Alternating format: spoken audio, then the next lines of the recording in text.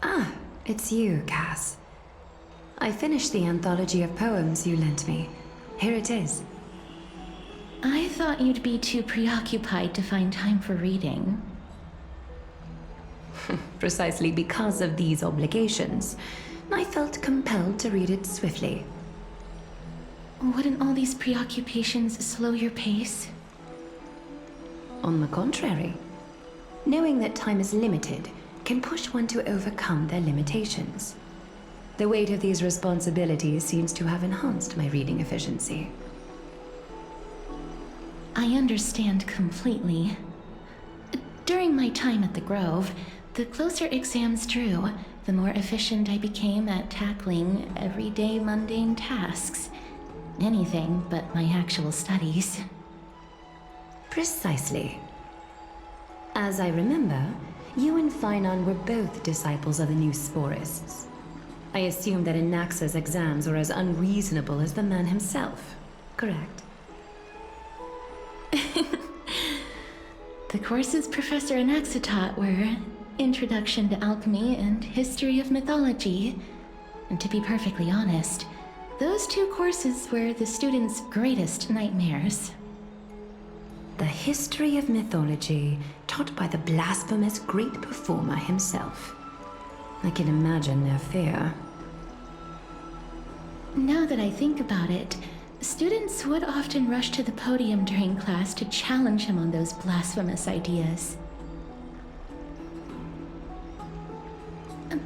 May I ask, Lady Aglaya, has your relationship with Professor Anaxa always been like this?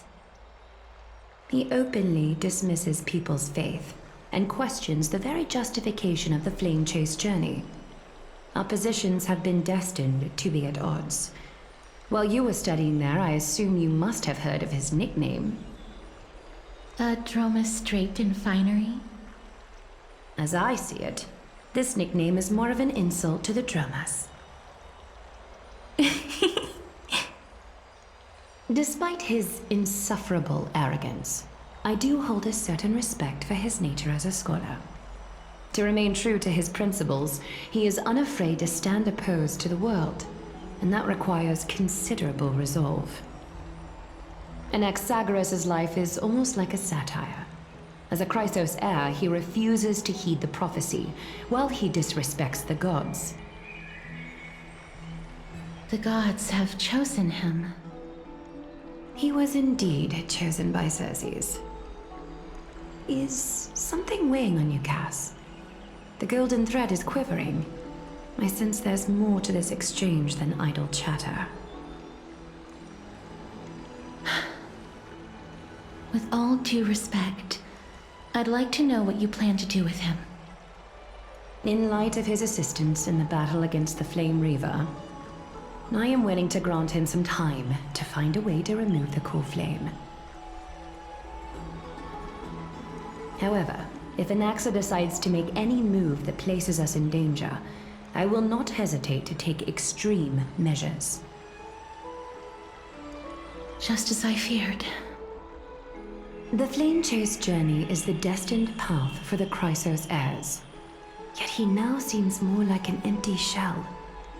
Given his strong sense of self-respect, I trust that Anaxagoras will make the right decision. Still, I can't help but hope for another possibility. Perhaps Anaxa will also overcome his limitations, now that he knows time is limited. I understand your stance. Let's continue this discussion another time. But now, let's greet our guest. You're here. Does this mean you're ready to take on Oronyx's trial?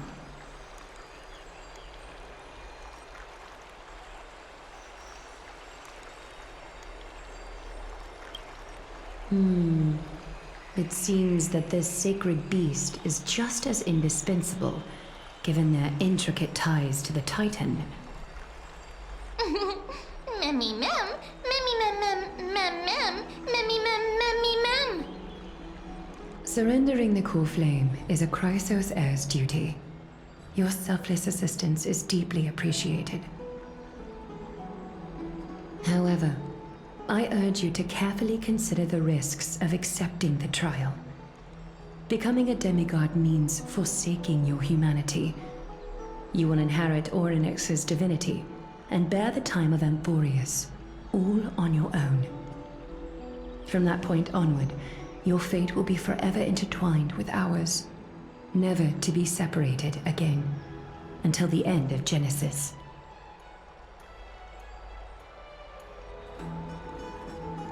On the contrary, you are the only one who qualifies to attain divinity. Yet, for that very reason, I do not wish to pressure you.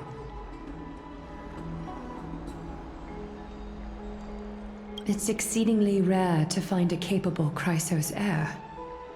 If this path proves unattainable, I am willing to lower my expectations. There are still many priests of Anaxagoras and their descendants in the city. If I'm left with no other option, I'll try to find someone worthy among them.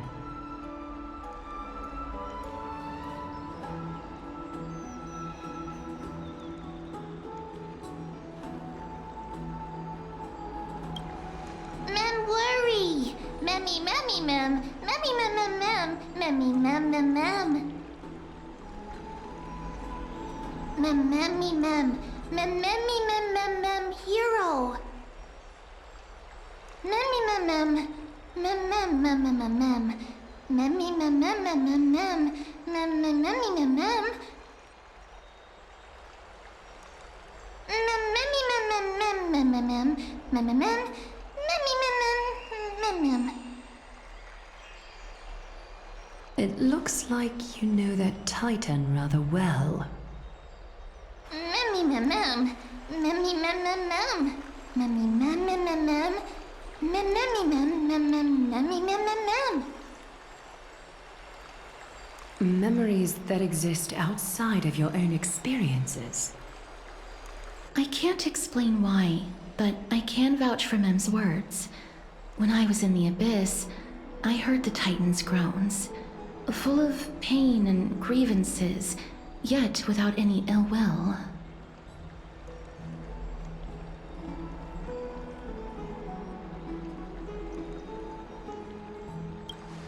Please, memmy mem mem, memmy memmy mem, memmy memmy mem mem.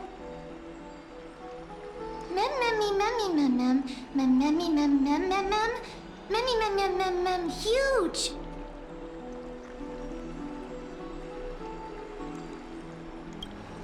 Since you've made your decision, go back to the bath chamber and get some rest. Trianne will call for you when the ceremony is ready. It is difficult for me, as the guide, to absolve myself from blame for things to have progressed to this point. Time and again, you have risen to the occasion for Akima.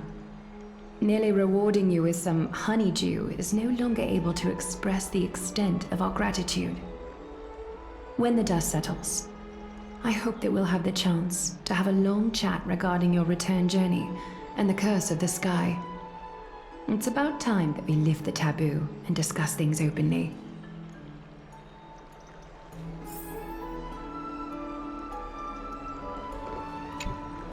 Mister, may everything go well for you and Mem.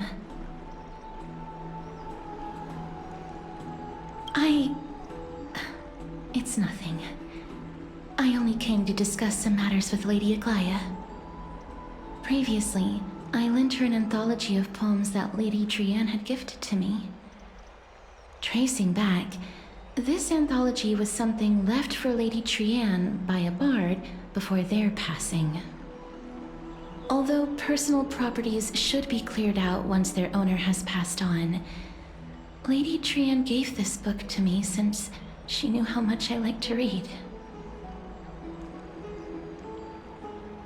It just contains an allegory. In a faraway land, in a city known as Styxia, a dragon corrupted by the black tide descended one day, swooping upon the city like death itself. It swallowed the princess of the city whole before it was suppressed. After taking down the evil dragon, the warriors discovered that the princess's life had already met its end. Overwhelmed by grief, the queen hired an alchemist to resurrect the princess using the dragon's flesh and blood. However, having lost memories of her previous life, the resurrected princess turned into an evil dragon herself and wreaked havoc on the city. As a result, the prosperous Styxia met its demise.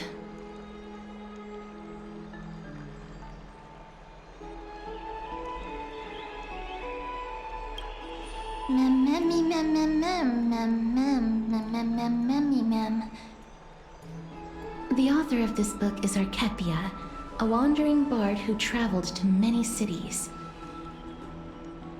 Among the things she left behind are poems, dictionaries, and many tragicomedy scripts.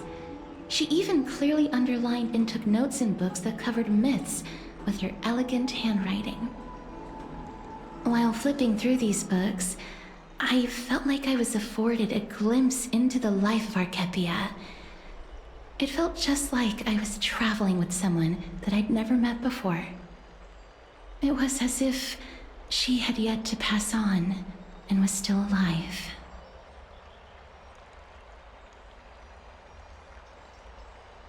That's right. Writing, drawing, and taking photographs. It seems like human nature to try and leave records of things. Speaking of taking photographs, when I was helping you to take the photo previously, I did not look through the photos in your photo stone out of courtesy. But I'm also very curious about the story of the rosy celestial maiden. Despite having visited many cities in Amphoreus, I still understand nothing about the world beyond the sky. If there is an opportunity... forget it. Let's talk about this in the future. For now, I only hope that you'll be able to complete the trial safely and obtain Oronyx's blessing.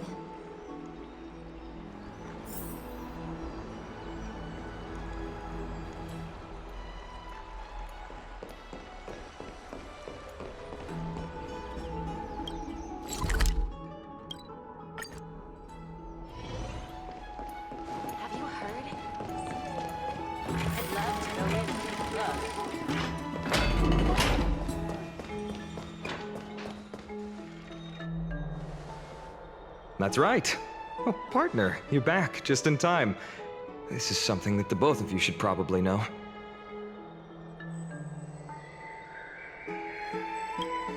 Good news? I wouldn't call it that.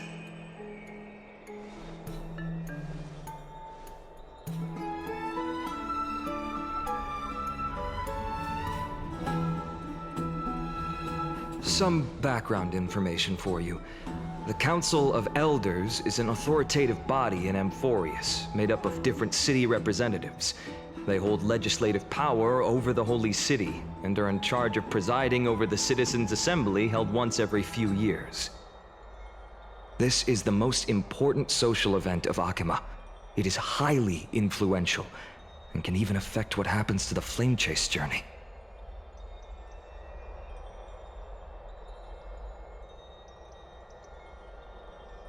Despite her vision and wisdom that spans across thousands of years, even she cannot win over the hearts of everyone.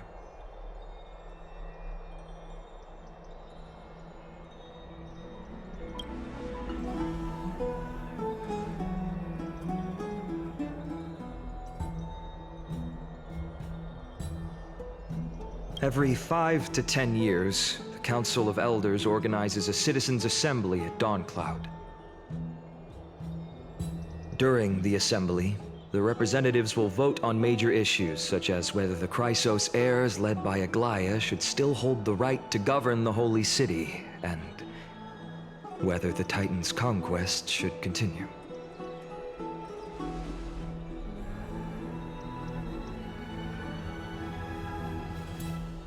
That is correct. However, the problem lies in the fact that there are ill-intentioned extremists in the Council of Elders. They view the Citizens' Assembly as a way to restrain the Chrysos Heirs and hope to take complete control over the Flame Chase journey. We can refer to them as the Opposition. During the assemblies held in the past 100 years, the voices supporting the Opposition have been growing stronger in the shadows. It's only thanks to Aglaia that the Flame Chase journey has been able to continue to this day.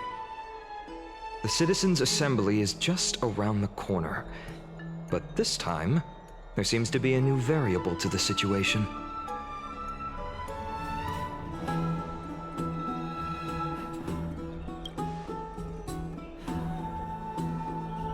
I'm afraid that the Council of Elders might want to take advantage of Professor Anaxa. Aglaia will surely take back Cerces Coreflame, but with Anaxa's current condition, it's so unique that nobody knows how taking the Coreflame away from him will affect him. He has always been someone that is only concerned about his own research. I'm certain that he must want to escape from the monitoring of the Golden Thread and protect himself. If the Opposition were to offer an olive branch at this time...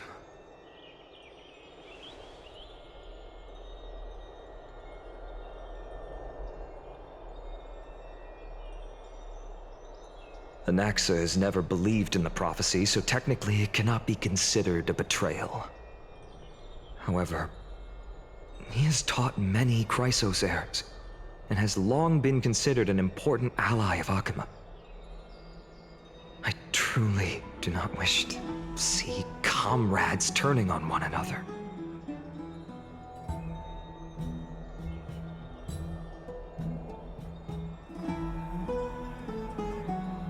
As I believe in his character, I plan to plead with Aglaia and try to buy more time for him.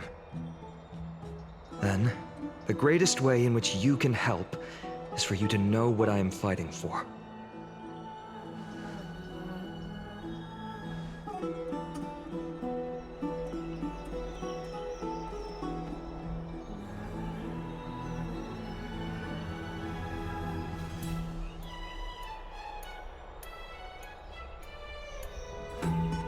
Allow me to apologize for the fact that we always seem to be troubling you. I hope that Oronyx will show more benevolence and be more accommodating. I remember that they seemed quite fond of you back in the Abyss. Go and rest and regain your strength.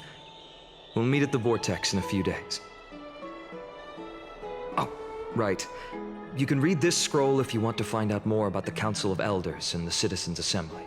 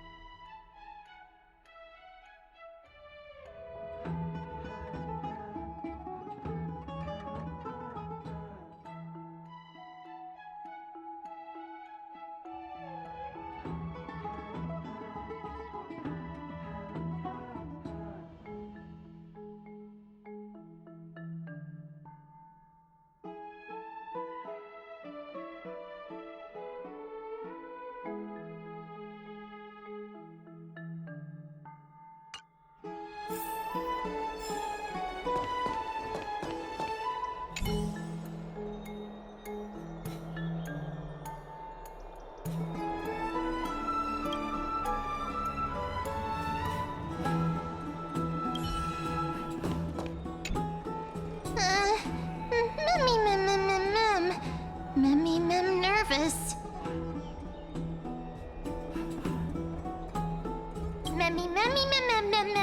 Nervous, mem.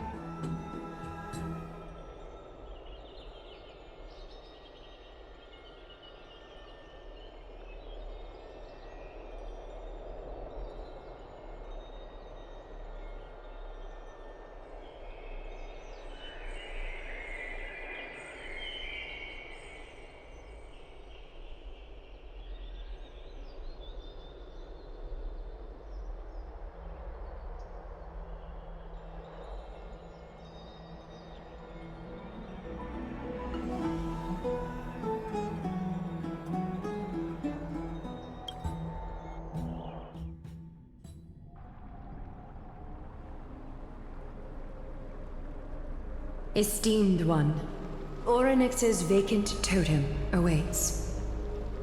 If you have already made your preparations to become a pillar of Amphoreus, please, step forward.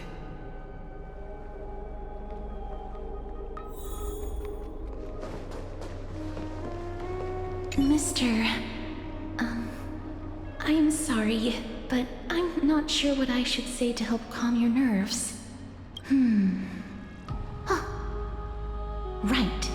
Perhaps something like, as long as you can successfully complete this trial, the rest of the flame chase journey will be smooth sailing?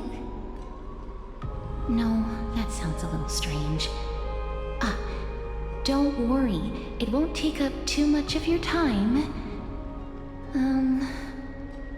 Don't worry, you'll definitely make it back alive? Oh. Sorry, it seems like I've made the mood even heavier. In any case, may everything go your way.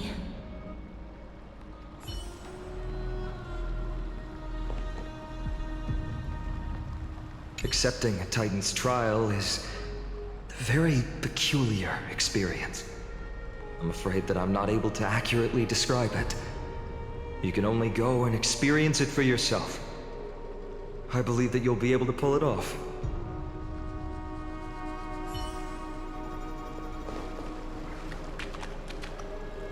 Little Gray and Mem, thank you. Your resolves cannot be questioned.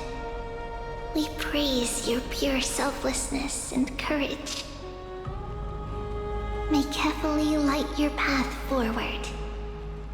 Get ready to assume Oronyx's divinity, Trailblazer.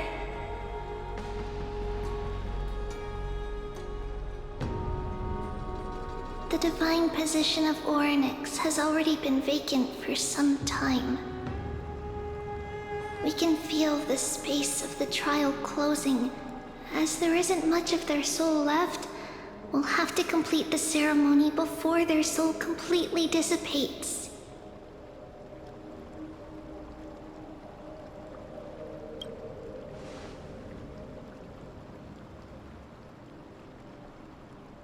The 8th Coreflame coveted by the miracle that once belonged to the great Vale of Evernight, Oronyx. It shall now be returned by the 2 elected heroes of the Chrysos Heirs. A traveler who is upright and courageous, and a sacred beast that invokes miracles. Mem mem mem who? Mem mem mem mem. Both of you, please, come forward.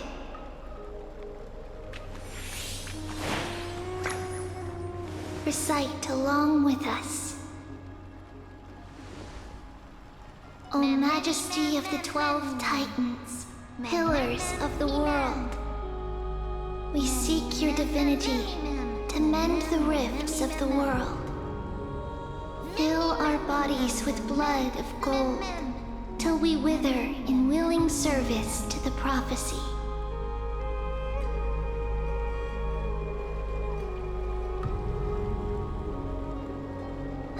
These are just words meant to make the prayer seem more solemn. Please, focus.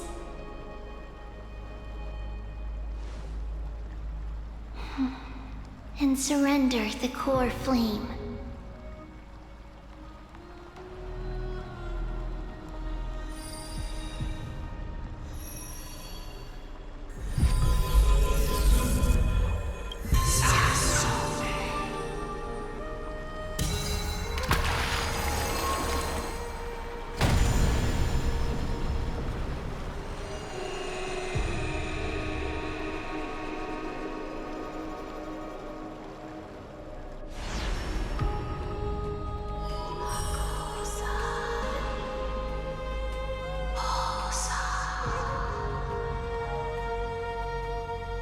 Oronyx. Their soul has been waiting for a long time. Perhaps they're also quietly waiting for the arrival of their successor.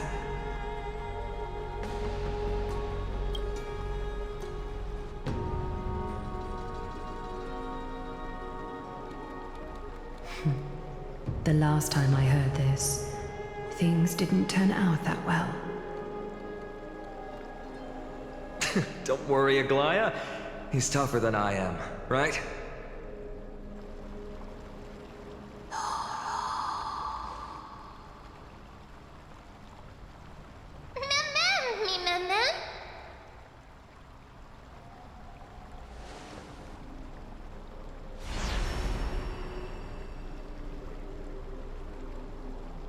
Traveler from beyond the sky, let us pray that the Titan acknowledges your worthiness.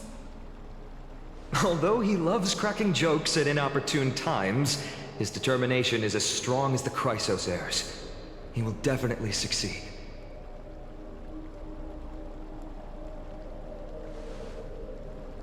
While he's away, I would like to have a chat with you, Aglaia.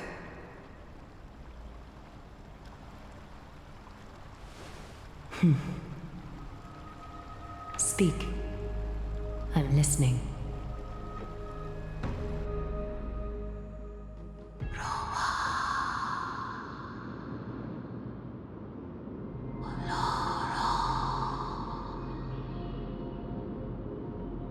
Slap, slap! Wake up!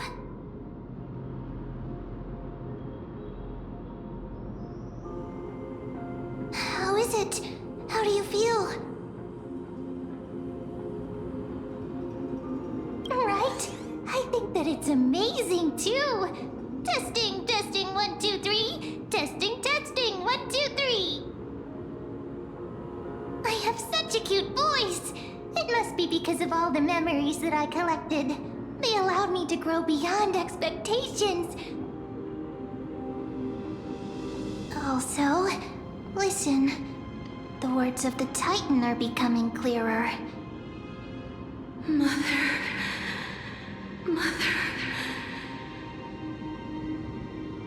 It hurts. Have I finally reached the end? Are the years of isolation coming to an end?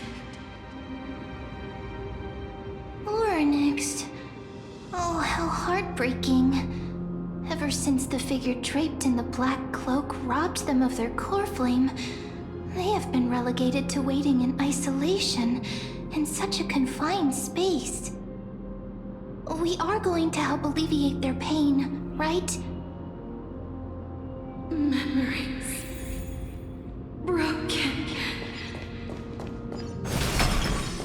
Mother, where?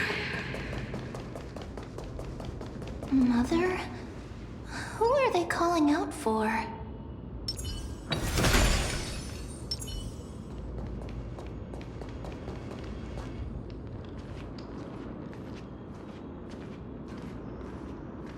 You. It's you. I remember you. Skyfather has gazed upon you. Mother is calling for you.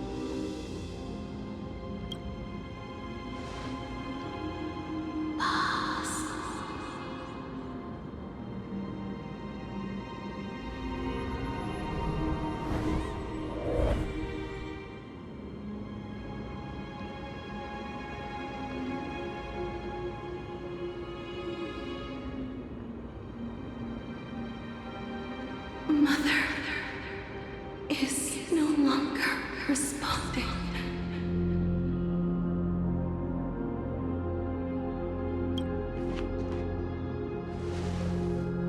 Something important.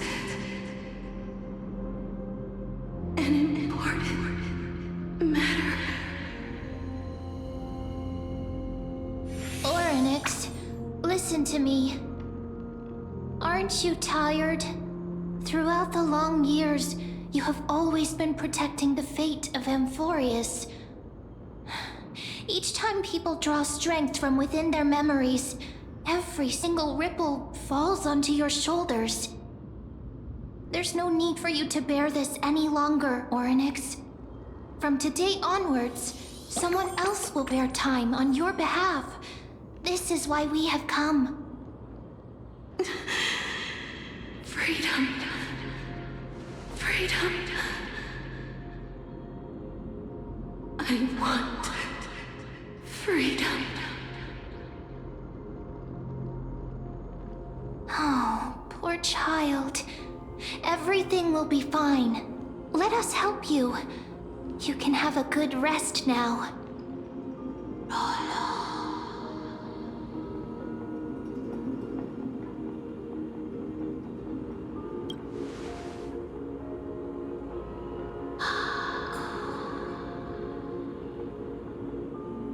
You have potential, strength, willpower, powerful, and tenacious. But you lack something. Just one thing. Lacking something? What is it?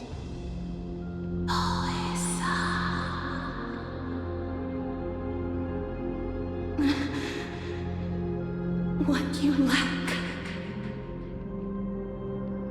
is a future.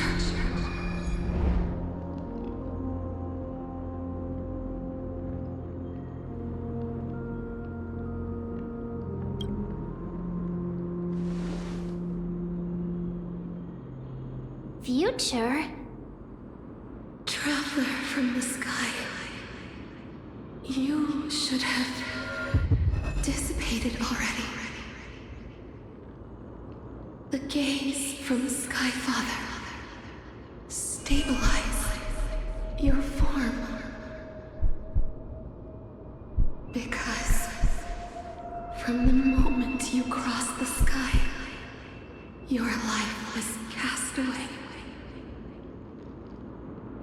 Right now, you are simply a collection of walking memories. What? How is that possible?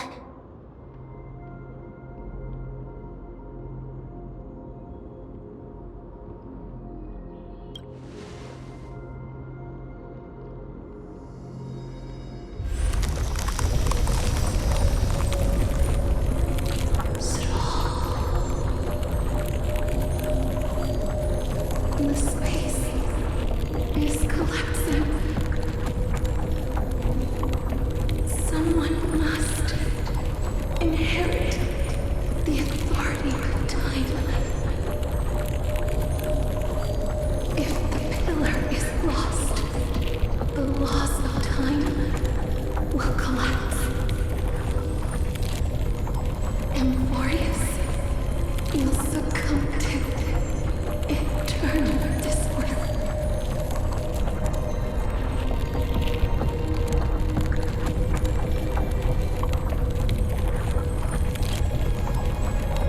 Time never compromises, never bears grudges, never forgives, never makes a choice. Child of humanity, Titans, Mother, Sky Father. Time restrains everything that exists in this world. Oronyx's divinity is dissipating? Is the trial coming to an end? Strider of remembrance, my strength, I shall entrust it to you. The fate of the world, if you wish to, save it. Go and find your future that has been stolen. Even if that means you'll have to cheat death.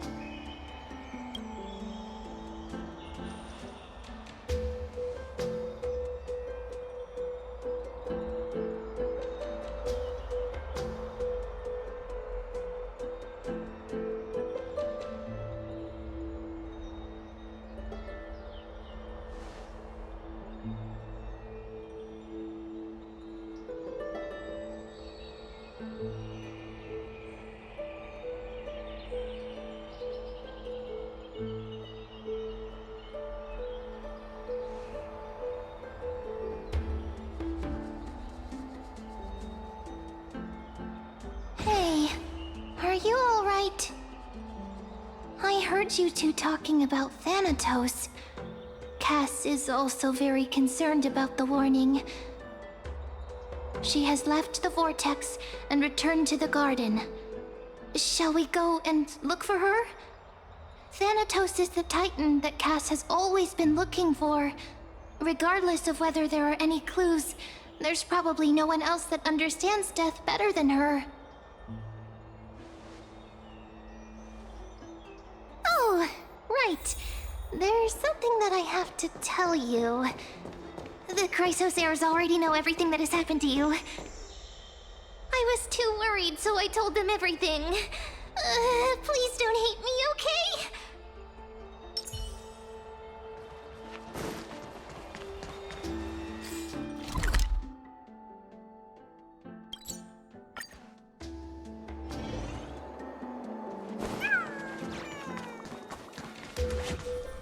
Mister, I'm right here.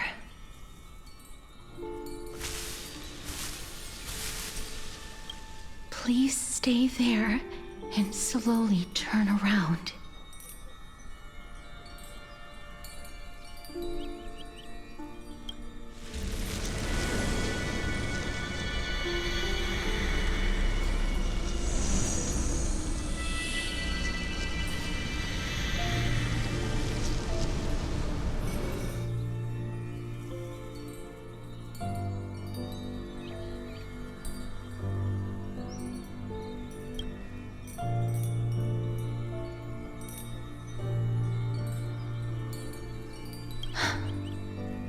Please pardon me.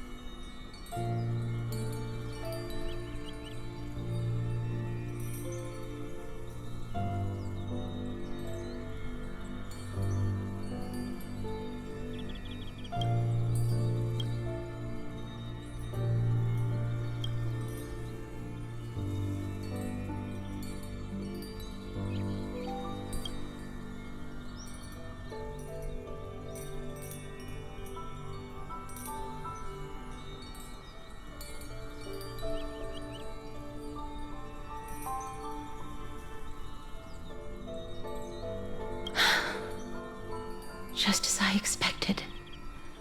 I cannot feel anything.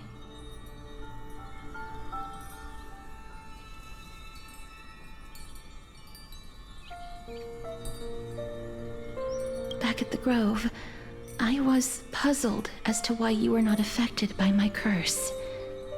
I thought that it might have been the special ability of a traveler from beyond the sky. Never did I expect that this would be the true reason. I'm sorry. I should have noticed that something was amiss earlier. Mister, if my abrupt behavior just now offended you, I hope that you can forgive me. I'm just thinking, if your soul has really left your body, as a mortician, I might be able to trace where it has gone to. Cass, did you find anything? My apologies. Not as of yet. Perhaps I have overestimated my capabilities.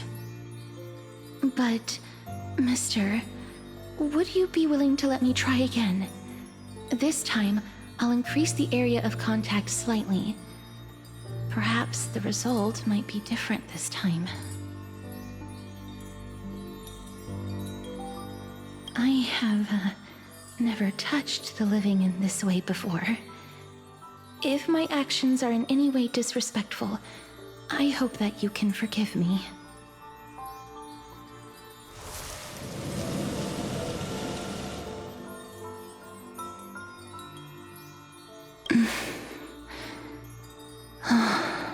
Yes.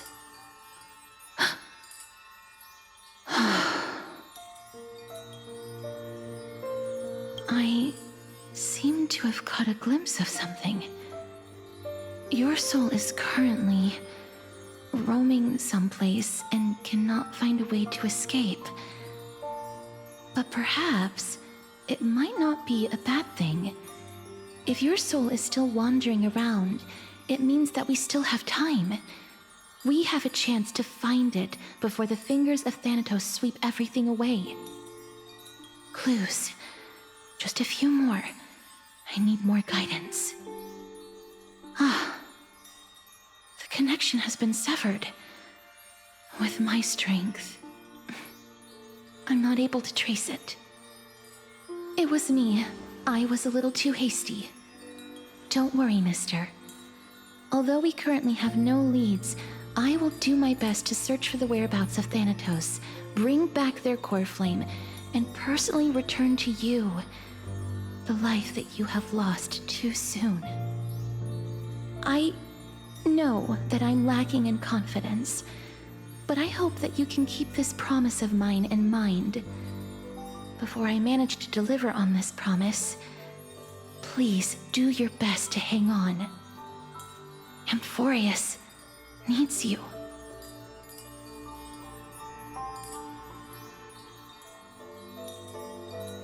Lady Aglaia and Lord Finon are currently discussing some matters in the paths. They're worried about you too. If possible, please go there and let them know that you're well. Although, I don't actually know whether your current situation can be described as well. Also, please accept this Styxian fable. Reading can help one to focus and relax. I hope that reading this can help tide you through this difficult period. More and more species are disappearing. Lady Aglaia and Lord Finon are currently discussing some matters in the paths. They're worried about you too. If possible, please go there and let them know that you're well. Although, I don't actually know whether you're...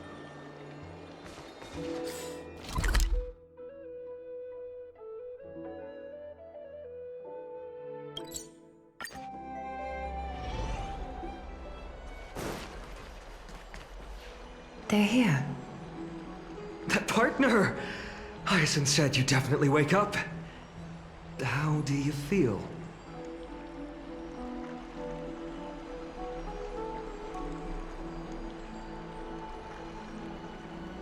That's the medical prowess of the Twilight Courtyard. Amazing, isn't it? You've completed the trial of time, and I have to admit that the process went better than I expected. Even in the end, that Titan's heart still showed a soft spot for humankind. However, I never expected that two people who have cheated death would appear in Akima at the same time. That's what we have been talking about. Mighty has been in Akima for such a long time, but has no one thought to study his indestructible body? If there were even any minor breakthroughs, we wouldn't be as clueless as we are right now. Many have had this idea, but so far, there have been no results. If it were successful, Thanatos wouldn't have disappeared without a trace.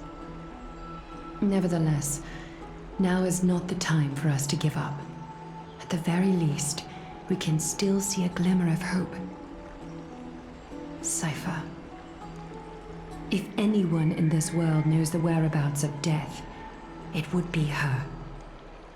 I'll try and get her to return to Akima, but do be prepared for a less than ideal outcome. Please understand that throughout the history of Amphoreus, no one has ever managed to escape the clutches of death. At the end of time, Thanatos silently awaits all.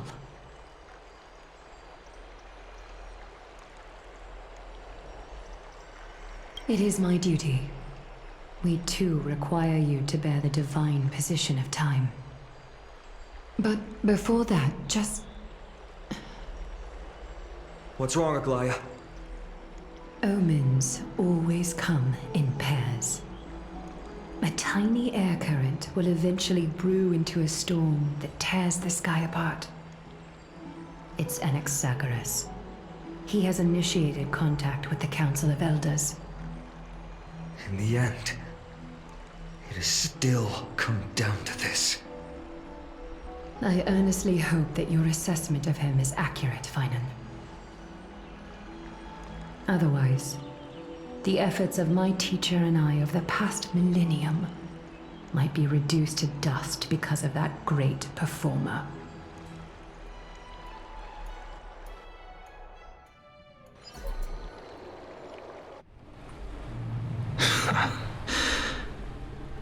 I'm back here again.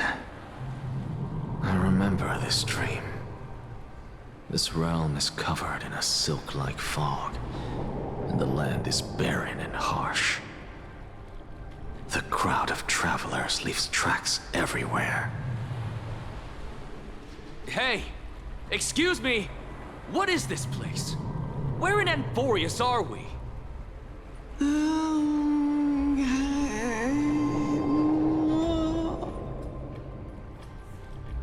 The mutters of the traveler are in a language I'm unable to comprehend. Or perhaps they're just distracted and ignored my question. Tell me, which Titan reigns over this land? And how do I find them?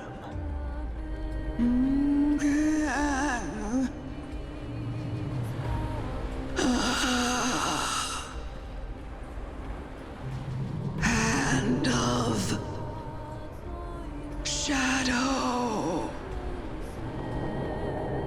Hand of Shadow Thanatos. Could this possibly be the Netherrealm? Not Netherrealm. Then where is this? River of Souls? The outskirts of the Netherrealm? Are you heading downstream toward the Netherrealm? The Netherrealm. Nothing but an illusion. Titan rejects you, me. Listen. What? The traveler lifts their wrinkled fingers and remains silent. I look in the direction they are pointing and listen closely. There. A massive shadow brought the sound of rushing tides. The sound of tides. I can hear it.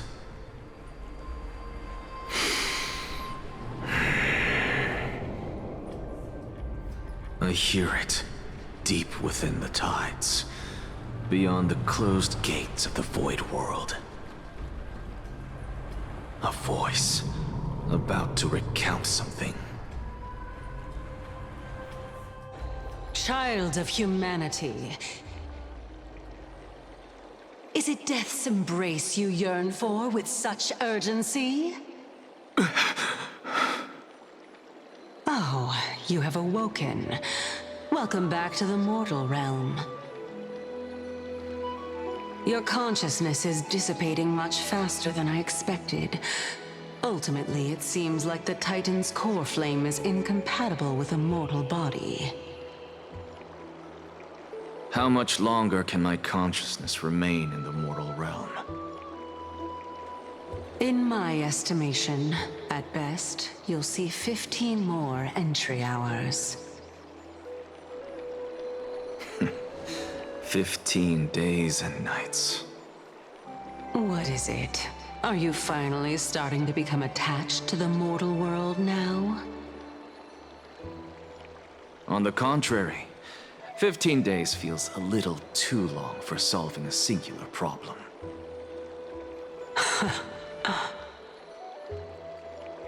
Stop giggling. It's time for us to go. The messenger from the Council of Elders is almost here. Let me ask you one more question. Are you really planning to betray Aglaya's will? What betrayal is there to speak of when I was never loyal to her to begin with? What about that white-haired student of yours? Acting so recklessly, do you not care about what might happen to him? There will be a price to pay for blind faith. This is also a lesson for Finan.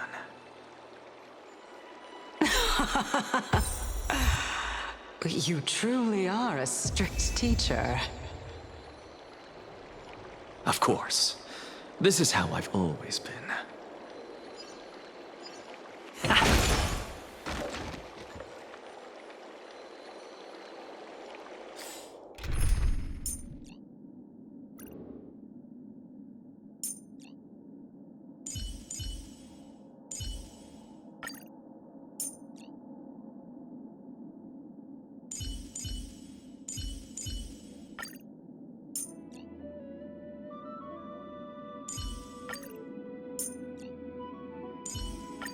You're better off believing in me than believing in prophecies.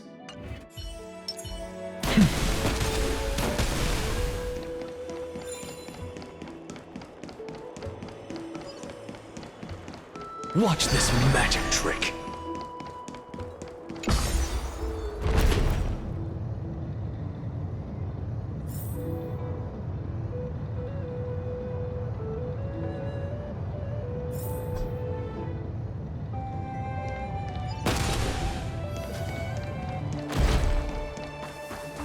Sorry to keep you waiting. It's been a while, Lord Anaxagoras. I greet you on behalf of all the citizens of Akima and express my deepest regret about what happened at the Grove of Epiphany. It's you. I never expected that you would personally come and meet me. By carefully into Lantern above, I have come as a testament to the justice of the Council of Elders.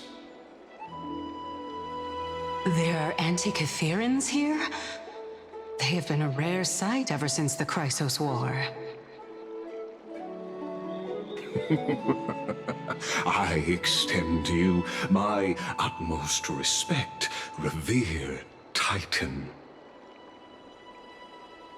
I am Lycurgus, though you may call me Lygus, holding an honorary position within the Council of Elders in Akima, and as the Theoros, I stand to protect the right of all upright citizens to express themselves freely. You can see them too? You know about us. We Antikytherians perceive the world through the amplitude and frequency of souls. Just as I am conscious that Lady Aglaya is secretly listening in on our private meeting from afar, if necessary, Lord Anaxagoras, I can sever the golden thread to protect your fundamental rights. The demigod should know better, for such is her station. Spare those poor threats, and just let her listen to my words. They shall serve only to unveil her own folly. May I interpret this as you having a countermeasure? I need not any plan, because she can do nothing other than petty espionage. As the Citizens' Assembly approaches, and with Oronyx's fall, any attempt to capture the Coreflame within me will only usher chaos and calamity. A truth she undoubtedly comprehends. While I, Anaxagoras, serving as the Grove's special envoy to Akima's Citizens' Assembly, have long known the extent of your abilities. Let's forego the formality of asserting authority, Lord Lycurgus. Lead the way. Very well. Surely Lady Kindness would appreciate such assertiveness in an ally.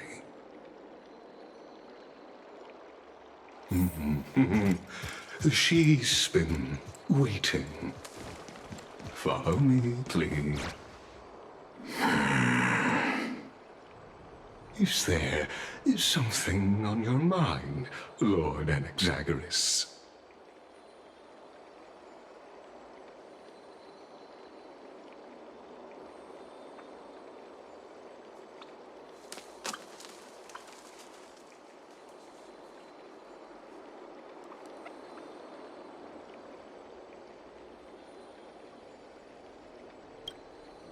Nothing, really. It's just a question that I contemplate every time before I ascend to Dawncloud. For the Titans, does the falling equate to death? Ah, a pondering truly deep. Time is on our side.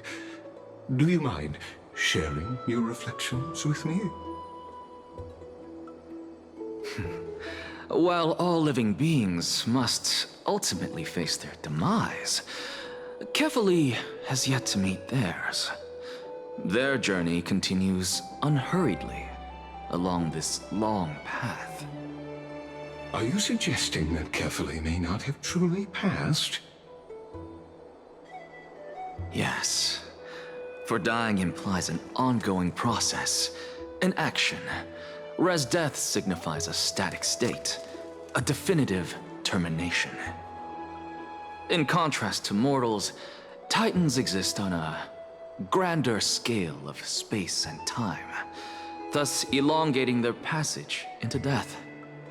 The notion of their fall is but a misinterpretation born of mortal ignorance. Ah, an intriguing concept, albeit challenging to substantiate.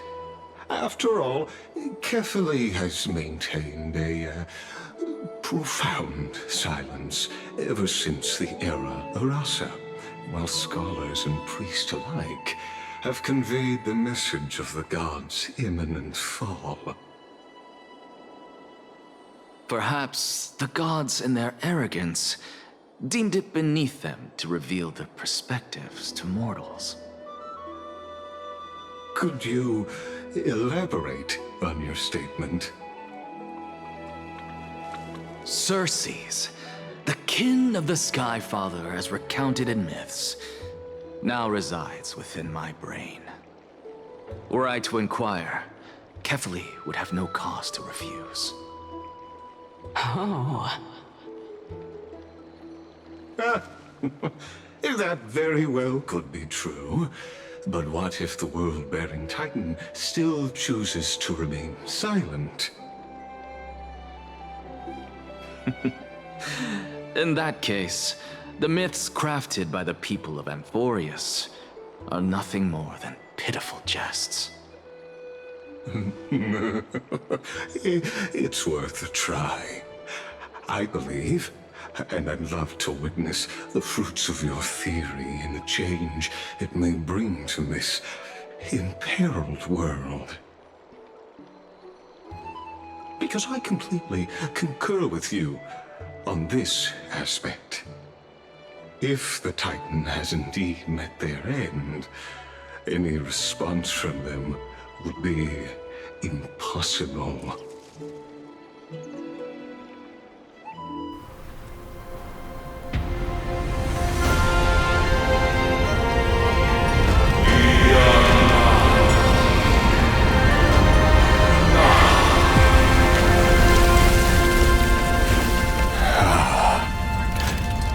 Please, Professor.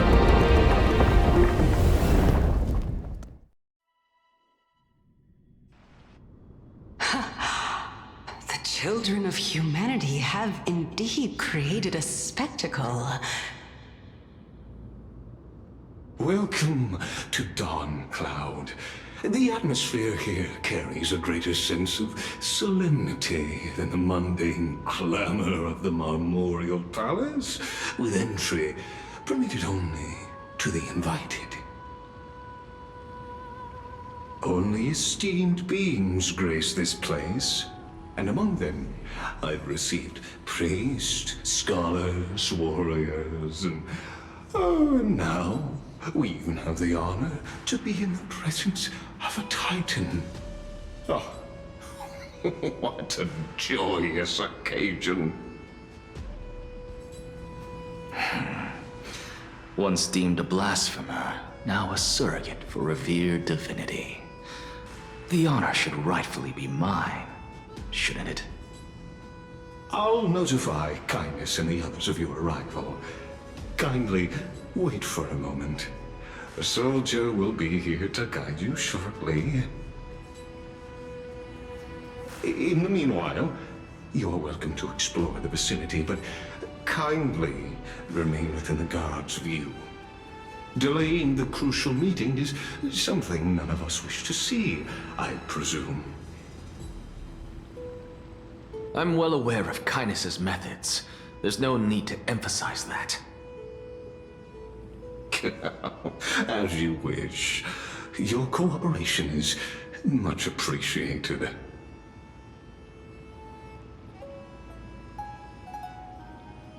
Alas, I had hoped for a brilliant plan from you, but it turns out you just left one cage to enter another. Save your concerns. I know very well what I'm doing. I shall depart to explore the surroundings then. Now that I look around, I wonder if there are any murals bearing my portrait around here. I'm quite intrigued to see how the children of humanity beyond the grove perceive another Titan. Off you go. I won't be joining you. This Titan appears to be quite at ease. I should investigate the Council of Elders' recent activities first. Be aware, I can hear you perfectly well from here.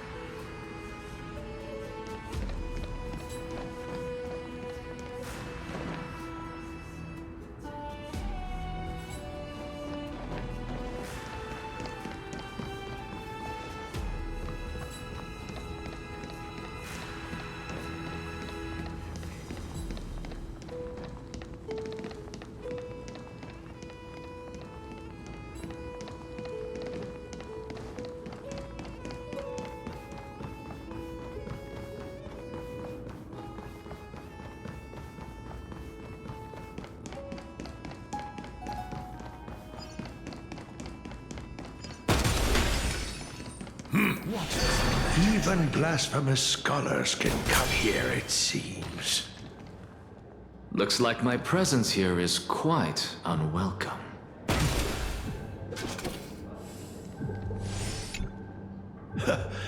Anaxagoras, I thought that you had died to the Black Tide, just like the other scholars.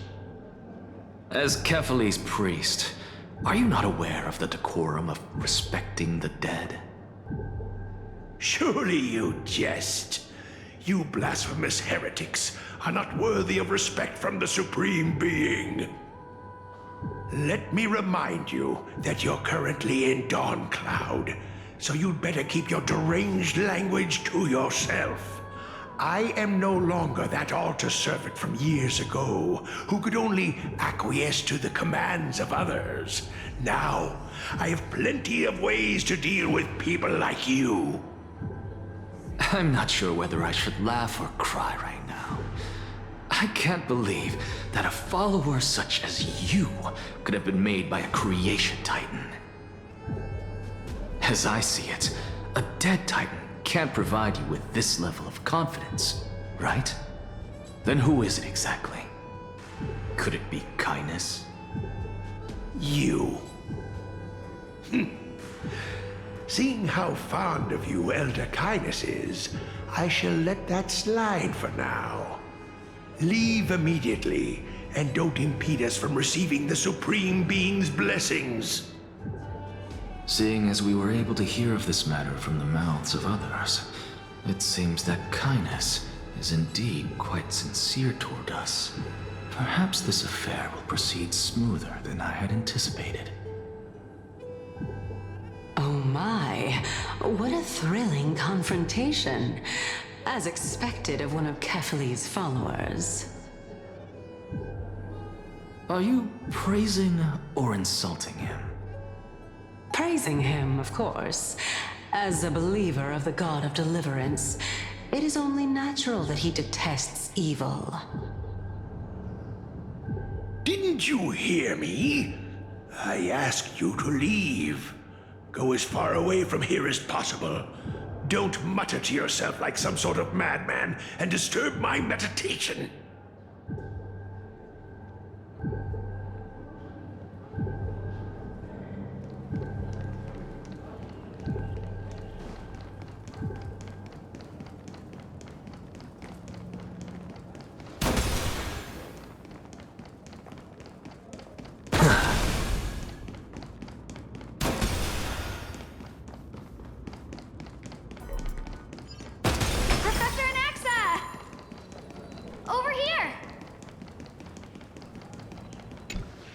Professor Anaxa? Word has it that the scholars of the Grove valiantly perished resisting the Black Tide. To find you here safe and sound, thank the Fates. You could say it's the Fates toying with us. It's only the Cremnoans and Idonians who chase glory through death. But your survival is a victory in itself. I'd settle for that gladly. So, are you here to report the incident to the Council? I heard that after the Black Tide devoured the Grove, Akama would be next in line, even with the demigod of strife standing alongside humankind. Tell me, how much does the Council of Elders know about the Black Tide? Once Caelus and her followers learned of Cerces and Oronyx's fall, they proclaimed in the council that the Flame Chasers could no longer stand against the calamity alone. Yet, when the Crown Prince ascended to godhood and repelled the Black Tide, she immediately altered her tune, declaring that all was resolved beyond Akama, with the only remaining menace now being Aglaya and her adherents. They might well make their move at the upcoming Citizens' Assembly. No surprises there, those shifty opportunists. Thank you for your honesty, virtuous student. Being an opportunist could very well be a facet of wisdom. Shouldn't you be searching for murals of yourself? I've had enough of your prattling. I was really curious to see how you would find the middle ground between both factions, so I came to listen in. But it seems as though this Caelus is much more ruthless than Aglaia. If so, why do you want to work with her? Could it be that perhaps you've decided to readily surrender this hollow shell of yours, just because you feel like death is fast approaching? I'm afraid you'll be sorely disappointed if that's what you truly think. I've had enough of this. Could the 15th entry hour arrive any faster?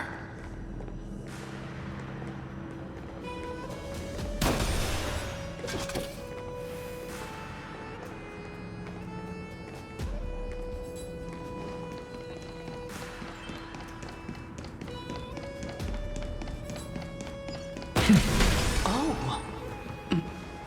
Every plant, every tendril, no, even every leaf could be the embodiment of Cerces. As a result, mere mortals who did not know what the Titan actually looked like chose to paint them as a giant tree instead. Their wisdom was portrayed as fruit, to symbolize how they shared their knowledge equally among the masses. Such exquisiteness indeed. This mural is quite abstract. I really can't tell whether you are praising or demeaning yourself. Now I'm quite curious whether the Reason Titan has studied figures of speech before. Of course I find such stylistic devices interesting. For all we know, this could be the answer to the question, what exactly are we? I, for one, am not willing to admit that I could look this ugly. Was this the reason why you failed in your attempt to refine my soul when you were ambushed at the Grove?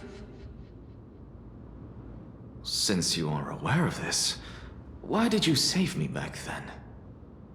From my perspective, this point alone was enough to separate you from the average person. How do two lunatics coexist in the same brain? Therefore, it seems that your journey to Dawncloud this time is not just to seek protection. What, then, is the intention behind your actions? The entire plan is stored in my memory, so why don't you look there? Then don't mind if I do. 1 year old, 2 years old.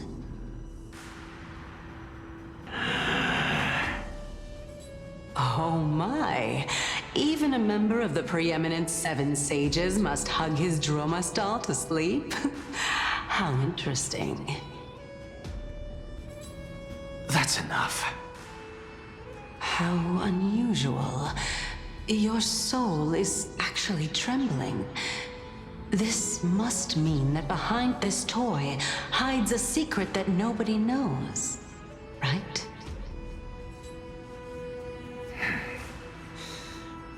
Since our days are both numbered, I don't mind telling you more about it.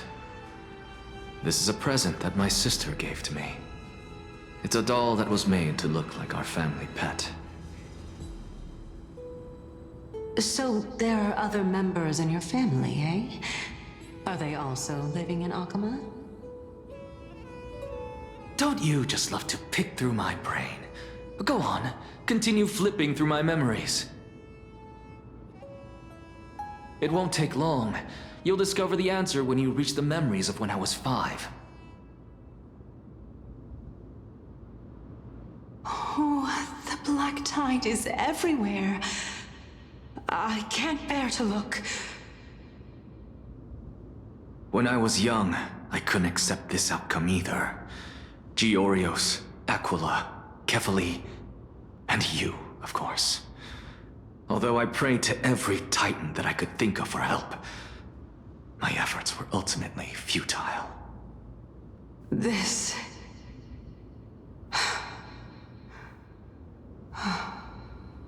Could this be the inception of your research into alchemy? Indeed it was. Everything started from that verdant courtyard of yours. When I was pursuing my education there, I naturally also came to learn of the Lycurgus theory as well. Oh, I remember that person. He was the one to come up with the concept of souls, right? Not only that, he also believed that life, as well as the composition, movement, and transformation of matter, all stem from souls themselves. This is why I thought that, since all living things stemmed from the same origin, why could I not sacrifice myself in order to resurrect my nearest and dearest? Anaxa, you... I did it, teacher! But this is absolute blasphemy. Regardless of how much freedom the Grove provides, such an act could cause you to be burned at the pyre.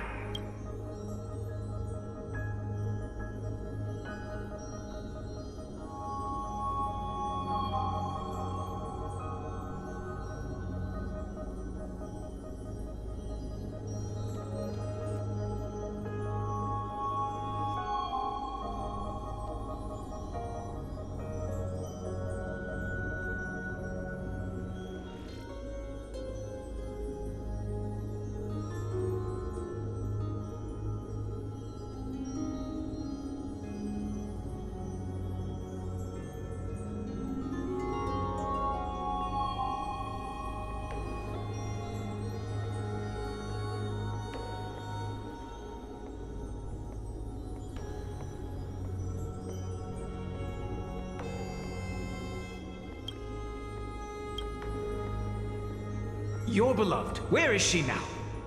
Send her away from the Grove at once, to a place where nobody will ever be able to find her. Otherwise, the both of us will be judged by the Council of the Seven Sages. Calm down, teacher. My sister, she's still not in the mortal realm, even to this day.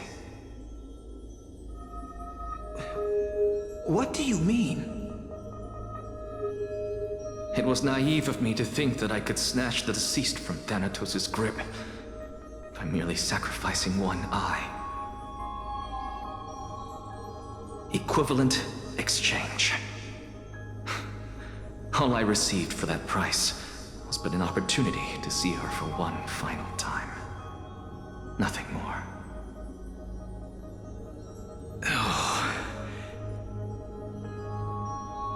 Let it go, Anaxa. As one of my best students, I cannot watch you go down the wrong path without doing anything to stop it. Never do something taboo ever again. Don't disappoint the deceased, and never harm yourself. If you can do that, this classroom will still be yours, and you'll have a chance to live out your own life.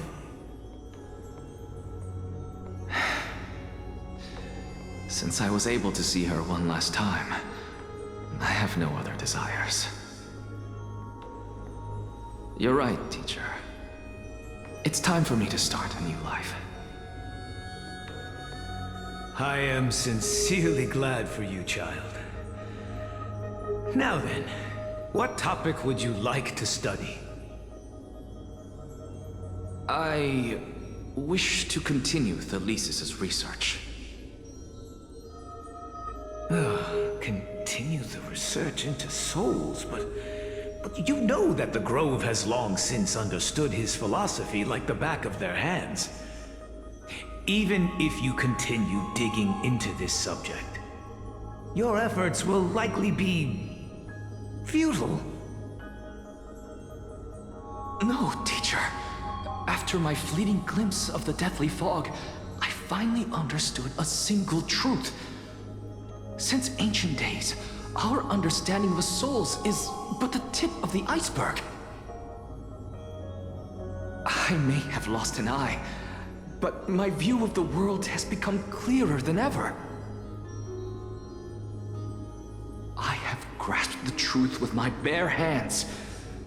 Watch as I turn this farcical world upside down.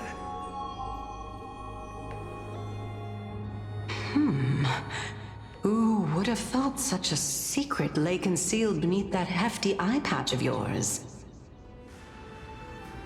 However, this story doesn't seem to be connected to your plan. In fact, I'd say that they aren't related at all. The answer lies within the tale. If even you cannot understand it, perhaps you should relinquish the divinity of reason to me. After all, it'd be a waste for you to hold on to it. My story ends here. Now it's time for you to tell me your secret. After all, this is what equivalent exchange means, correct? As expected, you laid a trap for me to step into. Unfortunately, even if I was willing to talk about my past, I may not know more about it than you do. Oh? Are you saying that the renowned Reason Titan is now admitting a lack of wisdom? Your followers are going to be sorely disappointed by this. Child of humanity, remember this. Being cognizant of one's ignorance is the greatest wisdom of all. Now I understand. No wonder you asked me to answer your random, nonsensical questions. Not only that, you're the only one who can shed light on my query. As the saying goes, onlookers see most clearly. Is that so? Lord Anaxa. I saw you muttering to yourself and was wondering whether you were caught in a delirium of reflective thought. I'm sorry to interrupt you, but time is of the essence. I have a message from Lord Lycurgus. Lady Caelus has met up with the Council of Elders and is awaiting your arrival, so please depart forthwith.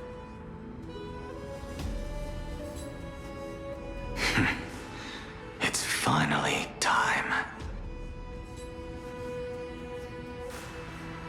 Carefully. The one who created the world, and the one who bears the world.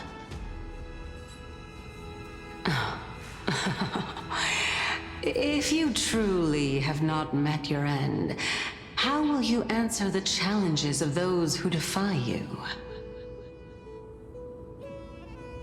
I didn't expect you to agree to Lady Caelus' invitation.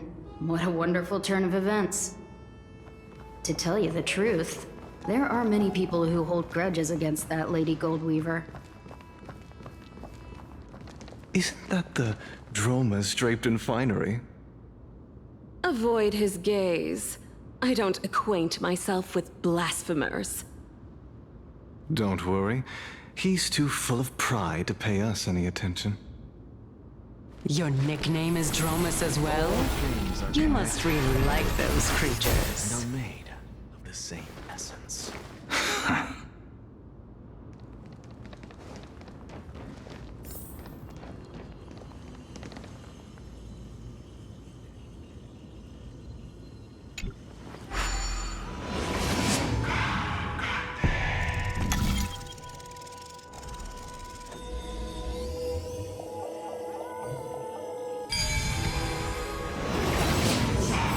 A student of Empedocles? I hear that his views run counter to the Venerationists. This is what being a scholar is about. A collision of ideas only occurs when there are differences in beliefs, and it is such collisions that lead to progress. Yet, in my view, there are only right and wrong perspectives, neither of which can coexist with the other. What? Lord Lycurgus and Lady Caelus are just ahead. I'll take my leave for now.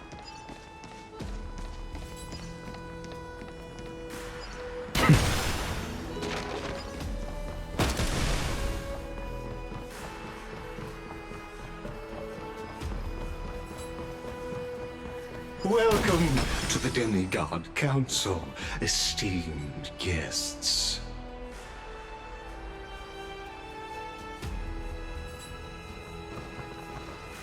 Lord Anaxagoras, oh, I've heard so much about you. Head of the Nusporists of the Grove of Epiphany, notorious blasphemer, a Chrysos heir who bears Cerces Coreflame, a survivor of the Grove calamity. Did I miss anything? Well, if so, please be so kind as to enlighten me. Since Lady Kindness is already well acquainted with me, I won't waste any effort introducing myself again. But then again, perhaps the customs are different here. Back in my hometown, there is a form of etiquette known as honoring guests. The host will welcome their guest with warm hospitality by treating them to fine wine and a cozy bed. And yet, ever since I arrived, I have not been welcomed with warm courtesy or ceremonial gifts. Instead, I am met with intense scrutiny. Even more absurd, the host has sharpened their blade and instructed their servants to lie in wait in the shadows. Perhaps you intend to cut open my heart, retrieve the Coreflame, and then hold a grand feast for all of the guests. Everyone, stand down. Thank you for understanding. I am but a feeble scholar who is not used to the stench of avarice and blood. No need to be humble, my lord. From my perspective, your courage and gumption are worthy of the reputation of the Seven Sages. Your bravery is more than adequate to accomplish our perilous endeavor. So, you wish to start a war? Well, since the Chrysos Heirs are calling for war, we will respond in kind. Conflict is inevitable. Since Aglaya endeavors to suppress the virtuous commoners with blood of gold, we will not hesitate to display the rights and mettle the citizens of Akima are so entitled to. As to your question of whether peace is still a viable option, well, to that I can only say this. Everything hinges on the next citizens' assembly and whether they have a sudden epiphany amid the clamor of the masses. And since you, as a Chrysos heir, accepted our invitation, you have indeed given us a glimmer of hope. What brazen arrogance. What you're saying right now is worlds apart from what you were saying before you retired your cleaners. I don't deny it. After all, they're responsible for cleaning up any threats, and just a moment ago, you were on the side of the Chrysos heirs. But now that you're an ally of ours, we can continue talking somewhere else. As you know, these walls have ears. I was fortunate enough to have the opportunity to discuss a treatise about the Venerationists with your teacher, Empedocles. Yet, it seems you subscribe to the Nusporists instead, Lord Anaxa. I've heard that this school of thought is one with many detractors. It's normal for ideas to have supporters and dissenters, just like how there are two types of people in this world: geniuses and dimwits.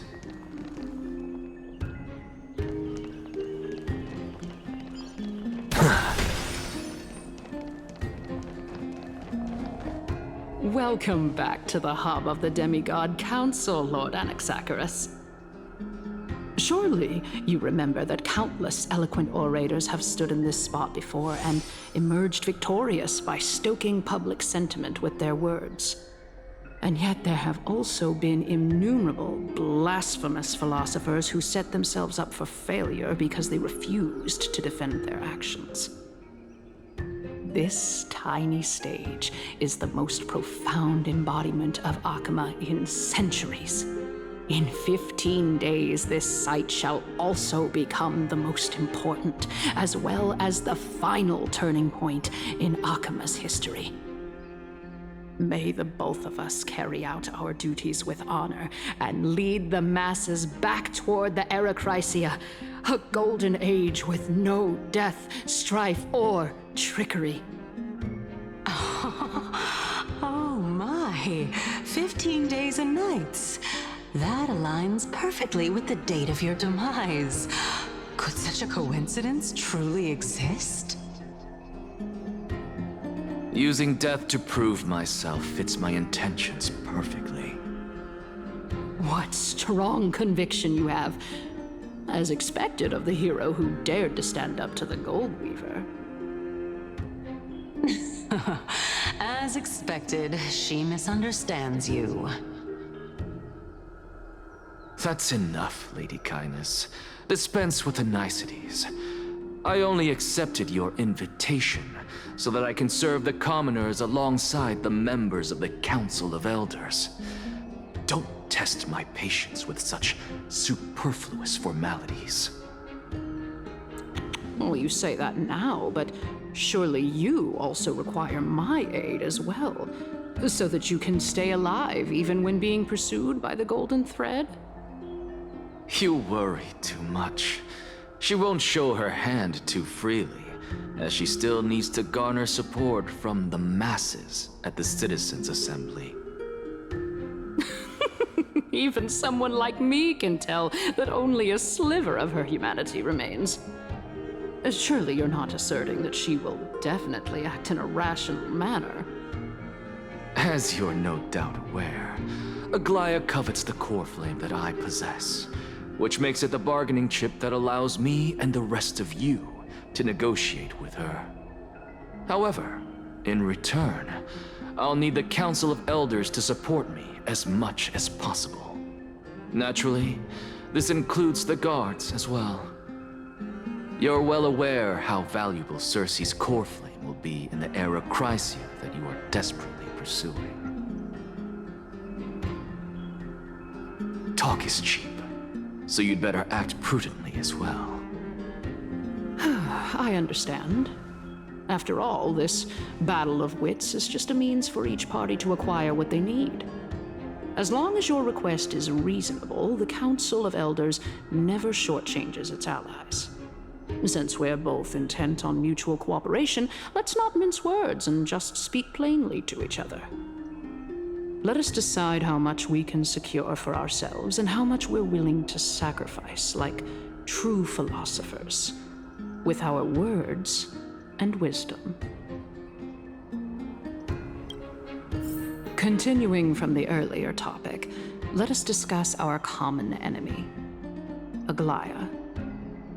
She is the second most experienced Chrysos heir across the whole of Akama, who has gradually lost her humanity to the ravages of time and the ablation of the Coreflame.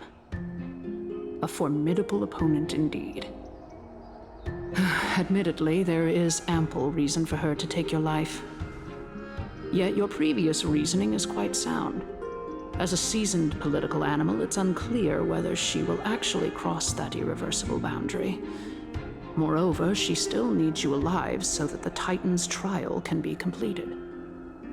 Is there anyone present who can swear by the sacred vow of Kefali and guarantee that you weren't in league with that woman before coming here? Are you just trying to pull the wool over our eyes and aid her in her savagery?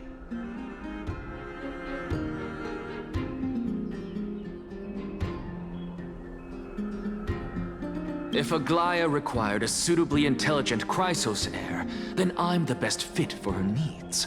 However, it's quite evident that she has no need for a Chrysos heir who could break free of her control at any time. Since I believe in neither Titans nor the prophecy, there's no way that I would willingly walk on the path that she extols. Given how rigorously she enforces her principles, how would she ever accept a heretic such as me? I understand what you mean. At the very least, the both of us agree that this tyrant who wallows in extravagance and greed is the greatest threat to achieving peace in Akima. The Council of Elders is willing to defend your right to live, just as we defend every oppressed citizen. However, I regret to say that sentiments in favor of the Chrysos Heirs and Aglaia are only growing in magnitude. The peace that we are aspiring toward, as well as everything that we hold dear, will be destroyed completely. The city will be burned to ashes, and the citizens' blood will be shed. Tell me, what are you willing to do for our esteemed citizens so that they can vanquish the enemies of our fine city?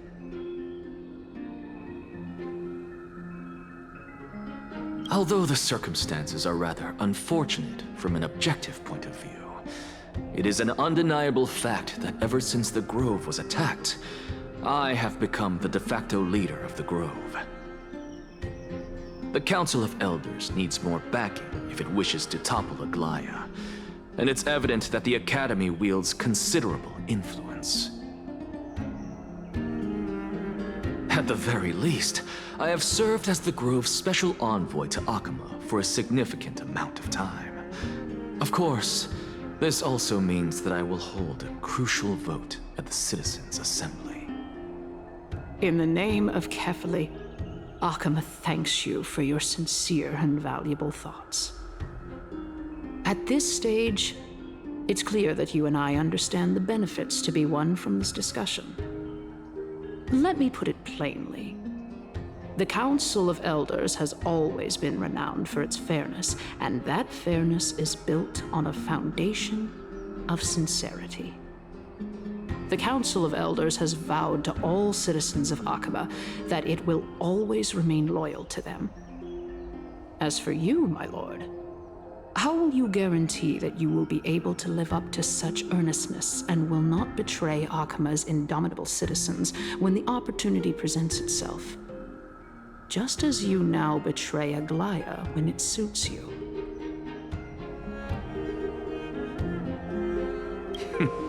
Surely you jest. My loyalty does not need to be proven. The fact that the Council of Elders is asking for proof of my loyalty is itself akin to a form of betrayal. I am incredibly honored to have witnessed the both of you bury the hatchet in a civilized manner.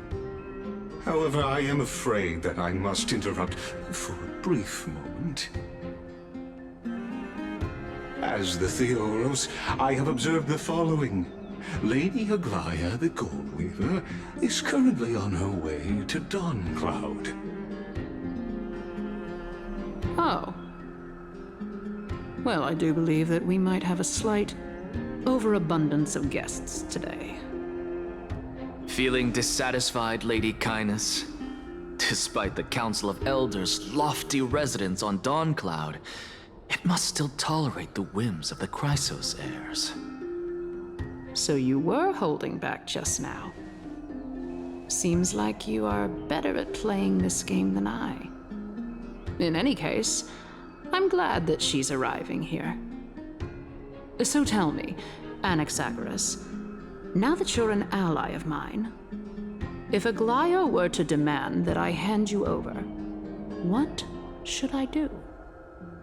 You can do as she says. Tell her that the Council of Elders merely wished to chat with me and had no intention of offending her. However, by doing so, the authority of the Council of Elders will be as thin as papyrus that has been soaked in blood. Not only can it be destroyed at the slightest touch, but the Council will also lose possession of a valuable Coreflame. No, more like 2 Coreflames. After all, at the next Citizens' Assembly, that young lady who is synonymous with death will also be standing on our side. Oh? How can you be sure of that? Is that of importance to you? All you need to know is that I have a plan. In my opinion, you should be more worried about the impending threat.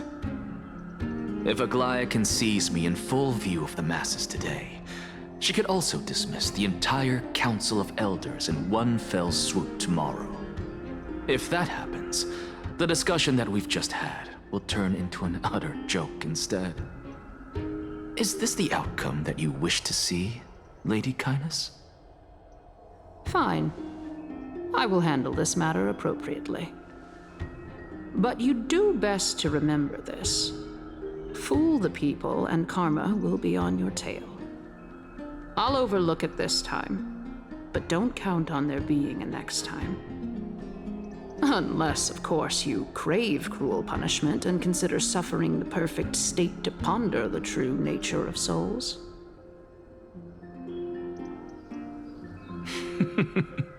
Well, what do you know? That happens to be one of my rare talents. We shall see, then.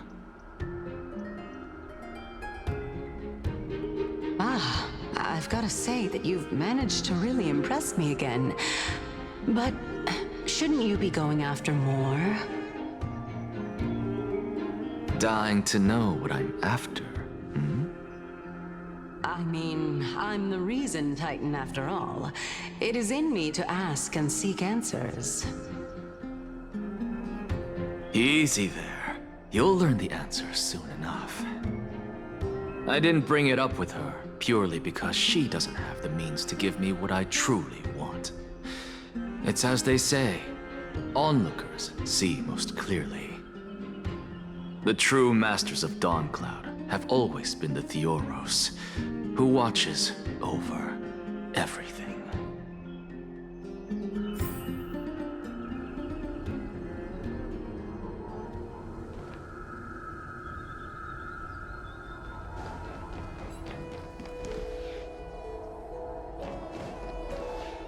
An expected visitor. Welcome once again. You know, you could actually skip all the pointless debate and come straight to me to seek an audience with Kefali. I have no reason to refuse you, do I? You may not, but Caelus has. Whoever gets hold of Kefali's Coreflame will get to rule over Akama. She's wary of me, so naturally I had to gain her trust. I would say that debate was not at all pointless. Very true. In my view, this individual has gone to great lengths to get close to Kefali. He might very well be plotting something nefarious against the Titan. Are you still willing to let him pass, knowing this? Yes, very much so. All living creations are always free to visit Kefali's transcendent vessel. This comes with being the World-Bearer. How convenient it is to be able to hear what they say. It is truly my honor to speak to a venerated Titan in person. Please, go ahead. Let me join you both on this journey. Oh, a bygone myth tells of an occasion where Kefali once answered their followers' questions on the peak of the Holy Mountain. Their followers have since believed that scaling this Titan cliff is one way of being with the god.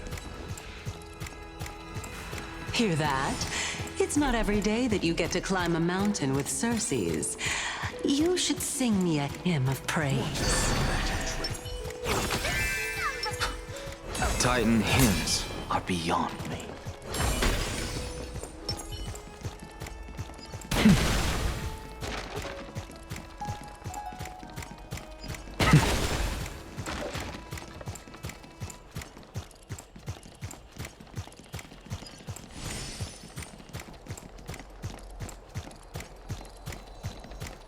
Go on ahead. Take this Yanis shortcut, and the long pilgrimage stairway will be waiting for you at its end. I have to admit, I never expected you to not ask me anything. Not even my motive. Because I know very well what it is you are after. As the saying goes, a gentleman helps others achieve their goals. I have a feeling that your theory will be validated at the end of this journey. I believe Kefali will not deprive you of your right to ask your question, especially now that you're on the brink of death. You must be closer to Kefali than anyone else. Wouldn't you agree? I hope things go as you say, then. Putting a child of justice into a farcical world is bound to turn it upside down. It is my hope that you bring a much-needed change to this world which is on the brink of destruction.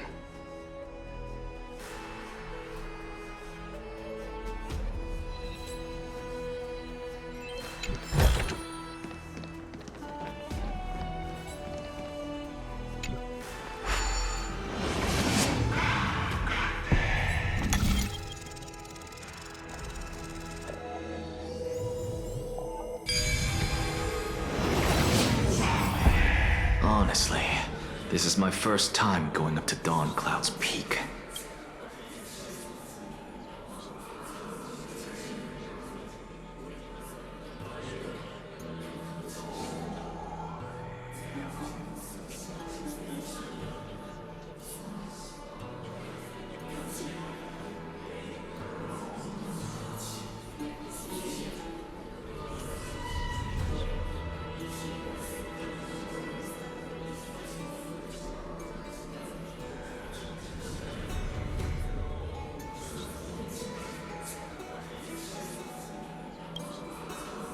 What a splendid view. Isn't it about time you recognize the magnificence of us Titans?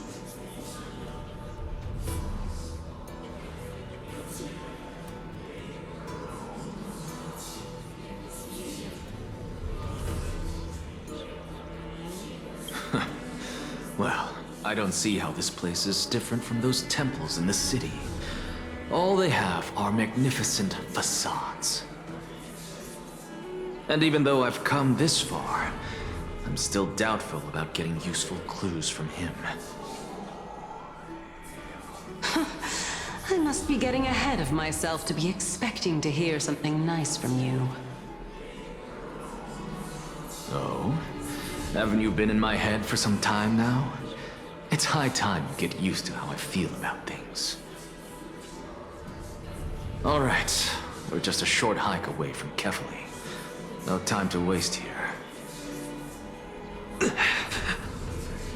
So the intellectual debate from earlier was too draining for you, huh? If Amphoreus gets a new lease on life, you should focus on strengthening your body and stop shirking social interactions. Save your concern. The Titan is in sight. Can you make it? Why? Are you going to carry me up if I were to fall now? I know how far I can go, so just hold your tongue and come along. Fine then. I guess I won't say any more. I'll just wait till your soul dissipates completely to gain control over your body. Wait. Who is that? Cerces? Hey, look at that. Huh? What should I be looking at? Am I hallucinating? Or do we even get to see souls when we're close to dying?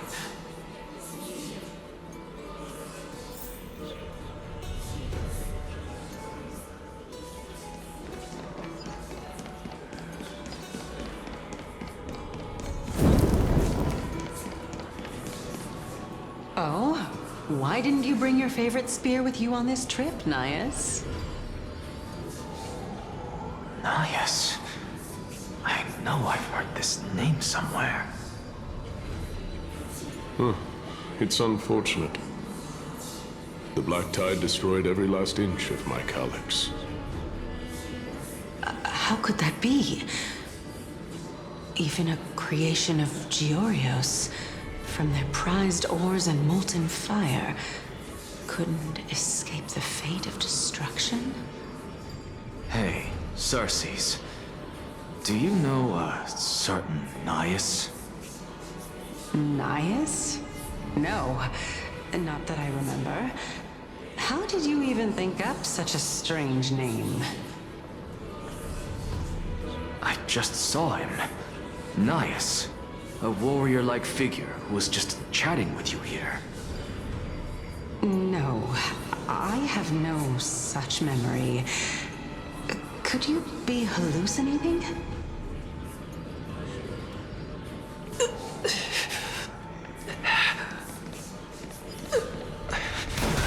This is a departed spirit?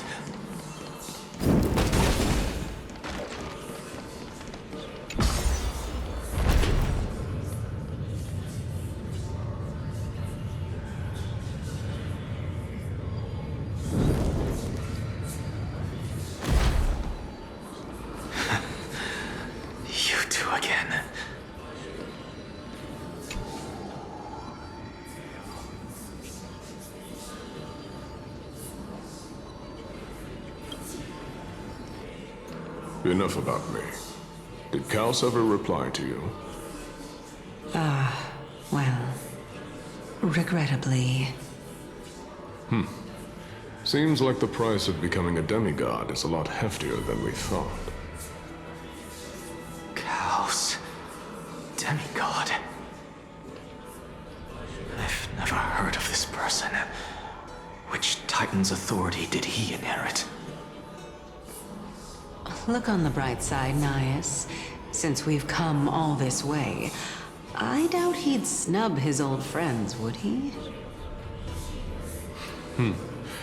Let's just hope we mean as much as the world to him.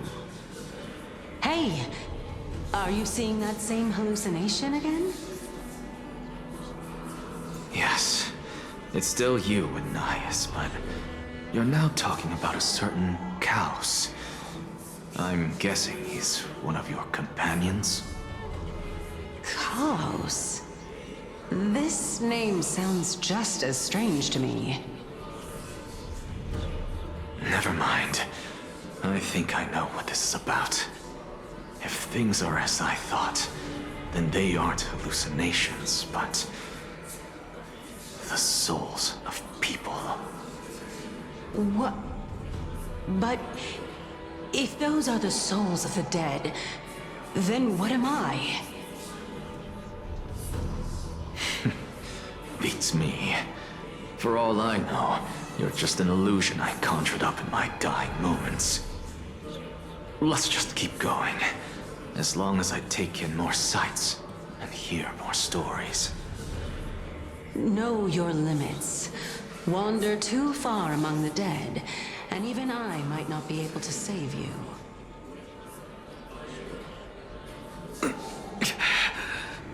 I'm fine. If this is indeed as I thought, then this will be very amusing. So...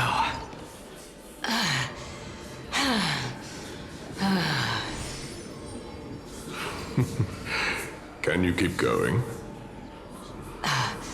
Of course. I'm just... If I knew we had to climb a mountain, I wouldn't have come along with you. I guess this also counts as one aspect of the world-bearing burden. If Amphoreus does have a next life, you may want to get your body in shape. Keep your sarcasm to yourself. I'm not getting anything of value from them. Would sooner throw myself off this cliff and hit rock bottom than exercise even a little. I am Calypso of the eminent Seven Sages, after all. Training would make me no different from those Helcalithist barbarians. Calypso. She's one of the Seven Sages. A member of the Grove? No, she can't be. I would know her name if she really were one of the Seven Sages. Hey, Cerces. Does the name Calypso ring a bell? Cerces? Daggone. Doesn't matter. I can do this myself. Watch this magic trick. Looks like I'm nearly there now. The land of the dead.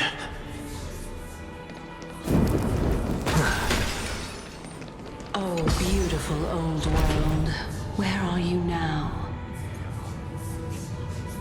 Oh, legendary era Chrysia, return to the mortal realm. Splendid gods once walked the paths we walk.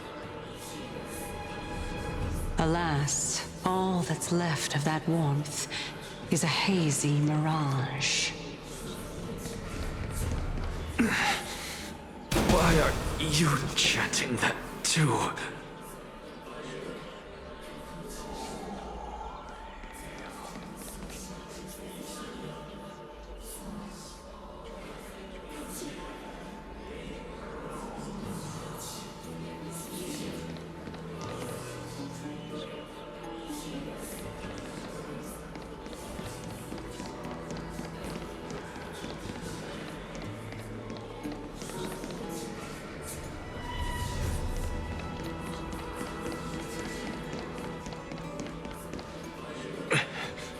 We're here, finally. So, I don't get to ask the Titan my question, but all of you make for a pleasant surprise, nonetheless. Very well then, let me uncover the truth for myself. Did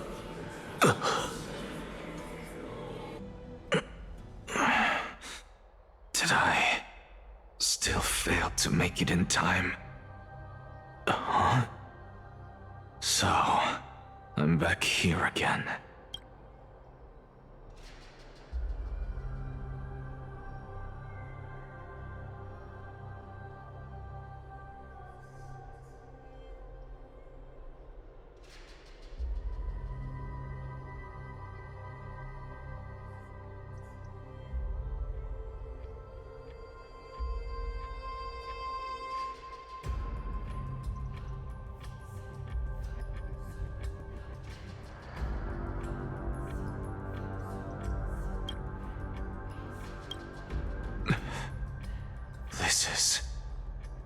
I can hear it.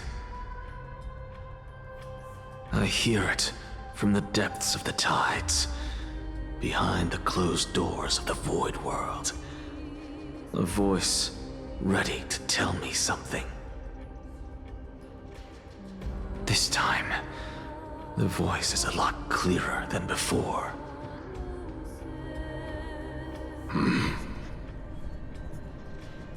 Since we've come this far, let's just wait.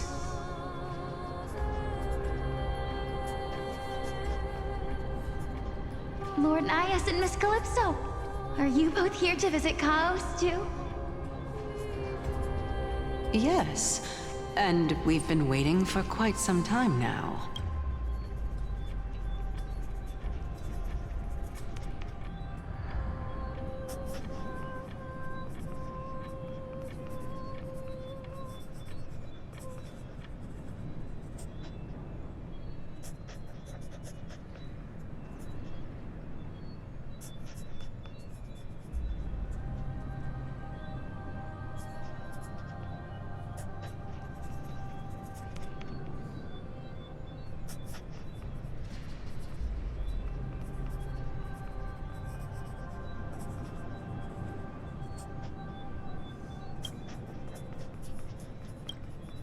Regrettably, he hasn't answered us. The worst-case scenario is that he's already been overwhelmed and crushed by the world-bearing burden. You're overthinking, Lord Nias. I can still sense Khaos' soul in the area. And besides, we both know Khaos' nature. A deliverer like him wouldn't fall so readily, much less give up on all that he holds dear. Isn't that so? Yes. I have faith in him. That reminds me. Why are you making this trip alone, Polyxia?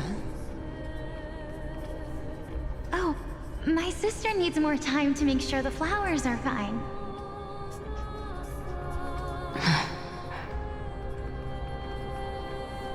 Such a pity.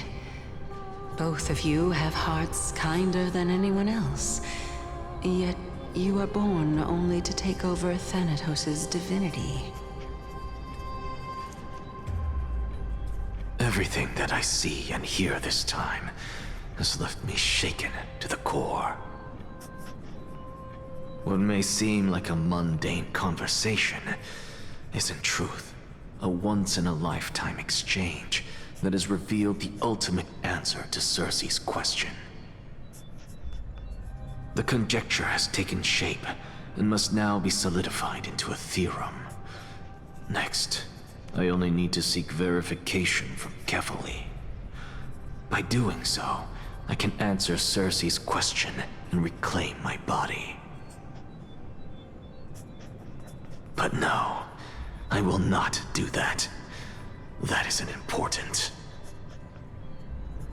Because another one of my conjectures, one that I have always dreamed of proving, has been proved right this very instant. Fusing a mortal soul with that of a Titan to replace said Titan is not a ludicrous idea after all.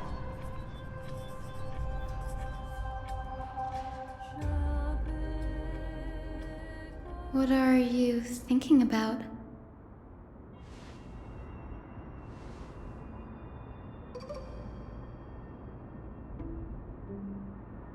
Is that so?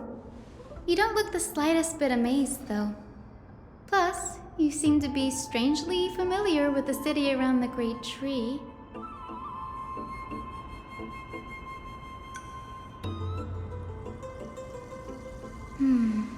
Events of the past, huh? I was also a child when I looked up at Cerces. Their leaves and branches reflected the sparkling stars, and their trunk was like a pillar that supported the sky and ground.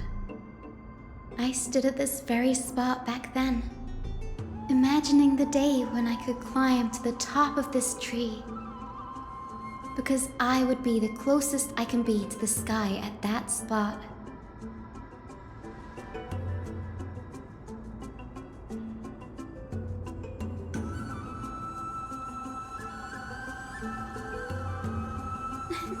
Don't read too much into it.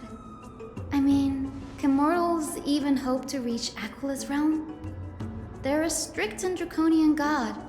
Nothing like Cerces. Reason is willing to share what is theirs with others, but Sky only expects people to revere them. You get what I'm saying, right, Denny? After all, the Titan that imprisoned you and Grey here in Amphoreus is none other than Aquila themselves.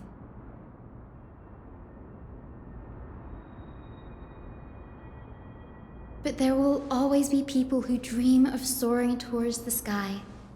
The Grove has a wealth of research on Aquila, and that is exactly what we are here for. It's just, I never thought Grey would meet with something like that before we set off. As a physician, I should have been there by his side.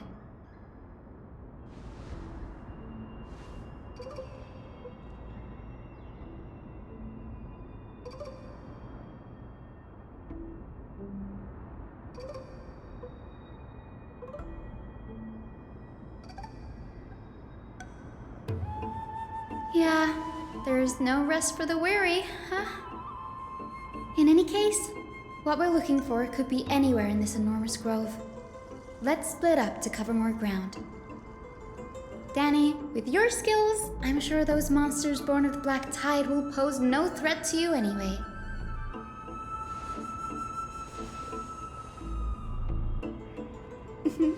Have you forgotten that you're talking to the chief physician of the Twilight Courtyard? Have more faith in me. I'll be just fine.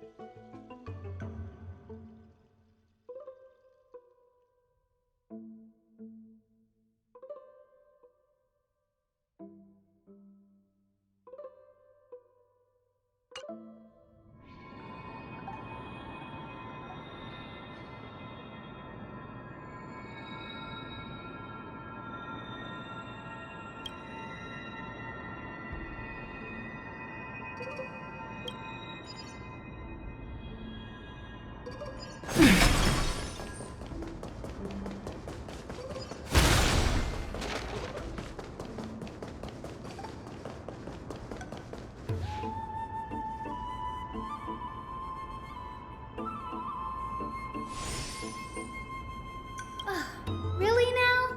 This is way more trouble than I could have asked for. Or you could sit back and watch.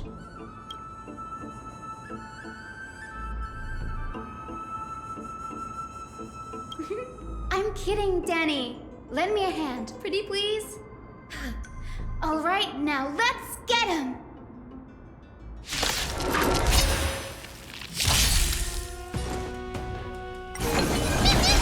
Bloom.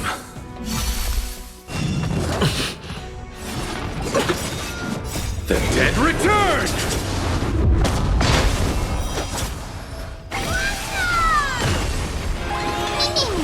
As you wish. Light of the West Wind, away we go! It hurts a bit. Embrace a new life.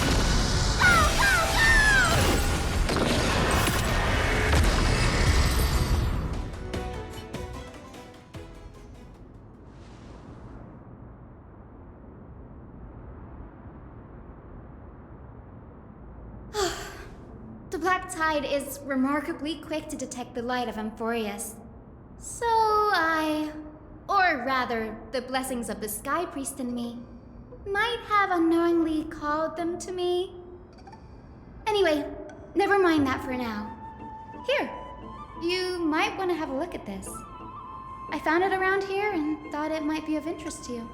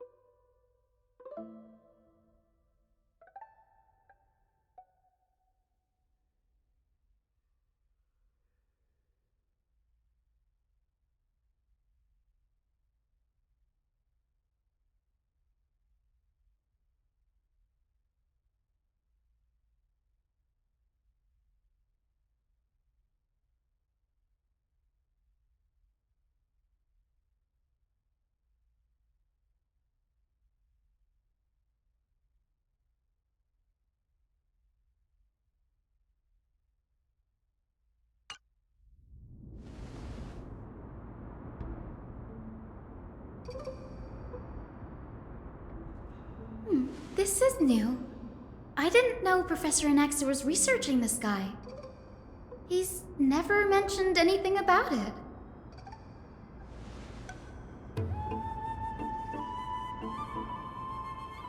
Might is an understatement. Anaxa has never been one to venerate the gods, nor has he ever found it within himself to put any faith in the prophecy. People have come to think of him as a heretic, even in a place as liberal as the Grove. Yet, it is also this very blasphemer that Cerces favors. Fate sure works in mysterious ways.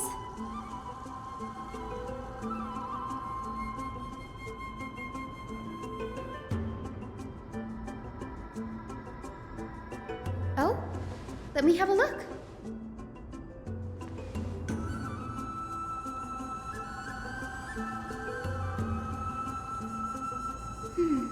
By the looks of them, these scrolls are records of two conversations that took place in the same setting, one after the other.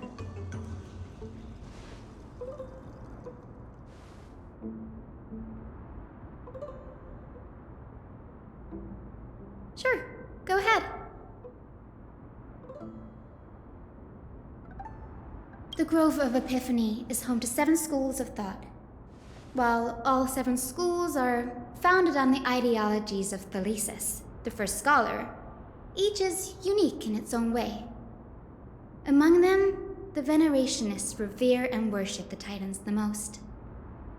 As the sage of the Venerationists, Euthyphro has always been at loggerheads with Anaxa.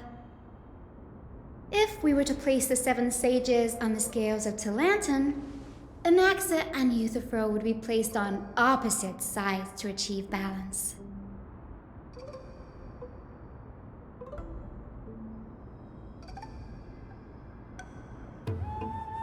Nearly everyone in Amphoreus has heard the story of the skyships by now. Aquila's stature is loftier than the heavens, and their divine retribution is merciless. That's why it's no use building giant skyfaring ships. Oh, but I do wonder if a supercharged mini Tribbie cannon could slip past their watch.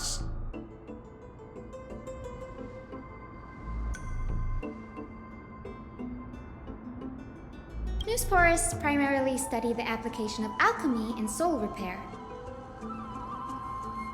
Everyone considers Anaxa a blasphemer, but that has never stopped him from sharing his ideas, no matter how taboo. If you must say that he's hiding something, then it's likely what lies beneath his eye patch. Anaxa often says that every failure brings us one step closer to the truth. Perhaps, to him, the crash of the skyship carries a different interpretation. The firmament is not impenetrable. On the contrary, it was precisely because the skyship represented the first step toward breaking free from the shackles of the earth that it provoked the wrath of the Sky Titan and brought divine punishment upon itself. It's a shame that the majority of the Grove's research on Aquila was headed by the Venerationists, with sacrificial rituals making up a predominant part of their findings. Discourse about more esoteric subject matters in relation to Aquila dwindled even further after the skyship incident. So much so that even this scroll is completely new to me.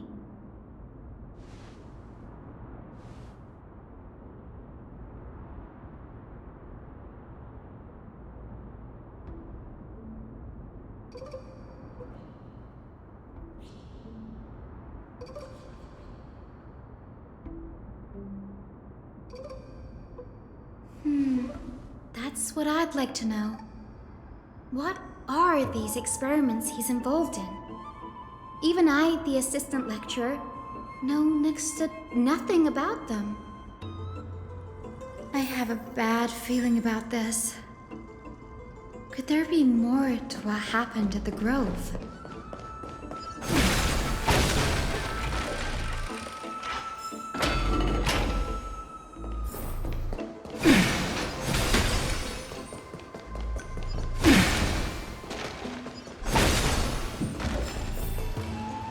This is the Library of Philia, a place where the Grove stores its collection of tomes.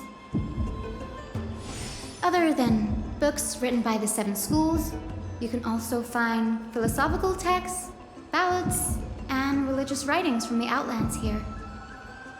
Cities that desire to learn from the Grove were apparently expected to contribute knowledge of equal value to what they sought. We've had more than our fair share of hilarious episodes over the years. For instance, it's said that the Erythrocheramists once borrowed a manuscript from a certain author, but ended up returning a copy instead of the original. What's more, the original manuscript was supposedly then hidden here.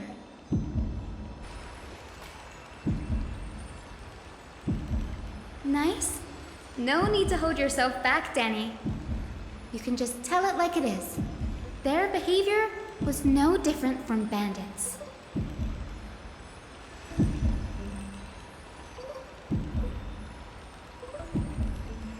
Whew. You've got me there. Some said you couldn't even find a dictionary in Castrum Kremnos, so I guess they were spared. There are too many books in the Library of Philia. Flipping through them all will take too long. Why don't we use the Biblioslate to search for the texts we need? We can bring them back to Akama for reading after that.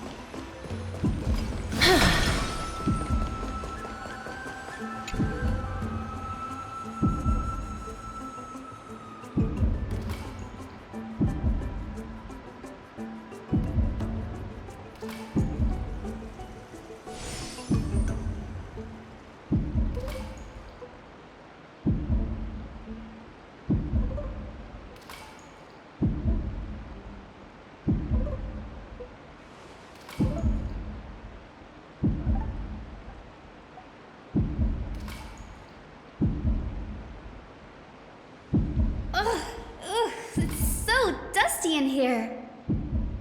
Whoa. Are these all complaints about him?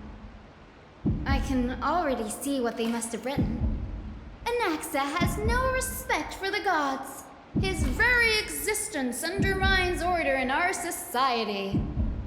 They're probably all things like that. Why else would they call him the Great Performer? When Anaxa established his school of thought, the first thing he apparently did was read his own work to everyone. Are the Titans truly an accurate reflection of what humans think gods should be? Worlds created by gods are indubitably perfect, but what of Amphoreus? Only foolishness and insensitivity everywhere you turn.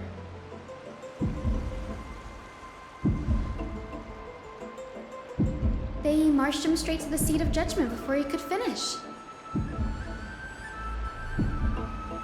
Though what he took on in the end was more of a debate than an actual trial. He had to address every one of the scholar's allegations, or face expulsion from the Grove. The first allegation was... Do you agree that since the Titans created the heavens and earth, so the mountains, rivers, and seas must likewise be their creations?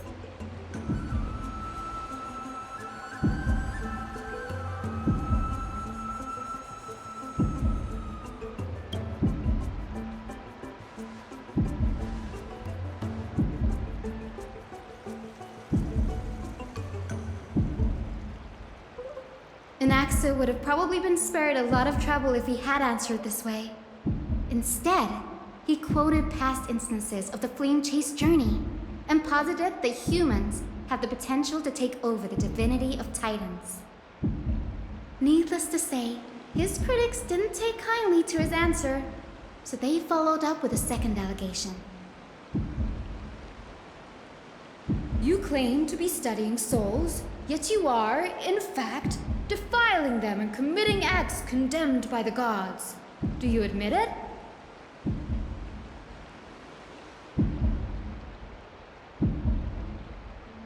Anaxa always wears an eye patch, never removing it, even when alone.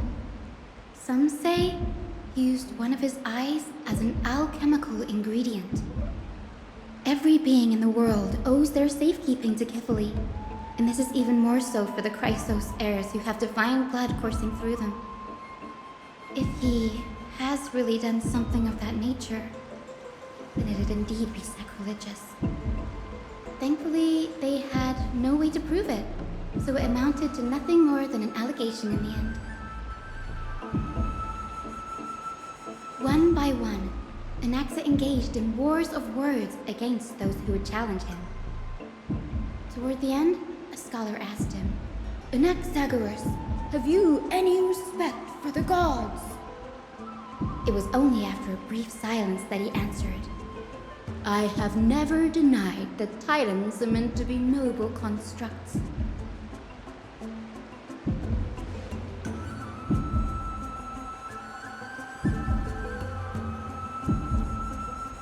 Yes, I'm not sure how that controversy was eventually resolved, but what's for certain at least is that Anaxa was allowed to stay in the grove where he continued his research, despite being regarded as a heretic. By the way, this stack of complaint letters has reminded me of a place in the grove. We may find clues there that aren't on the teleslate. I'm talking about Anaxa's alchemy lab, hidden between the cornerstones.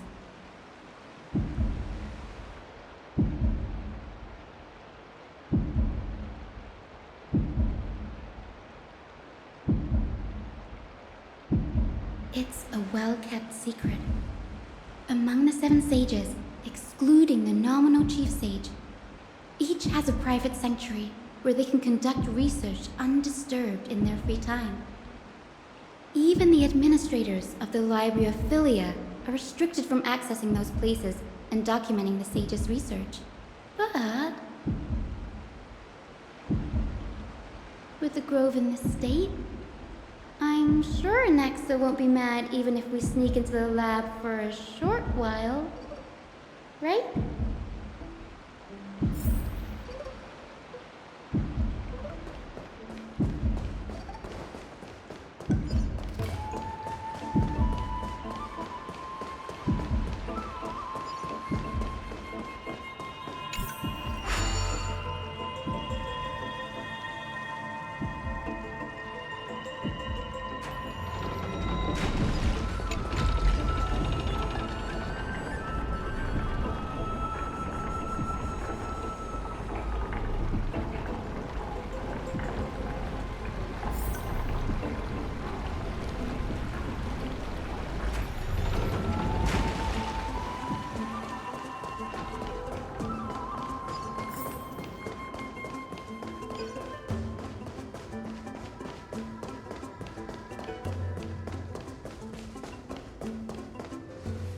This is the place, but where is everything?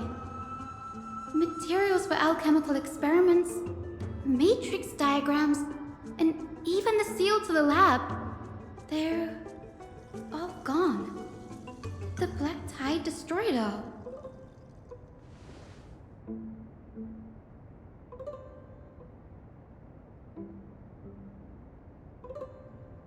No, not even close. Not only are alchemy experiments high-risk activities, but Professor Anaxa also has a penchant for using bizarre materials.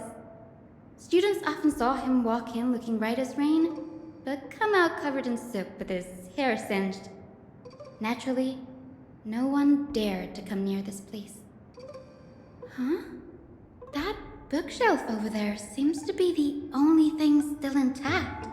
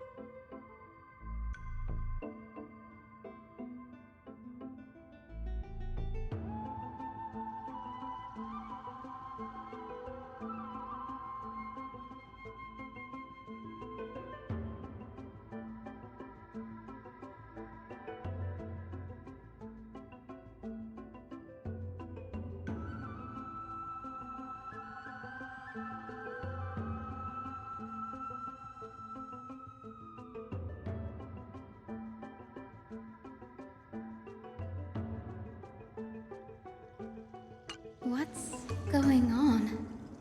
Anaxa is conducting research on our friends in Alchema and... me?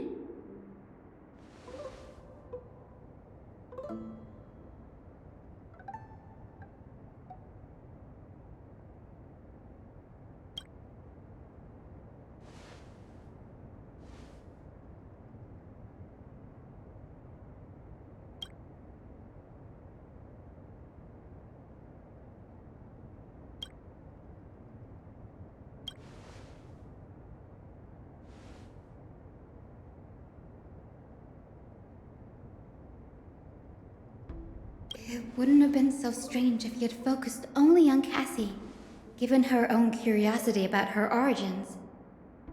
Plus, considering that the new sporists have crafted omnipotent medicines capable of curing diseases, it also makes sense that he would conduct research on immortal Chrysos Heirs. But now, it seems Anax's objective was never to create medicine, but to identify the origin of the golden blood and figure out its inner workings.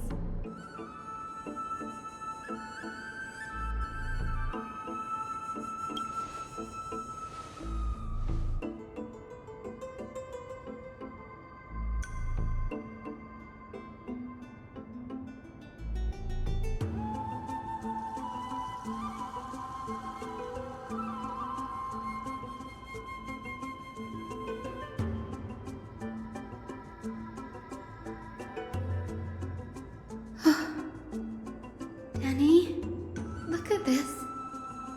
I have a bad feeling about this.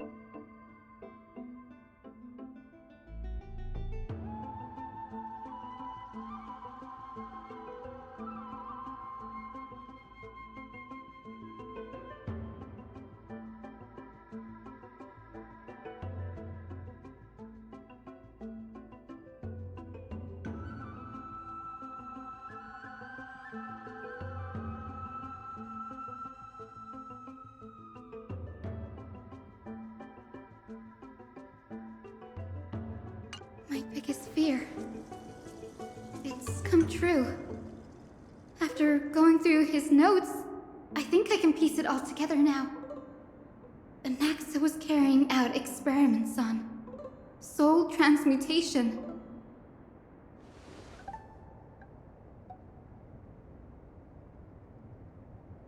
Yes, this is what he was secretly conducting research on. Something he had to keep hidden from others. Compared to his public speeches, this is the real blasphemy. Oh, I just thought of something. Do you remember when the Black Tide was approaching? The Grove had planned to send Cerces Coreflame to a safe place. But an accident happened along the way, and Anaxa lost his life in the process.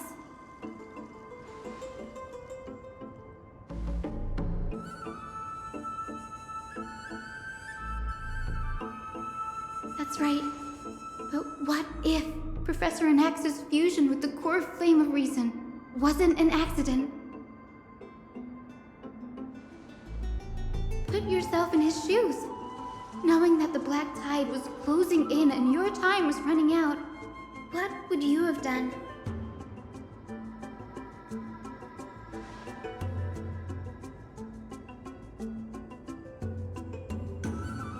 Exactly. When the Black Tide came, the true reason Anaxa headed to the Luminary Throne was to transmute and fuse himself with the Titan's core flame. No. Judging from how he reacted after the event, the results came as a surprise. Maybe he failed to consider the possibility that Cerces would make a similar decision. The manuscripts detailing all the alchemical formulae have been taken away. His research is still ongoing.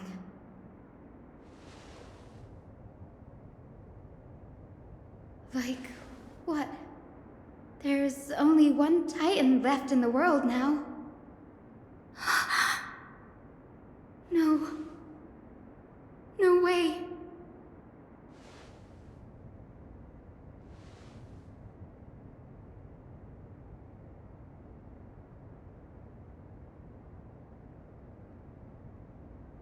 He's after Kefuli. Sir, this sky above us, it's not real, is it? Of course not. This is just an image from a projection device used for educational purposes. A simple trick. The day-night cycle has been lost to this world.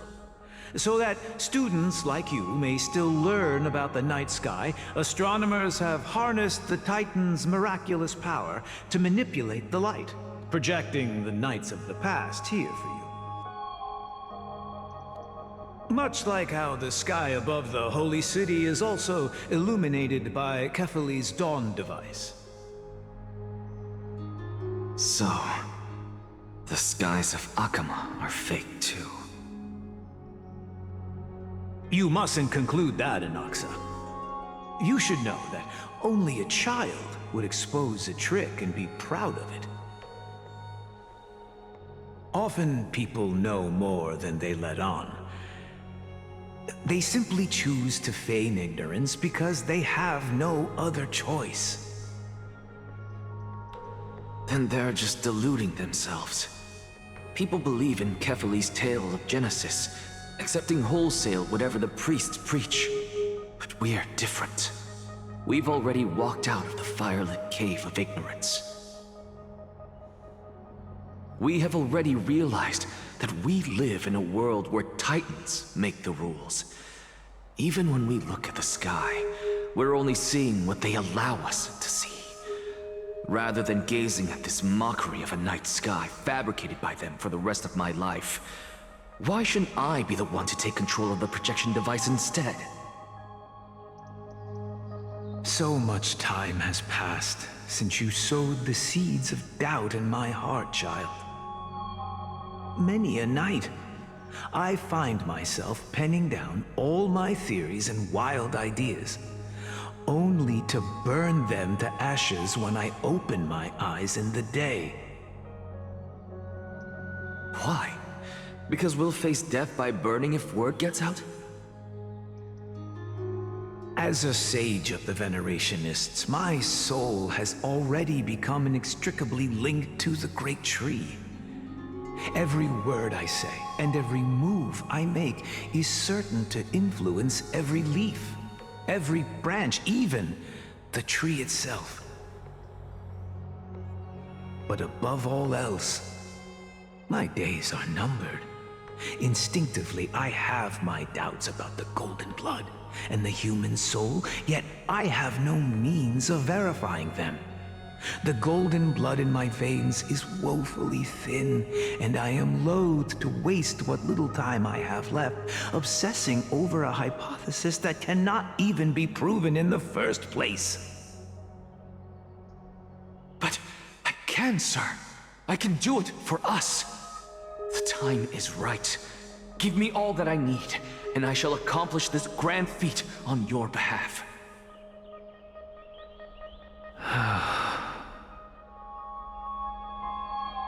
You're right. I shall do just that. In the next meeting of the sages, I will spare no efforts fighting for the rights you deserve.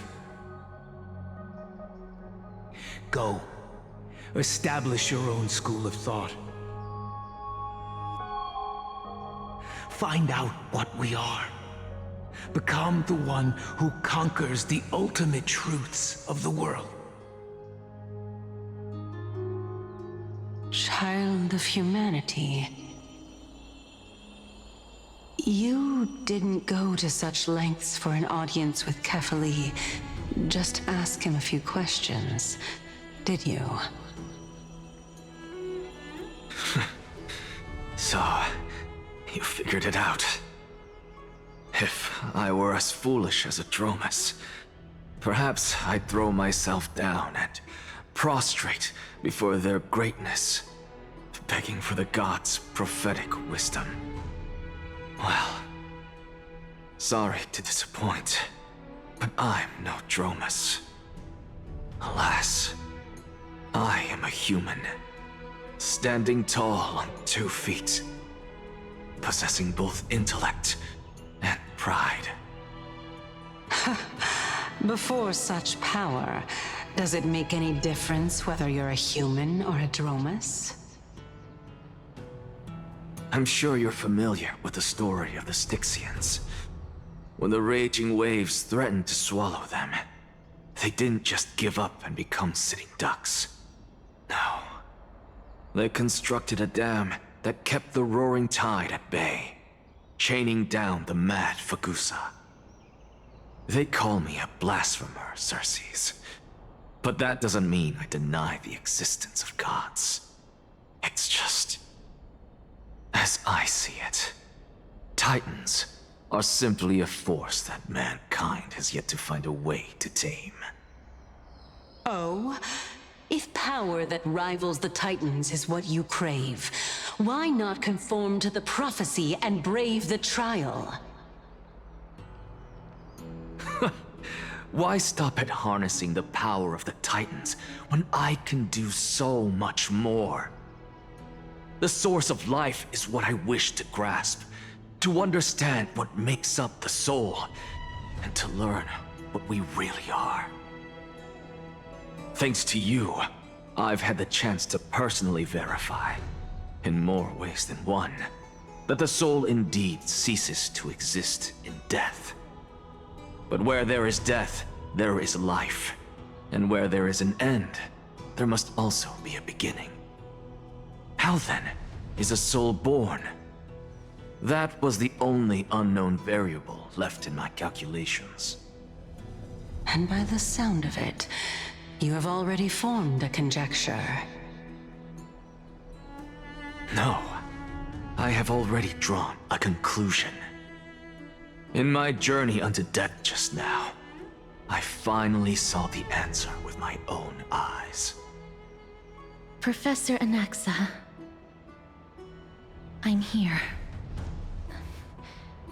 His life hangs by a thread. I must ask you to refrain from taking any unnecessary steps. Of course. I'll bring this to a conclusive end, and give you the answer you so desire. However, in accordance with the principle of equivalent exchange, I must also demand from you what I need. As you wish. Don't you care to know what the price might be? It's a matter of uncovering the truth about the Death Titan and his survival. This may be the only time I can ever save someone's life. There is no need for me to think twice. I see. In that case, let the show begin. Indulge me. Am I correct to say that you intend to prove Thanatos' whereabouts and prove the nature of our existence now? Before I begin, I must confess I had been stuck in a cognitive trap all this time. As unrelated as these two propositions may seem at first glance, they are in fact logical equivalents. They are merely two different ways of telling us about what the soul is at its core. The reason I say this is, as I've mentioned earlier, the answer was hidden in my journey unto death. Anaxa, you were in the Netherrealm? Yes, I am but a living dead man now, but that's not important. What truly matters is, I overheard a conversation between heroes. That's not all. Remember how I said you were a part of that conversation too, Cerces? And I've told you that I have no recollection of such an event. That was likely just an illusion conjured up by the mind of a dying man. Of course you would remember. Because that wasn't you. That was Calypso, one of the 7 sages of the Grove. Calypso? Huh? Oh, that's the name I made up on a whim when speaking to this girl. How do you know of it? And surely you jest. Don't you think I, of all people, would know if that were the name of one of the 7 sages under the shade of my tree? Don't you claim to know the Grove's past like the back of your hand? It seems you've lost even the memories seared into your soul. Use your head, Cerces. Since all of this took place in the realm of the dead, it stands to reason their likenesses are of souls from the past. The living cannot step foot into that world, so who could they be? Think about Calypso.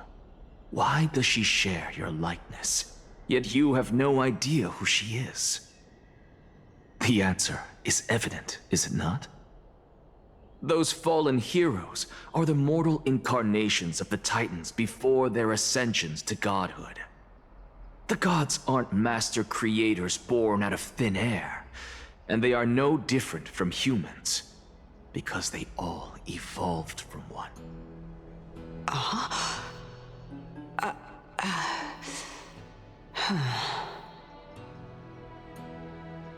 Does this answer disappoint you? Yes, because you've answered nothing. If I truly was once human, as you claim, then where do the children of humanity come from? Even on the off chance that you speak the truth, this brings us no closer to grasping Thanatos' whereabouts. How are we to find them? I knew you would say that. But it matters not. I know what I'm doing. Actually, why don't we have this supreme being standing before us tell us everything? can revive a Titan? Humans cannot return from the dead. Neither can gods. But all we need to do is look at this from a different perspective, and the problem will resolve itself. The solution is simple. Just like what you did to me.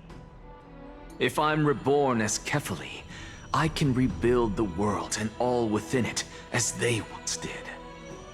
Simple, is it not?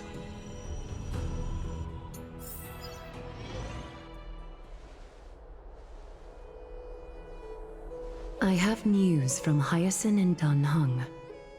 Anaxa might be trying to do something with Kefali's divine body. Kefali? But what could Anaxa want?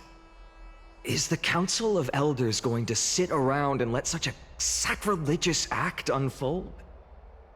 That is not possible.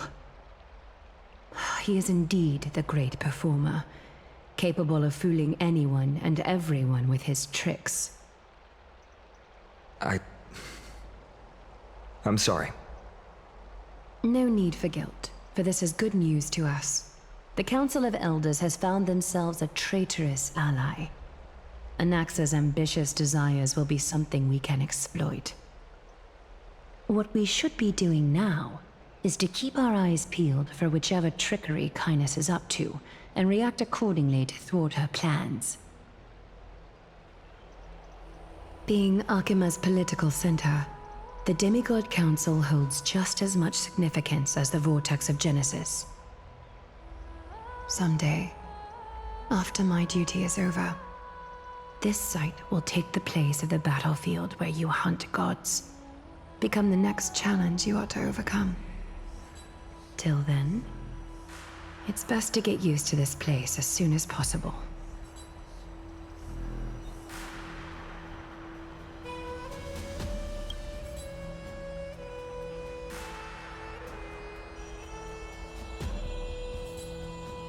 Preposterous! The Chrysos Heirs only have their standing because of the Council of Elders! How dare they trample over it!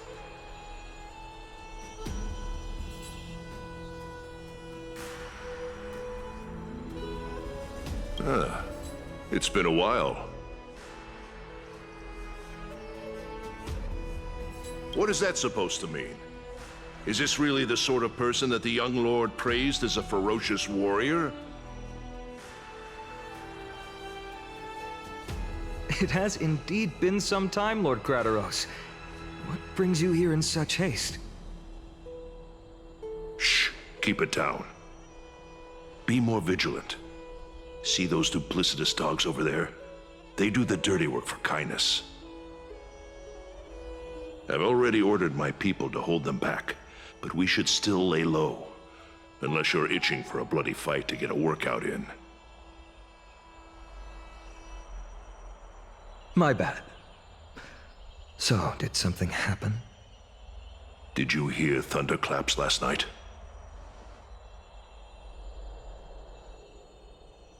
Thunderclaps are beacon signals of strife. They are a message from the young lord.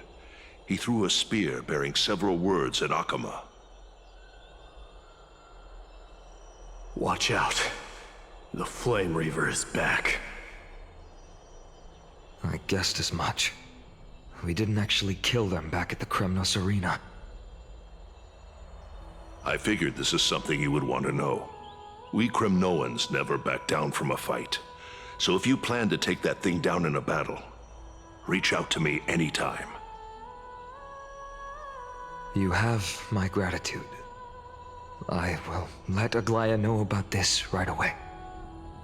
Remind her to be on her toes while you're at it. That vicious Caelus has been unusually active lately.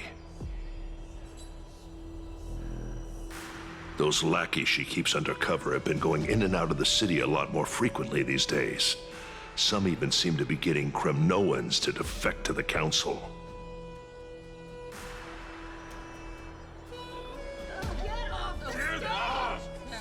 How dare you! Don't place that!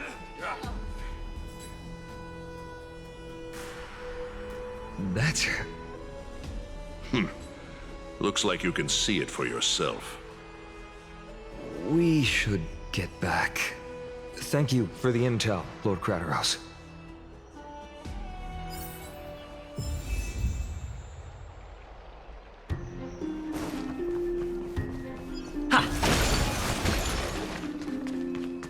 By Catholic into Lenten above, as the Theoros I have observed. Virtuous. Aglaya, what happened here? I know about the poisonous fangs of that king snake through the golden threads. In the past, I would be confident about keeping her in check, but I admit I am now unable to do so. What do you mean? It is no longer about eloquence or arguments. I have been a demigod for far too long that I hardly have any humanity left. Before I realized it, I have become no different from these hypocrites, no longer capable of relating to the people. This has come a lot sooner than I expected. But perhaps it is time. I need you to step up, Finan, in order for me to retreat behind the scenes. Yes, this is my duty, but... It is far easier for the Council of Elders to fool many than just fool one person. Their so-called more support is no more than a ruse to distribute power using words instead of lances.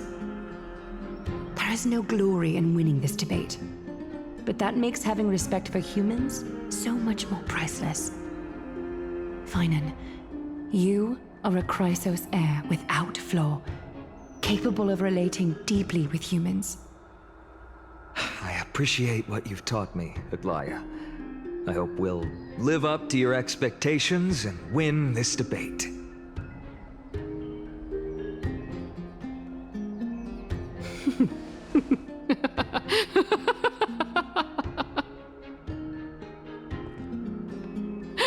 Oh, you've done well, Lord Calictus. Let me take over and personally close this debate for today. Dearest counselors, let it be known that I sorely miss the blissful times portrayed in lyrical poems. Back then, Amphoreus was home to nearly 1,000 cities, each with their own local faith, while gods walked the earth and shared close bonds with humans. Yet, in the present, people from all over are forced to leave their homeland to seek refuge in the holy city, where they hope to rest under Kephalli's protection. All of us have long been in the same boat, with no way out of this plight.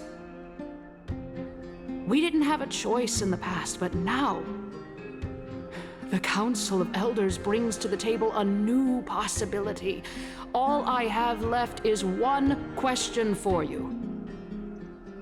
Would you rather strive toward the unheard of Era Nova, or return to the prosperous Era Chrysia of our past? Make your choice.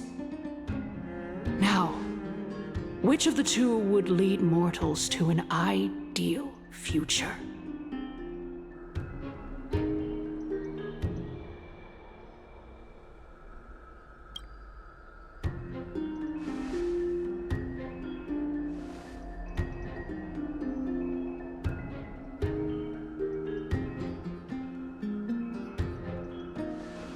We all know that Era Chrysia is a thing of the past, Lady Caelus.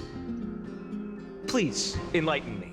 How does the Council of Elders plan to turn back time? Let the 3 Titans of Calamity be born, and Era Chrysia is nevermore. But bring demise to those Titans, and Era Chrysia will descend upon us again.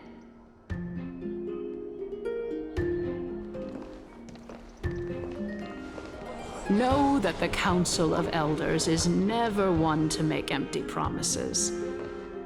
Look at who we have on our side. Anaxagoras, one of the Grove's 7 sages, and Castorice, Idonia's goddess of death. With the help of these 2 heroes, I can promise all of you that Era Chrysia will exist once more. Aren't they Chrysos Heirs? They're supporting the Council of Elders instead? It's clear from the start that these heroes do not get along well in their group. All the more proof that Aglaia is unfit to speak on behalf of every Chrysos heir. I am in favor of Era Chrysia.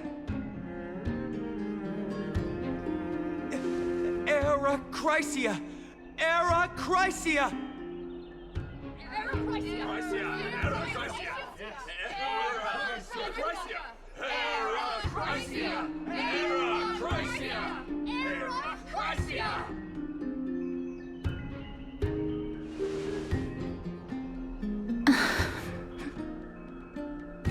Castorice? Why are you standing over there? You finally arrived, Anaxa. So have you, Cass. Don't worry, Aglaia. Well, I know that you have many queries. Could you continue to converse like how the citizens normally do? Tell me, dear citizens, if we successfully retrieve and return Thanatos' Coreflame without anyone passing the Death Titan's trial, what would happen next? The answer is simple. We will have a chance to rid the world of death and bring Amphoreus back to an era when all beings live forever. We'll usher in a new future that will be entirely different from the flame chase journey. He's one of the 7 sages. 7 sages. That's impossible. I really don't believe Your proposal is much too idealistic. As long as the Black Tide still exists, how can we go back to the old days? Remember what I previously said? Kephales's Coreflame is guarded by the secret power of the Council of Elders. Plus, Fagusa's water curtain will be able to block out any external perceptions. Tell me, dear citizens, have any of you ever seen even a glimpse of the threat that this person is talking about anywhere within the walls of this majestic holy city?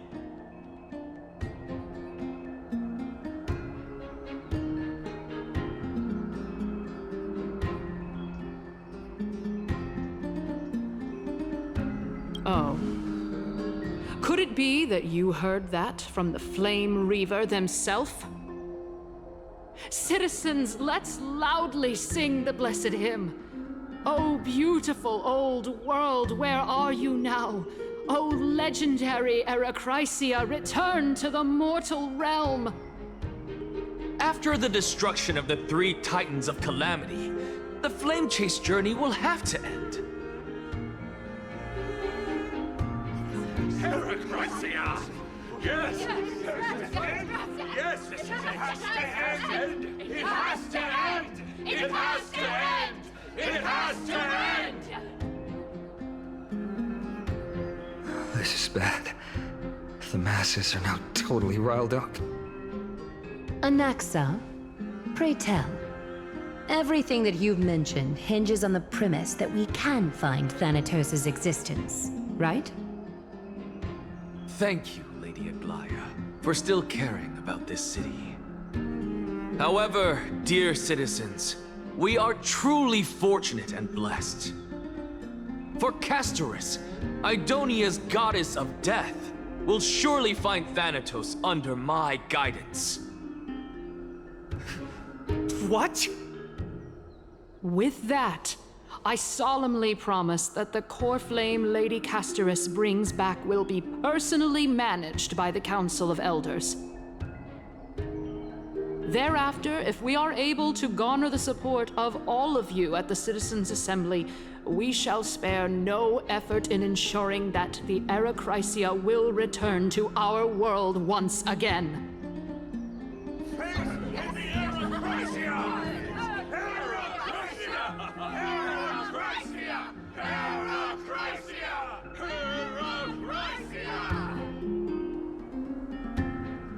With the balance shattered, the result is clear. Buy carefully into Lent and above, as the Theoros I have observed. Akima has chosen her destiny. The issue up for discussion at this Citizens' Assembly shall be modified to the suspension of the Flame Chase journey. This resolution shall be put up on the Wall of Heroes, such that all citizens are aware of the city's way forward.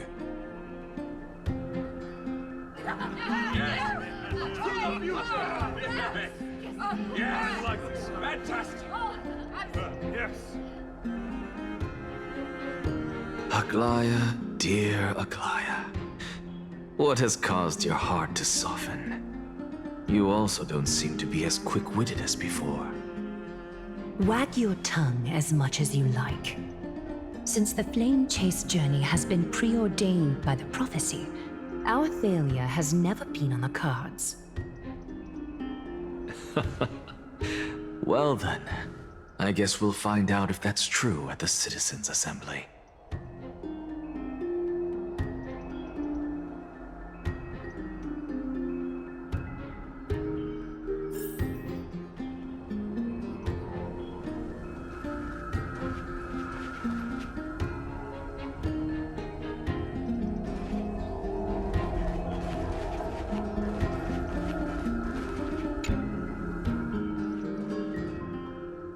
Well, it seems that when I sent you to look for Anaxa, I unintentionally facilitated your partnership with him instead.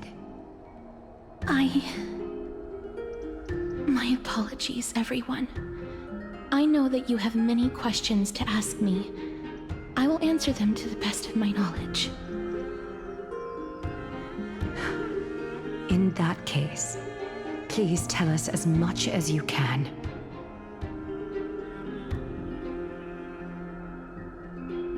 In actuality, he showed me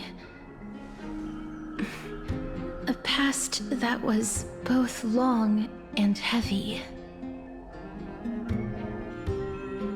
The reason I say this is as I've mentioned earlier. The answer was hidden in my journey unto death. Anaxa, you were in the Netherrealm? Yes, I am but a living dead man now, but that's not important. What truly matters is, I overheard a conversation between heroes.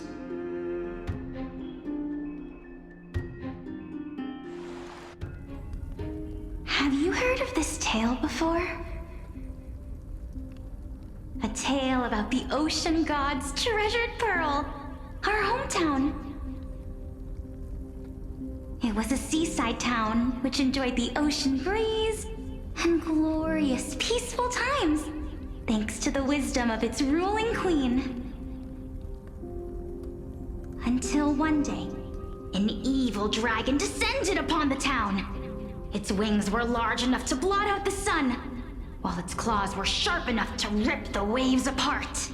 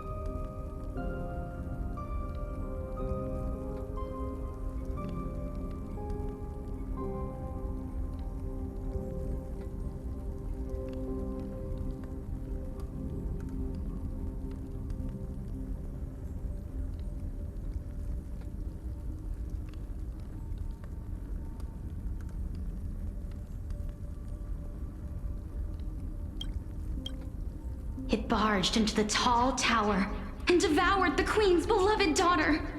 It even settled itself in her bedroom, like a tyrant king. The queen assembled 300 warriors who managed to subdue the evil dragon by chaining it up. However, when the queen slit open the dragon's belly, she realized that the princess had long since been digested, and all that was left of her was a pile of bones. Devastated, the queen wept for several days. It was then that a devious, smooth-talking scholar arrived at the palace and suggested that the princess could be revived through the use of dragon bone and dragon blood. That liar called this process the secret art of alchemy.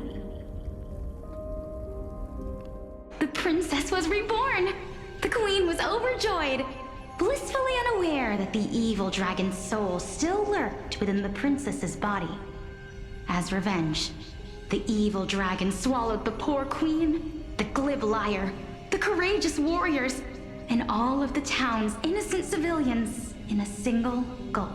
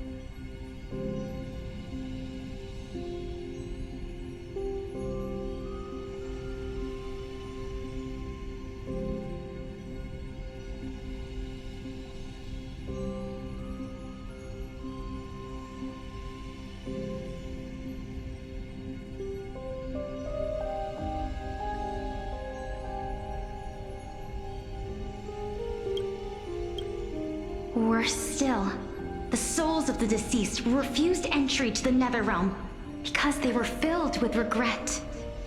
Forced to roam the mortal realm, these resentful souls ultimately converged into a river of souls that would not retreat for a long time. The terrifying death had consumed all. Thereafter, our hometown fell into ruin as well. Until...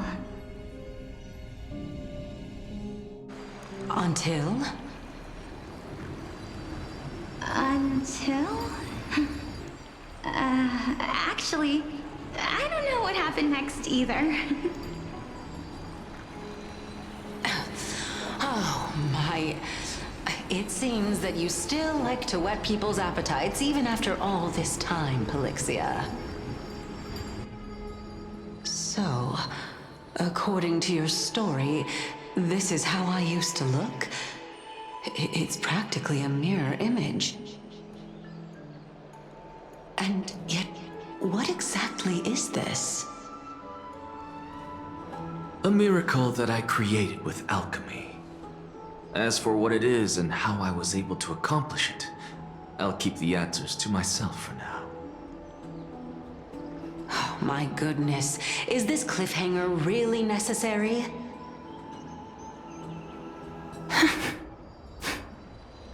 Quiet, Titan. Continue to enjoy this splendid play, and the truth will naturally reveal itself. Dragon, huh? I've heard this legend before. In that case, what do you think of it? I think that this so-called alchemy was a tenuous analogy added to the story by future generations. After all, you've never heard of a tradition of alchemy in your hometown before, have you? Indeed. Before I left home to pursue my education, I never even knew that anybody was looking into this area of study. Therefore, we can just treat this tale as a fable told to young children. A fable, you say? If so, what moral is it trying to impart to the kids? I guess it might be the concept of equivalent exchange? Oh? I thought the moral might be closer to something like honor the dead. Huh. What? At a loss for words? No, I merely realized that we're both thinking of the same principle.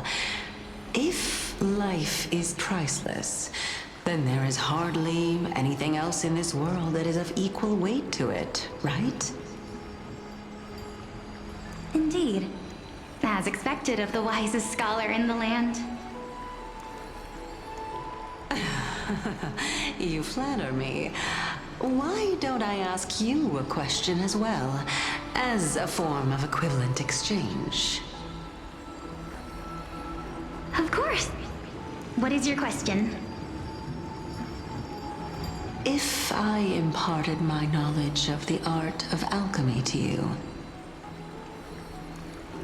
would you use it to resurrect someone you loved? What? What kind of strange question is this? I got it. You're just trying to get me to tell you whether I like anyone, right? Let's just leave it at that. That was rude of me. Yes, I would. Oh? Death is inevitable. In the days to come, I'm certain that someone whom I cherish deeply will leave me for good.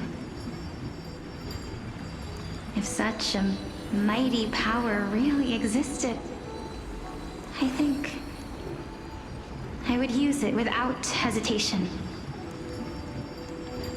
After all, you, me, and the rest will all have to face that fateful moment eventually.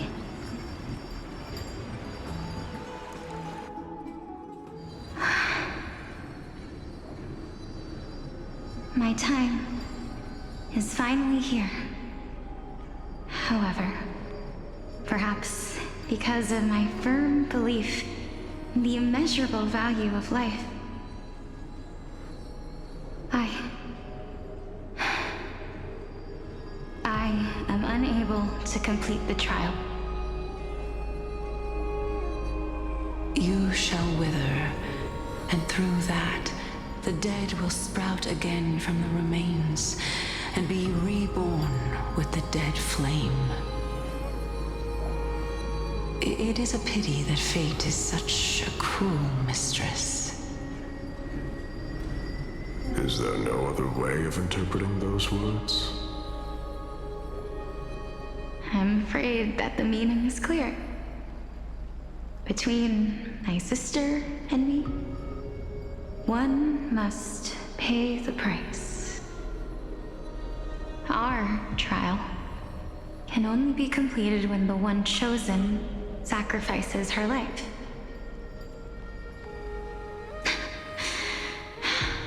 I'm afraid that the prophecy might even have selected a pair of twins for this exact purpose. Fortune makes fools of us all. My sister is prepared to sacrifice herself. And yet, I can't do the same. How absurd.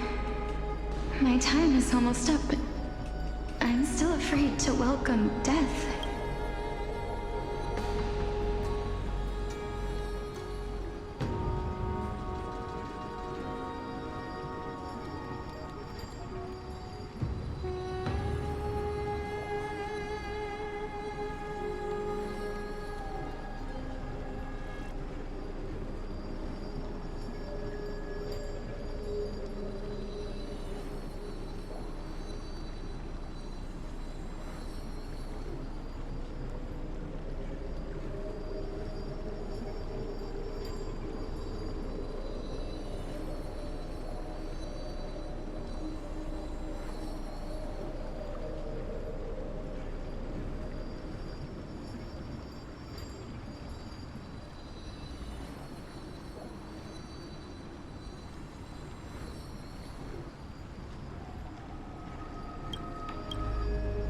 What should we do? If I'm ultimately not able to make up my mind... Since Khaos is willing to guide all of us and leave this trial to the end, there is still plenty of time for you to ponder. That's right. Don't allow the fog of an uncertain future to cloud your mind. Trial, prophecy, the topics that they're discussing seem familiar. But these three people must not have left their names in the epics. Otherwise, I would have some recollection of this.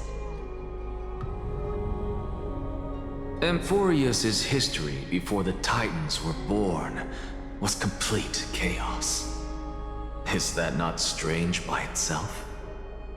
I have long held 3 hypotheses about this. However, let's continue watching for now. Calypso, Polyxia, and this warrior. I seem to have met him somewhere before. Regarding this matter, Nias, are you confident that you'll complete your trial? Of course. Though, I am worried about what will happen once I've emerged victorious.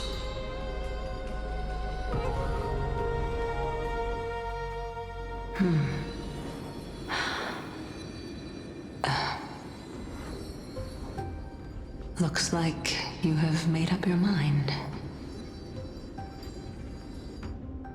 Yes, this is the safest course of action. Completely separating courage, honor, tenacity, sacrifice, and reason. You really know how to make things difficult.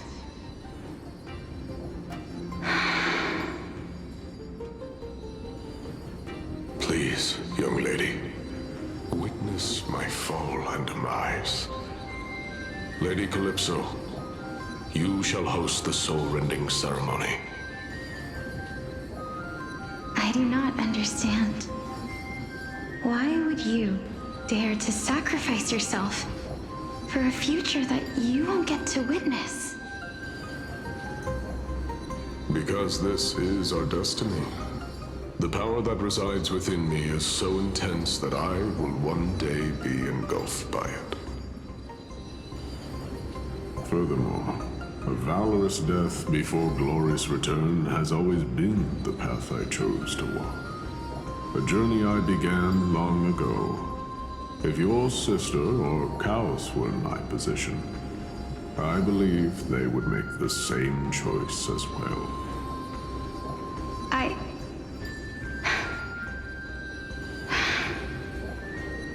I'm not that brave.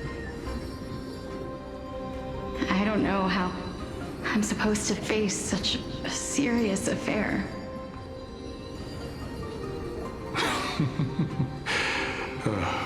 Despite being Death's chosen one, it seems you still don't know how to face it.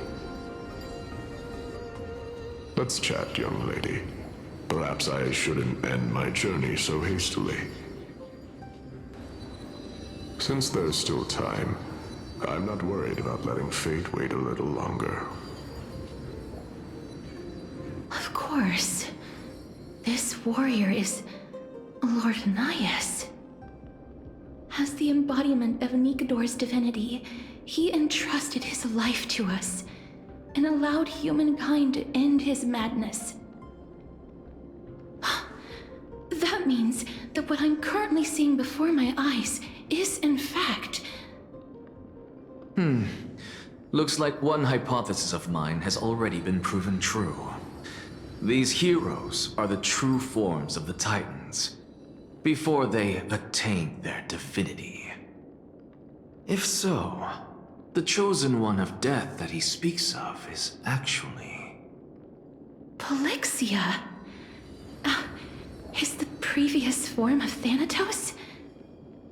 But her appearance... If this is true, as long as we can find out where she went, we'll naturally be able to figure out the location of the Death Titan.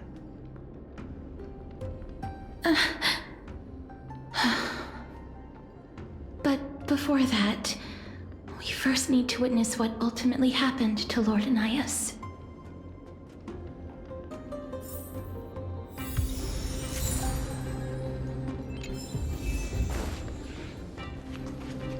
Nikador's courage is a testament that they have never once retreated from a battle. I've heard that these words are still engraved in Castrum Kremnos even today. It didn't occur to me that they were actually part of an alchemical formula.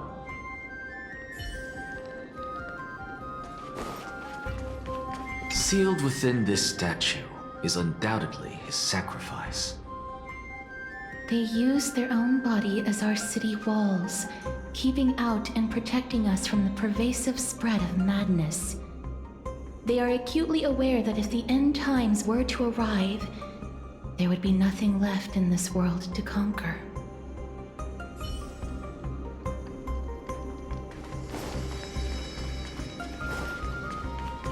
Lord Anias' honor is sealed here. Incredible. The honor in this child's soul is so light.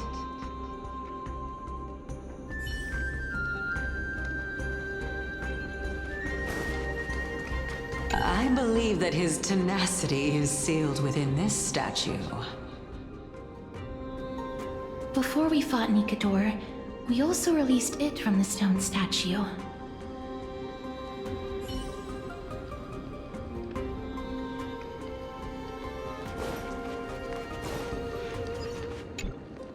Honor, courage, tenacity, sacrifice. And finally, the only thing that remains is reason. Cheer up, young lady. There is no need to shed tears over a glorious death. All farewells in this world are sorrowful, Lord Anias. No, young lady. As a warrior, I have witnessed too many bitter deaths. But now, all I feel is peace. I did not know until this moment that mortals could live their lives in such a way. Although only a sliver of your soul remains, you remain so optimistic. Or maybe the truth is that you aren't able to feel sorrow anymore. To be honest, I don't know either. But I am certain of one thing. This is not an acceptance of death nor apathy toward it. It's not even a feeling of despair. I am just enjoying what remains of my life to the fullest. Enjoying? Indeed.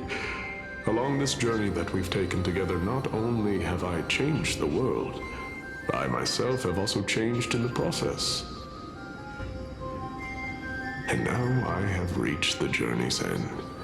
When I look back and see the grand epic that I've personally written, how could I not revel in that fact? But when you depart the mortal realm, won't all of your accomplishments be reduced to nothing? Separation and death are two sides of the same coin. Reconciling this doesn't come easily for a mortal.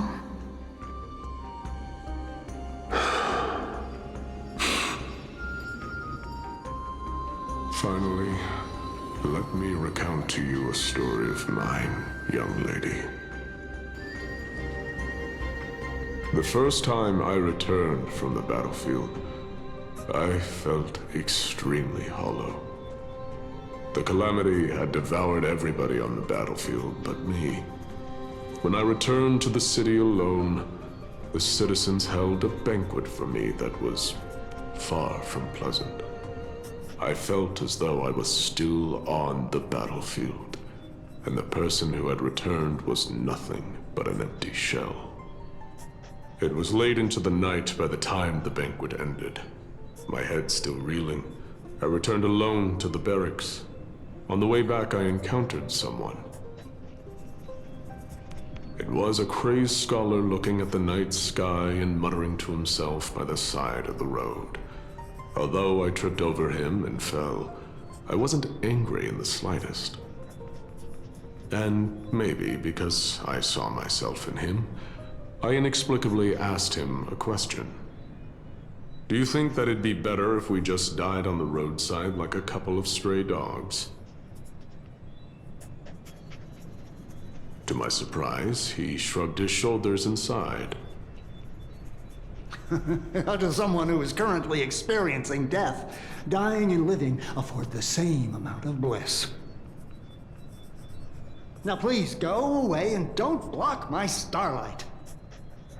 Are you trying to say that there is no difference between living and dying? For they are both journeys that lead toward death? That's exactly what life is, and death is, but a scale to measure how valuable the journey was. Journeys and epics are only glorious and magnificent because all things eventually fade to dust. Therefore, young lady, don't detest your fate. Instead, willingly and respectfully embrace it. The embodiment of strife telling me about the majesty of the world. Indeed. I believe that when the fated moment eventually arrives, you will be able to understand my words. It is time for me to knock on death's door. I will set up a long table at the end of the road and humbly await your arrival. When that moment finally comes, let us drink and be merry then.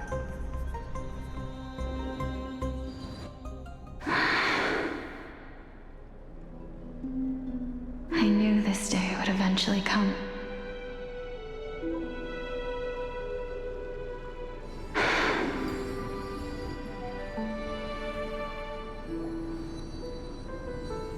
Are the both of you ready? Mm-hmm. Polyxia. I'm here.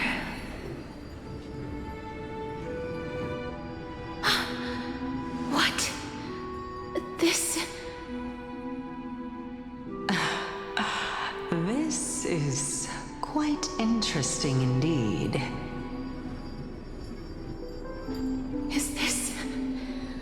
Polyxia's sister? Is it...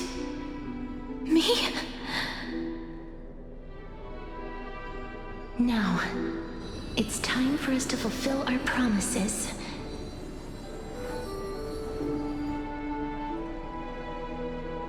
Are you afraid?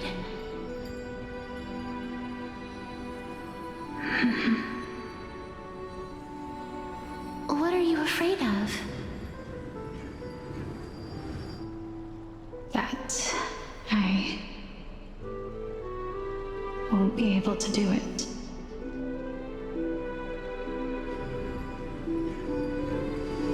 You shall wither, and through that, the dead will sprout again from the remains, and be reborn with the dead flame. As foretold in the prophecy, and according to our vows, once it all ends, we must face our fated moment head-on. Even if it was prophesied, do we have no say in the matter? It's so unfair. Why are we the only ones who are forced into mutual destruction? Let me do it, sister. Let me be death's sacrifice. I was never long for this world anyway. But you're different. I was the one who wasted your life after all.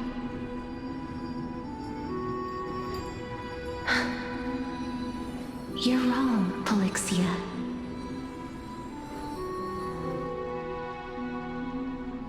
I don't think that my life was wasted. Just the opposite. When I finally arrived at this destination and looked back at the journey I took, I discovered that flowers had long since bloomed along the path I walked. It was you who sowed the seeds for this sea of flowers, one that is more beautiful than the promised land at the end of the world. Besides, I have lived a fulfilling life. Even though I was fated for sacrifice, none of the things that I've experienced will dissipate. Instead, they'll forever live on as memories inside your head. Will they not? How could my memories of you ever compare to the actual you? Well then, tell me. What exactly are we?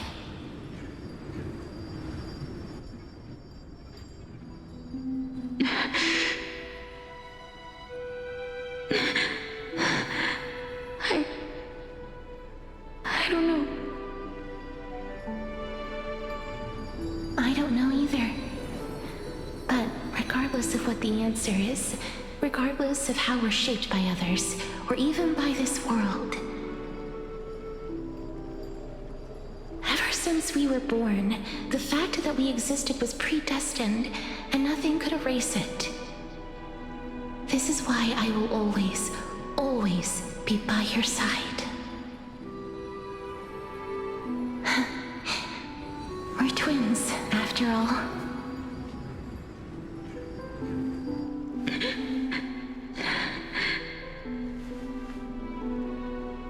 All right, my dear Polyxia.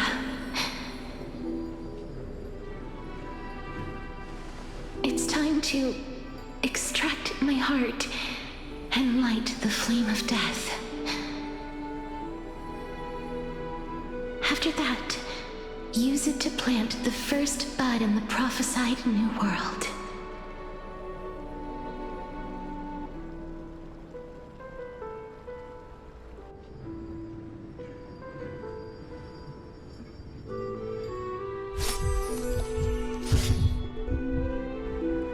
If I imparted my knowledge of the art of alchemy to you,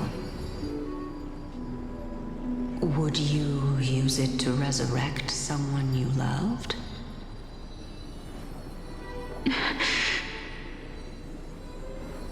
Death is inevitable. In the days to come, I am certain that someone whom I cherish deeply will leave me for good.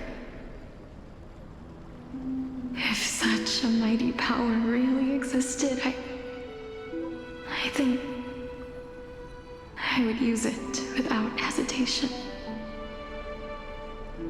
Even now, my answer remains the same. This is why, sister, I promise you, in the prophesied new world, I shall plant the first bud on your behalf. Go now. Return to the ocean god's treasured pearl, our hometown. I shall open wide the entrance to the Netherrealm and grant you a second life.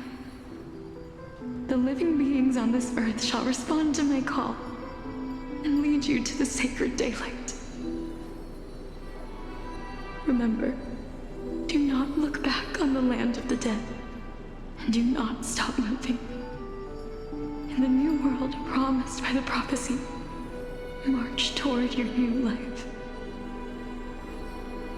As for the price of our equivalent exchange, let me be the one to pay it. Everybody, we've come to the end. Unfortunately, I am not compatible with the Supreme Being, so I was unable to completely fuse their soul into my own body. However, being able to glean all this from them is exciting enough. I'm certain of this now. Before the Titans that we are well acquainted with were born, a group of heroes roamed the land. These heroes followed a prophecy and took possession of divine authorities one by one, until they eventually became the pantheon of the new world. Just like the flame chase journey of today, Amphoreus' history is cyclical in nature. Huh. What a startling revelation. This means that the demigods, who bear the Coreflames, will also become the new Titans at the world's end, thereby shaping a new world? I believe that this is the truth behind the Era Nova, as mentioned in the prophecy. This is utterly unbelievable. Besides, those twins in the past, even if they really are Thanatos, their whereabouts are still unknown even today. Are their whereabouts truly unknown? Didn't Polyxia mention that seaside town, the birthplace of alchemy in the tale of the dragon? In our world, there exists a city which perfectly matches that description. Styxia. But the people there worship Lycurgus and bear no relation to Thanatos. I have also never been to that place, as in the time of Idonia, it had long turned into underwater ruins. Take this. This is... the new Sporist masterpiece, the Philosopher's Stone. It was made by transmuting all of the sages' wisdom into a single entity, with their flesh and blood as its foundation. Remember, I've mentioned before that the art of alchemy is all about conversion, tempering, and ascension. This process also applies to the pursuit of truth. Regardless of how unbelievable this sounds, the truths of the world have been refined from the impurities. Think about the story of the dragon. This stone will lead you to your real hometown, allowing you to reform the door to the Netherrealm and discover Thanatos' fate. You still look as confident in your victory as ever, but what if your conjecture is wrong? Simple. I shall merely admit to the entire world that my experiment was a failure. However, my line of thinking will not fail because I have already planted the seeds of doubt into the hearts of the masses. Actions speak louder than words, Castorice. With the assembly about to begin, don't forget the promise you've made. I've already searched for so long. I'm willing to try one more time. While we converse, his life is also slowly slipping away. But before I leave, I have another question. What exactly did we witness just now? That was the world imprinted in Kefali's soul. If we are to prove its existence, you must take the final step. Go. Do not disappoint me. I understand. Hey, child of humanity. Don't get antsy. I still remember the question you posed to me. As a scholar, I do not wish to offer up ambiguous conclusions. Let's discuss this topic again when she manages to find the evidence. I merely wanted to ask, was that stone transmuted from your heart? If so, rebirth is no longer an option for you. Why not? When I was a child, I lost someone dear to me. When I was a teenager, I lost my faith. A while back, although you saved my life, I also lost my soul in the process. Now I'm merely forsaking my body. What's the big deal? Why are you always finding ways to die? Isn't it good to be alive? This is but a necessary sacrifice on my path to transform into the purest of them all. Can someone who's dead even claim to be the purest of them all? Furthermore, if your hypothesis is proven correct, does it not just confirm that the myths are true, and thereby invalidate all your theories? No, it's just the opposite. If my hypothesis is correct, it means that I can actually ascend to godhood and reshape this absurd world that you all have created.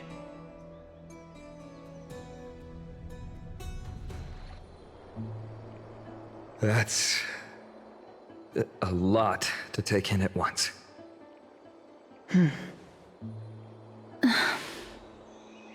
Lady Aglaia, please, let me explain. Go on. You know that the Coreflame of Death has always been the greatest unknown regarding the Era Nova, which is why both you and Caelus desire to gain the power to control that Coreflame in the approaching Citizens' Assembly. Professor Anaxa has come to a consensus with Caelus. They want to suspend the trial once Thanatos' Coreflame is reclaimed, hoping thus to eradicate death from this world. If they're successful, then the flame chase journey will cease, and Akama can enjoy everlasting peace. But I know this runs counter to your wishes. So long as we do not usher in Era Nova, the Black Tide will never be eradicated.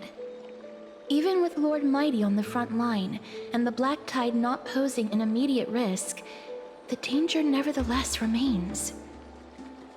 Honestly, it's difficult for me to assess the pros and cons in this decision. But someone must bring the Coreflame before we can begin negotiations over it. The Titan could be very near. I cannot let this chance slip by. Besides, someone has to make this trip to bring back Mr. Soul. Well said. You already had every reason to seek an audience with Thanatos. It's that great performer who has weaponized your wishes and placed us in this difficult situation. A world without death. Do you desire that too? If fate dictates that my path must oppose yours, I will do all I can to resist it and protect what I aspire to achieve. Lord Mighty showed me that without taking the first step, all talk of what follows is moot.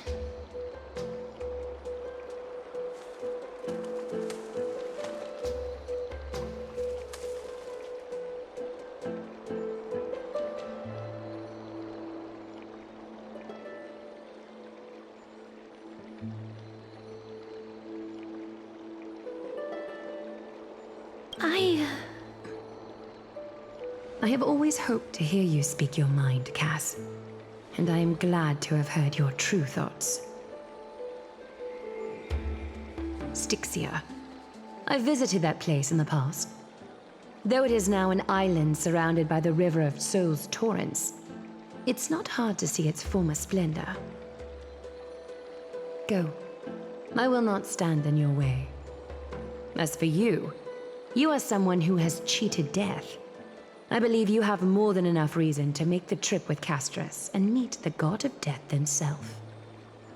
Castorice, I too look forward to your journey. I wonder what kinds of new interpretations your completed story will bring to the Flame Chase journey. Thank you, Lady Aglaia. I hate to put a damper on this heartwarming moment, but if Styxia is now an island surrounded by the river of Souls torrents, then how do we find a way in? Lady Tribbie is probably... The answer is quite simple. In the Mids, Zagreus once made the domain of the dead their treasure vault. That is to say, they could enter and leave the Nether Realm as they pleased. And if they could do that, then it follows that the demigod who inherited their divinity must be capable of the same. I'll see you at Marmorial Palace at Action Hour tomorrow. Cipher shall be your guide to finding that ancient city.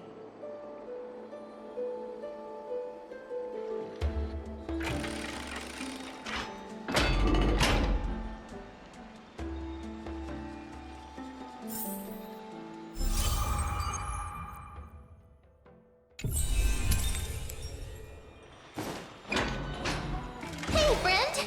Is the debate finally over? Did you win?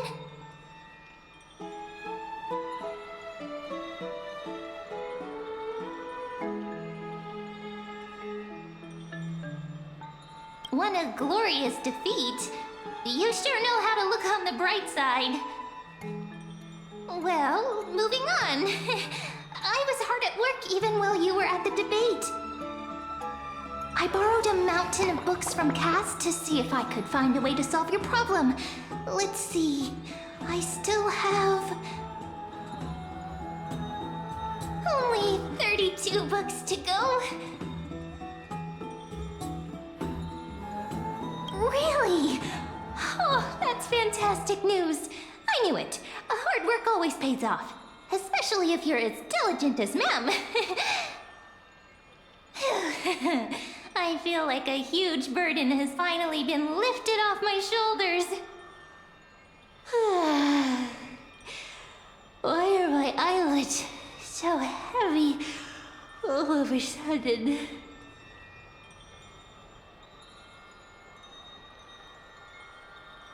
Oh, you're right. Then I'll go back to...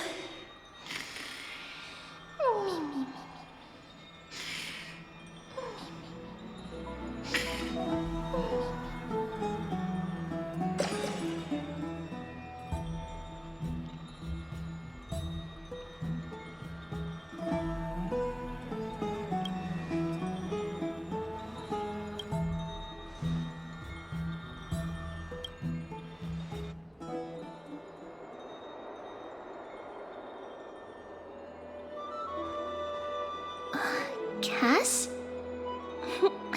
What a surprise. Lady Tribbie. Is something troubling you? I just wanted to speak to Lady Trianne for a bit before I set off. No matter how breathtakingly beautiful Styxia once was, the place is now the domain of the departed. There is no telling what we'll encounter there. I don't want to have any regrets. Has anyone told you that your eyes are sparkling today? Is that a figure of speech? In the past, when you did smile once in a while, all of us could see that your heart remained troubled even as you smiled. Lady Tribbie, You know perfectly well that see you tomorrow is nothing but a white lie. I hope your toughness is not a mask hiding a lonely heart. Cass, you hardly ever talked of your past. None of us knows what you went through, apart from Maggie. But we know it must have been filled with pain and hardships, as it is the fate every Chrysos Heir is destined to live out. We are just happy for you that the Coreflame you're meant to inherit has finally surfaced. Isn't it a little too soon to say that? But you already know where tomorrow is, don't you?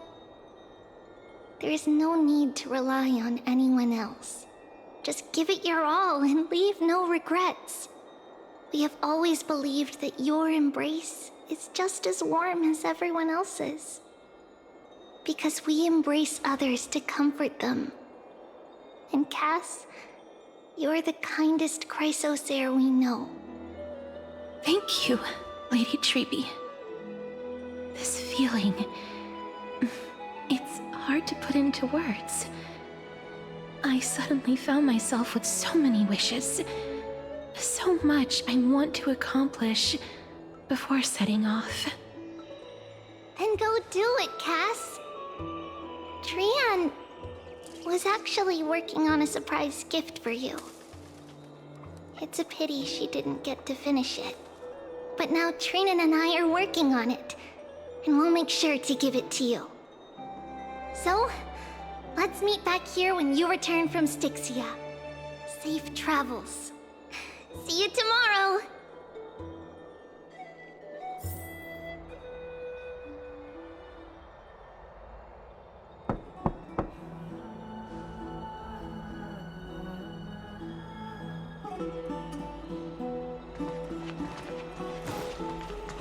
It's me.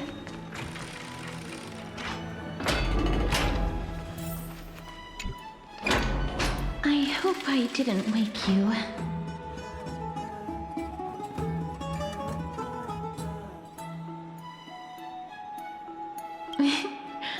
I'm glad to see you're as full of life as ever.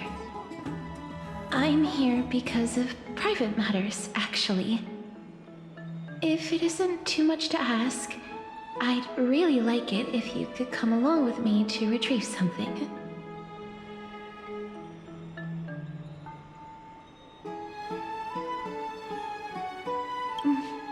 Aren't you going to ask me what it is?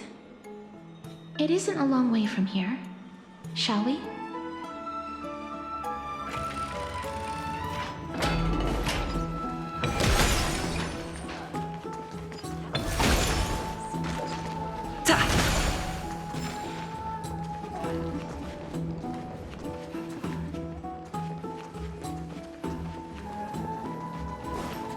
The streets are packed.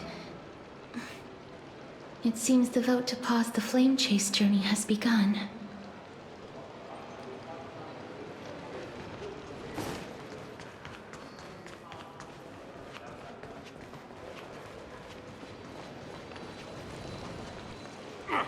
I want to vote! Tell me how I can vote! Take your ceramic shard engraved with the Kefali rune, select the Council of Elders in your heart, and pray silently until the shard registers your choice. Then toss it into the Dolium. The Council of Elders? More like the Council of Buffoons! The Black Tide took my hometown long ago! Or are they kidding with bringing back Arakrysia? It's all a sham to create their own Arakrysia in Akima! The Titans are just. So long as we do not overstep our bounds again, we will not incur divine wrath. Oh, please. The time when these deranged Titans should have vacated their spot to the demigods is long overdue. You'll see soon enough, you old bogey.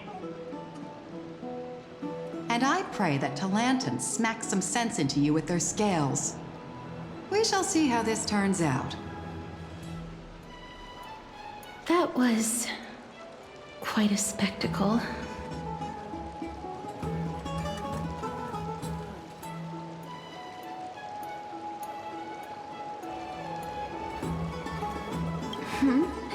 You're interested in that? Well, you'll feel right at home in Akama then. To this day, I still find it almost unreal that Akama is the only place illuminated by light amidst the crumbling ruins of Amphoreus. And its people are even holding votes to reconcile differing opinions. This peaceful sight is making me forget that this is the end times.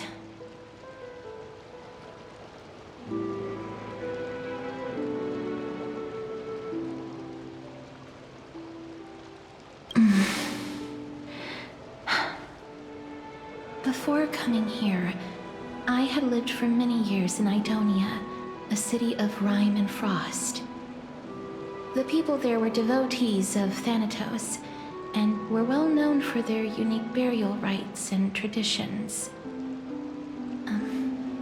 Traditions that I played a major role in.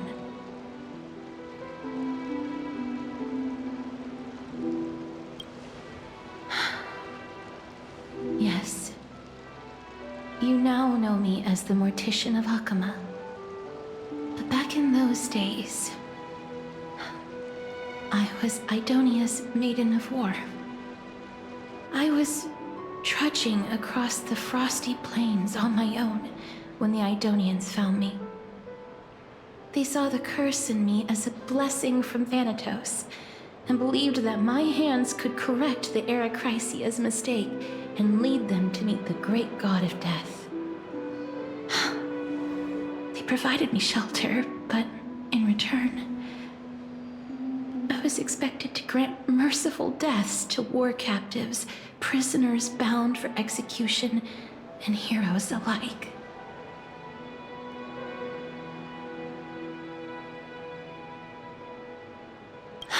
Yes.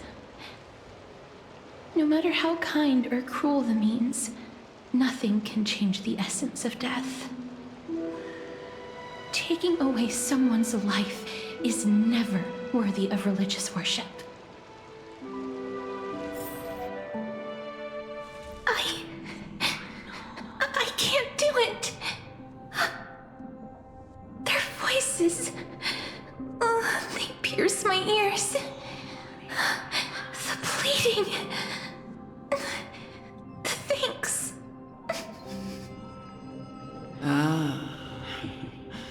I know that feeling, child. I was once as lost as you are now. But you must respect those walking towards death. Just like how you should respect yourself as the Holy Maiden granting humans glory and liberation. What you're asking me to do is no better than the task of an executioner. And yet you want me to respect myself. No matter the titles, I am still taking away human lives. This won't be the first time that Idonia's fanatical nether warriors have faced death. On the contrary, recruits new to the battlefield often run away from their first fight. Death is the mightiest and gravest power in this world. The fact that you can wield it means you are deserving of respect. That's such a twisted reason. Then let me tell you a story. In Idonia, the great swords commonly used by executioners are called Draconian, in memory of Drakon, an elderly executioner. The sword has 3 air holes along its body. If the sword is swung down swiftly and accurately, the holes would make no sound, and the executed would also depart this world quickly and painlessly. But should the executioner have any hesitation, the holes would produce a piercing whistle. On that cue, the screams of the executed are sure to follow. Every executioner after Dracon is to hone their sword skills every day in preparation of future executions. Every swing of their blade must be more resolute than the last, for failing to do so will bring pain. Pain for the dying, as well as pain for themselves. No. I can never get used to this. You misunderstand, child. I am not telling you to get used to it. I'm asking you to consider the source of the dead's suffering and use that knowledge to fortify your future touches with more and more determination. Go walk with the dead and love them as you love life. Then you'll no longer hear those noises.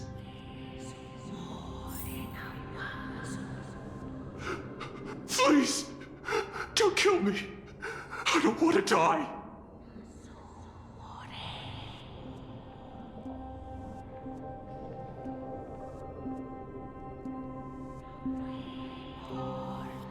This is your duty. Remember, consider the source of the dead's suffering, then give them the respect they deserve. Thank you. I beg you, don't listen to her. If you cannot learn to accept death, then Idonia has no place for you. This is your last chance. Do it. No, please, I don't want to die.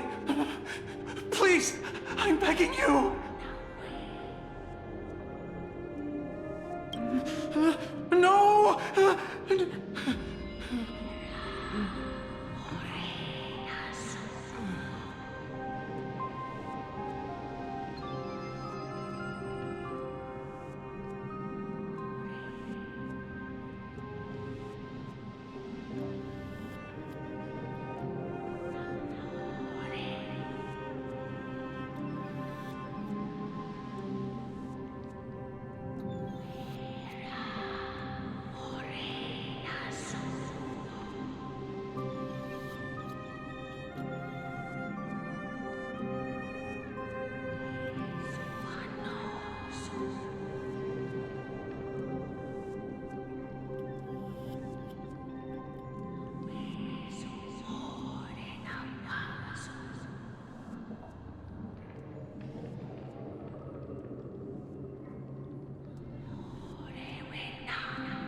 May you gain some insights through his sacrifice.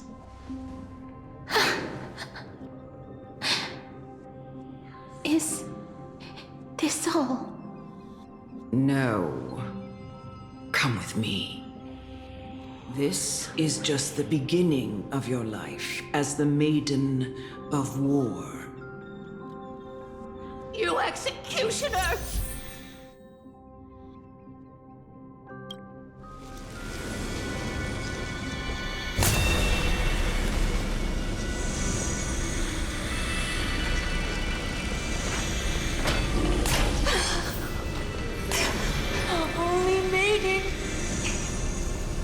Go, grant her glorious death.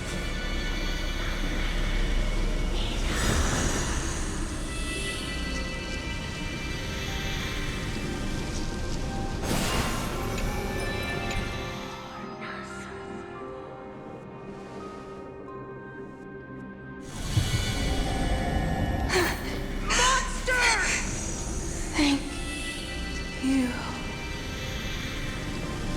Do it then, executioner. You heard him.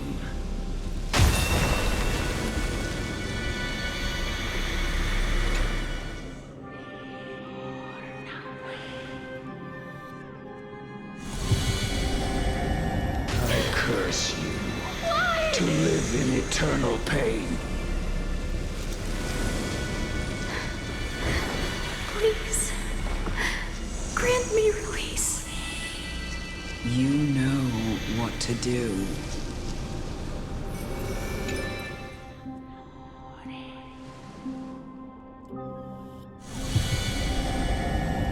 When will this ever end? You murderer!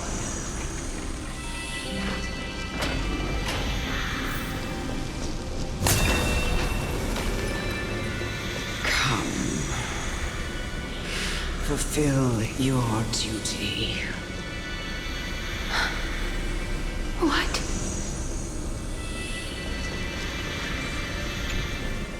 What are you trying to do with me? I have aged. The time has come for me to heed the summons of Thanatos and journey to their domain. The final resting place of every Idonian. You're not that old yet. You still have many, many years ahead of you. No. I'm already dead. For I have come to fear my declining health and impending death. Castorice. Will you give me one last chance to charge towards fear and prove that I am no coward? I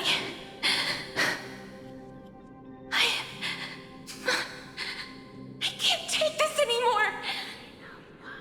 Child, it was I who brought you here from the frosty plains and set your farcical fate in motion.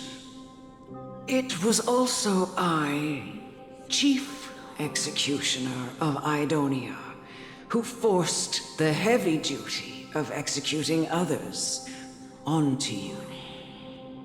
I've always known that you have doubts and even anger about my faith and about me. I never had a choice. Indeed.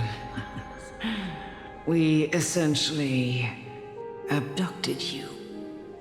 Yet you can end any sinful life with just a touch of your fingers. Shouldn't it be easy for you to escape from here? I'll never do that. It doesn't matter how lightly the Idonians take death, or how readily they accept it. I simply can't do it. I knew I was right about you. What do you mean? I've taught you and cared for you as my own daughter all this time because of this blessing that's been with you since your birth. I know no one else in the world would understand the weight of life and death more than you do. In the eyes of an Idonian, death is the end of all life. A destination we will all eventually reach. Humans should not resist it, but learn how to face it. You can only live your life to the fullest after understanding this principle.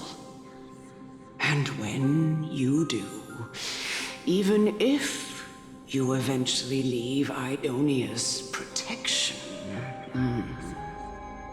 even if you must carry the curse forever, you can live with your head held high, like everyone else. No! How can I? Come now. It's time. I've already taught you all that I know. Show me that you are a fitting holy maiden. Or at least, that you possess the resolve to become one. Come now. It's time. I've already taught you all I know.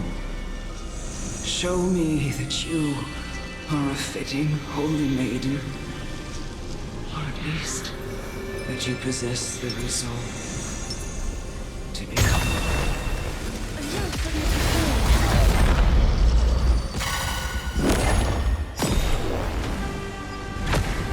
Is it coming? Are you the west wind? Let me go!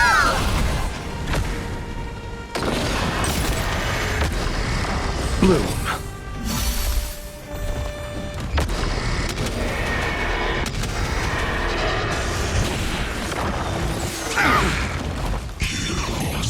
You chose the wrong enemy. Receive divinity. Repay. Eternal state. The dead return!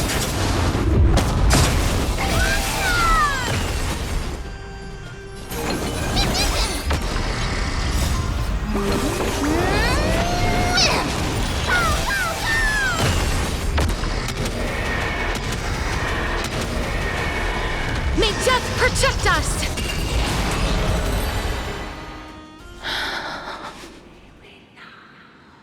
This was the last time I followed her command.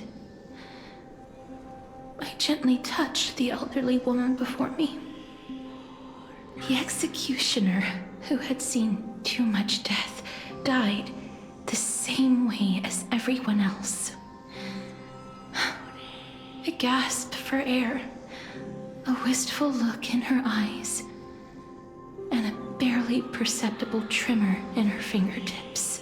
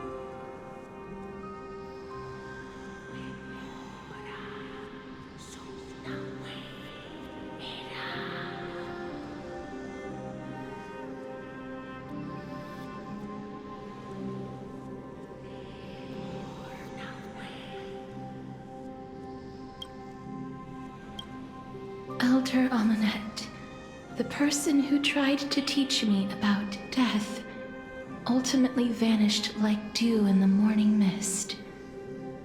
She spent her life embodying the beliefs of the Idonians, and when death finally came, she embraced it exactly as their doctrine had taught. I have nothing but respect for her. I erected a cenotaph in her honor in the marshes outside Idonia's city walls with the others I had laid to rest. Then, I set out once more in search of Thanatos. It was a long, long journey. I heard so many discussions about death along the way. Life finds meaning in death. The world improves because there is an end. It seems the most terrible darkness in this world. Everyone talks about its heavy weight. Some resist it, some worship it, and some even revere it. How did a disappeared titan become the deepest fear of humankind? And why do they haunt my dreams? I continued my travels to seek an answer. Initially, I was running away. Then, I started searching for it. And now, at the end, I just want to know if my touch, if my embrace, can do more than taking things away. Can I make anything? Can I leave anything behind? I don't want wanna die. Please, I'm begging you, just let me go. I don't wanna die, please. I don't want mercy like this. Just let me go. I need him. I don't.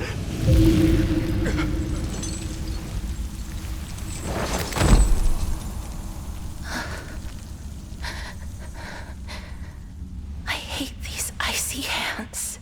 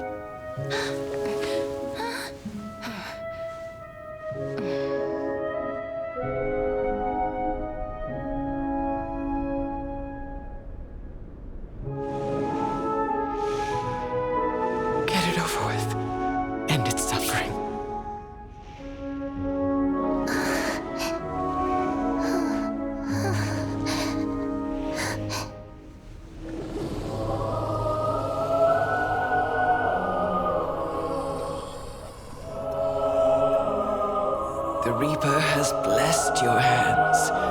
Only you can grant them peace.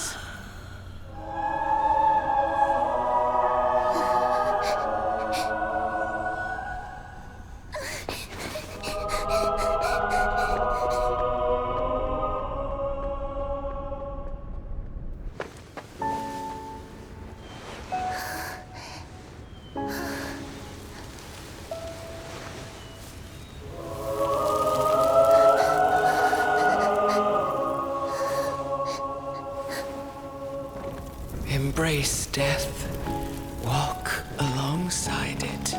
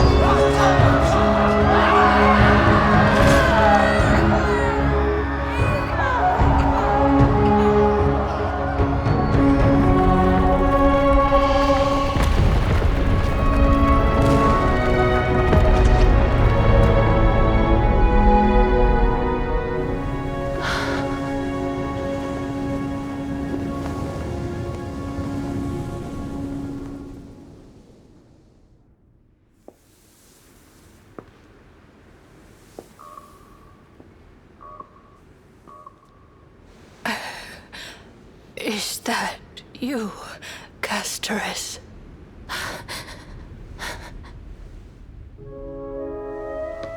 All of them have gone, heeding death's summon, crossing into their domain.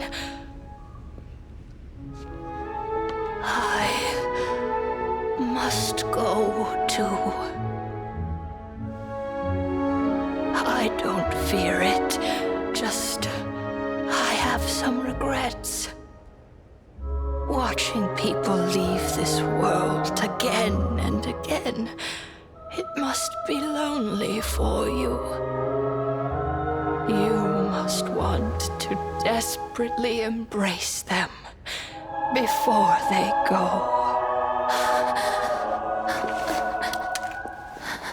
I can't.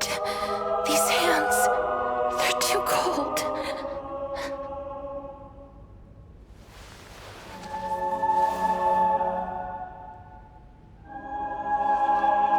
But Big Sister Castorice, your hands are so warm. Just like anyone else's. So go on. Don't hold back. Give me a warm hug.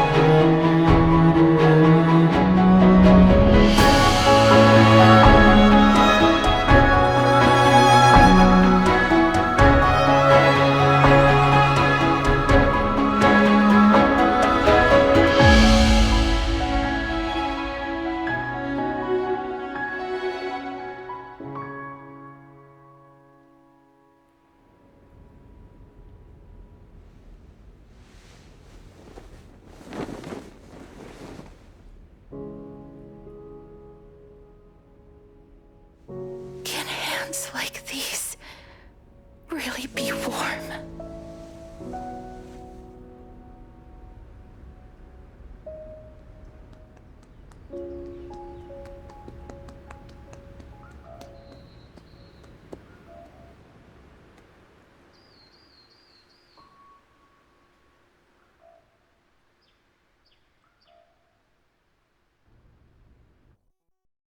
On the day that Oronyx's trial ended, you must have had many questions. I felt just as confused. Why, as someone from beyond the sky, were you so cruelly dragged into Amphoreus' fate? I wished I could take action, but no matter how hard I try, I cannot simply interact with the living as ordinary people do. Even when we brushed against each other unintentionally in the grove, and it was obvious that nothing had happened. When an almost unattainable hope finally welled up in my heart.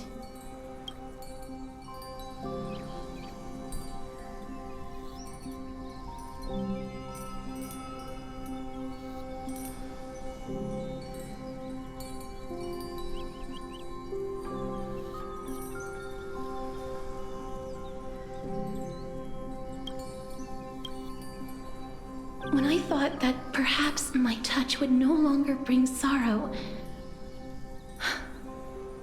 fate declared to me, it wasn't that the curse of death had finally been lifted, but that your soul no longer belonged to this world, and there was nothing left for my hands to take. Nothing. And did I really think this time would be any different?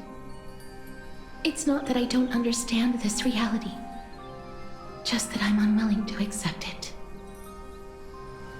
Having walked such a long road, I am still unable to find the answer to life and death. I am resigned to eternal despair.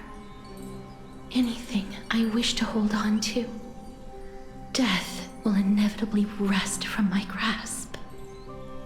From that moment on, I lacked the courage to confirm it again. Until Oronyx laid bare the cruel truth before us.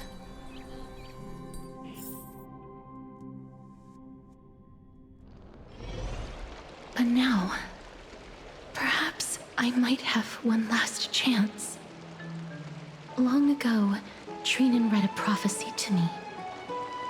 At the end of the Sea of Flowers, The souls of the living shall warm thy fingertips, and after an embrace, there shall be eternal separation.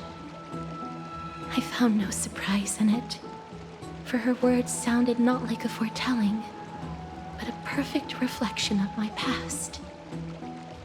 Embraces in this world are born of reunions, yet my touch speaks only of farewells. In that moment, I had no doubt that this destiny would weave itself through the entirety of my life. And yet, things have taken a turn for the better. Now that I can finally have an audience with Thanatos, perhaps I can rewrite the meaning of that fated prophecy. I have no reason not to give it my all.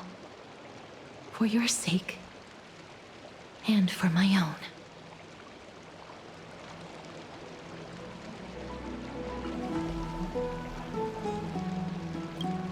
With that, I won't have any regrets.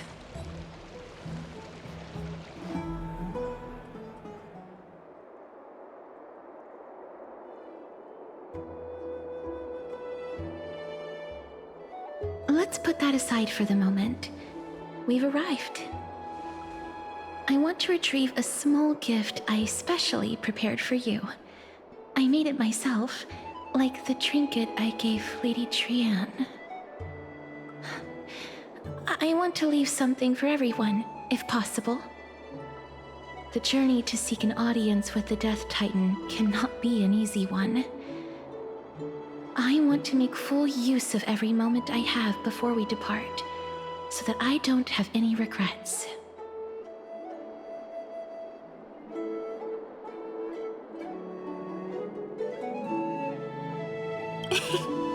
No, it isn't. You'll know when you see it. Look, it's right there. Huh? Where did it go? What's going on?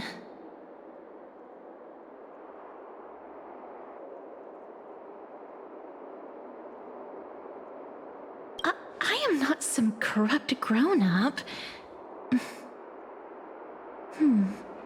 What's this? The coin of Zagreus and a slate. So it's her. No doubt about it. This is her favorite symbol. It's a Lady Cipher, the demigod of Zagreus whom Lady Aglaia had spoken of. She's a master thief who's left legendary tales all over Amphoreus. So many years have passed, yet she's still announcing herself in such a crass manner. Let's just do as the slate says and look for Lady Cipher.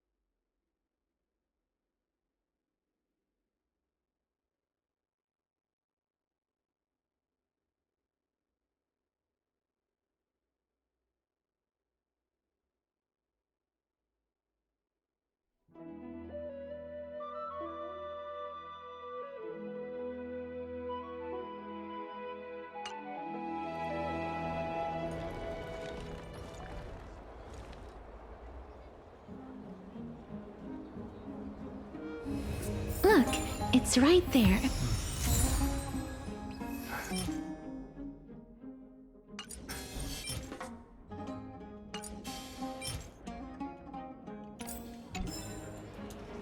There seems to be a new show at the back today. We must pursue her.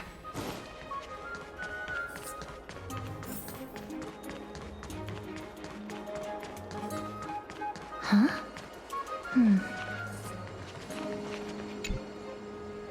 This is a trick she left for us.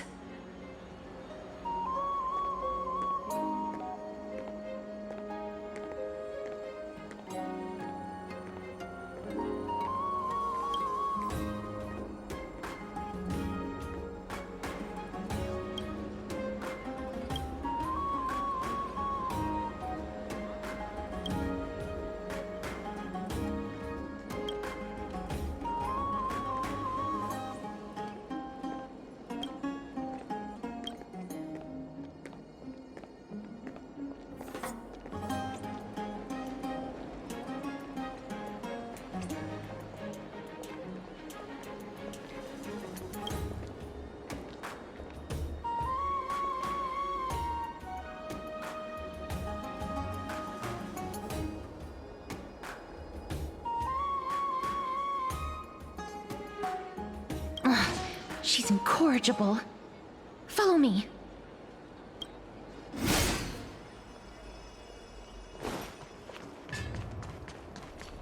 Save for tomorrow what you can eat today.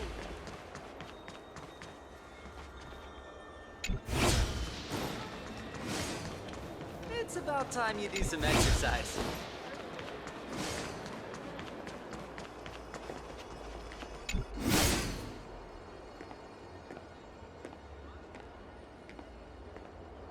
Exactly the kind of thing she would do. This is how it should be.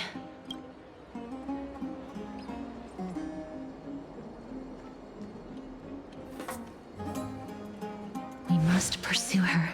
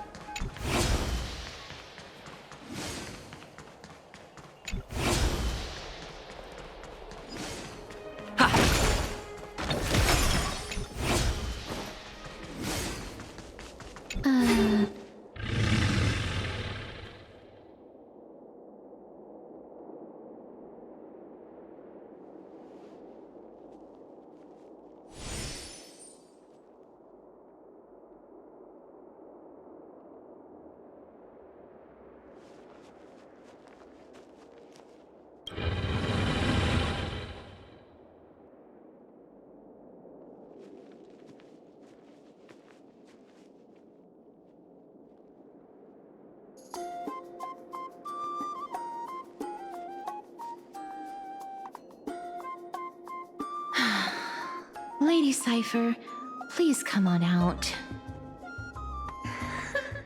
You're still careless as ever.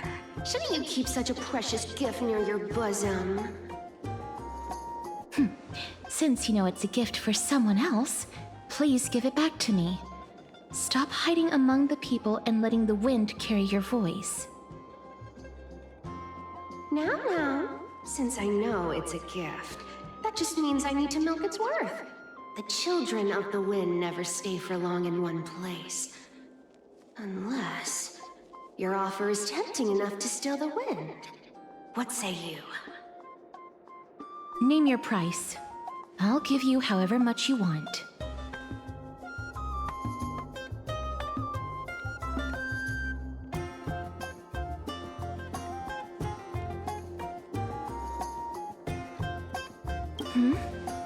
What's wrong?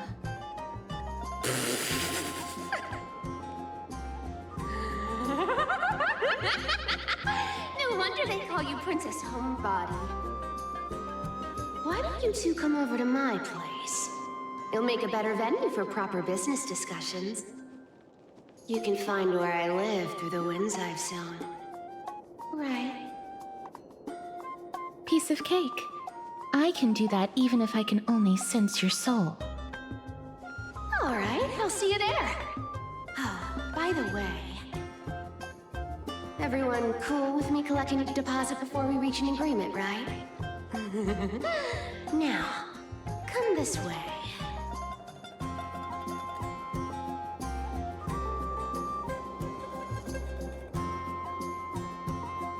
Ugh, she's incorrigible. Follow me.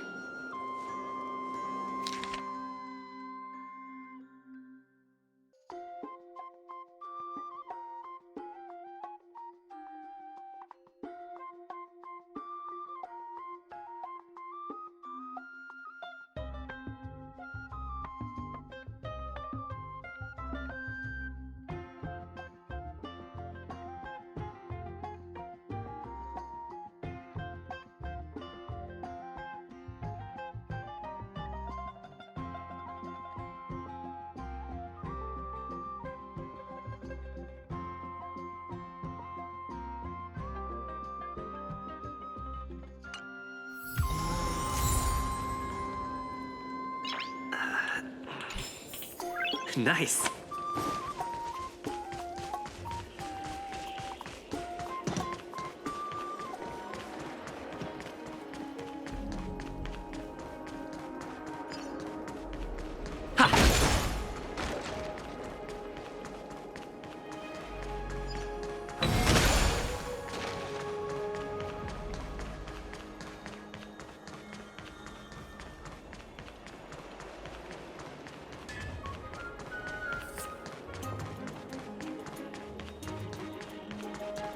It's about time you do some exercise.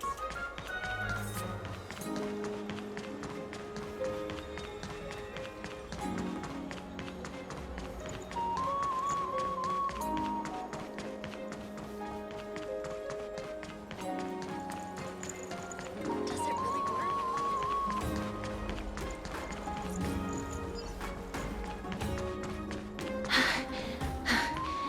Here we are.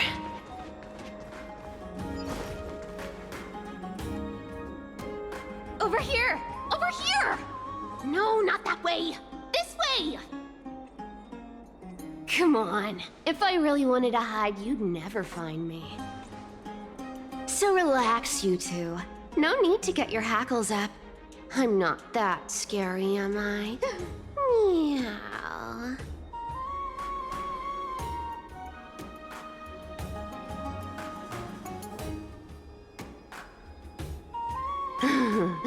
No way.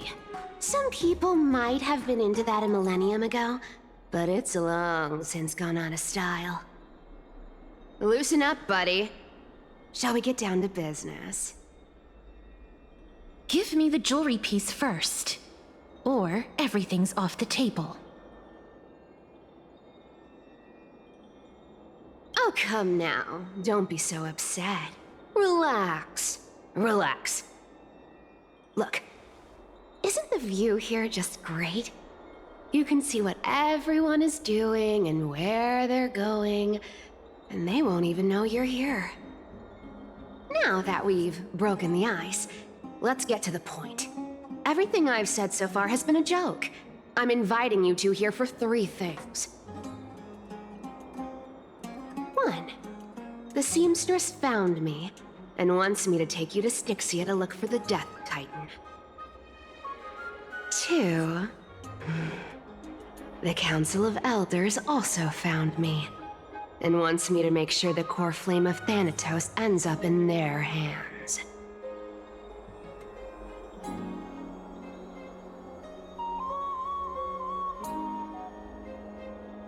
And last but not least, I'm telling you that I'm not interested in doing either of those things. Don't go look for the Death Titan. The end.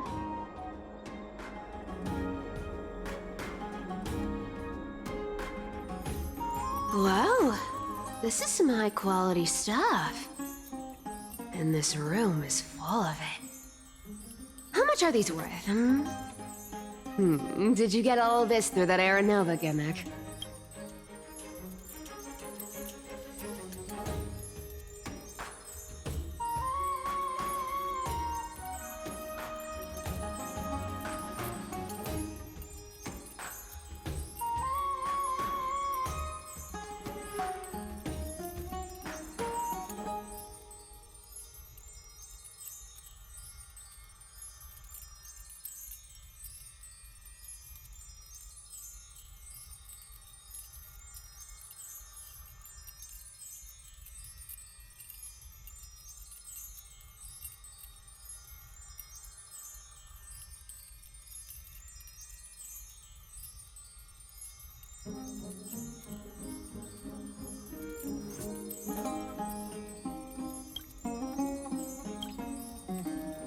Some of it is family fortune, while the rest came from my business as a dressmaster. Don't liken the flame chase work to your shady dealings. Wow. I should have busted down your door instead of going around like a thief. Well, spill. Why are you giving me so much money? Payment for doing work. You're worth this much. Did you forget my stance to all this? I thought I made myself very clear. You wish to run away. Run away from your responsibilities, from the prophecy, and from your destiny. You shall walk with greed and die over petty change. I understand this prophecy weighs on you immensely. That is why I have never reproached the demigod of trickery for running away. But I need you right now, so don't turn me down. You know, maybe the gods got your tongue with their golden threads, Aglaya. I'm not hearing any sincerity in your words. Give me a reason why you're bowing your noble head to me. We lost Trianne. Oh. The divine power of passages is running out. I need another demigod to escort Castorice and help her fulfill her lifelong wish.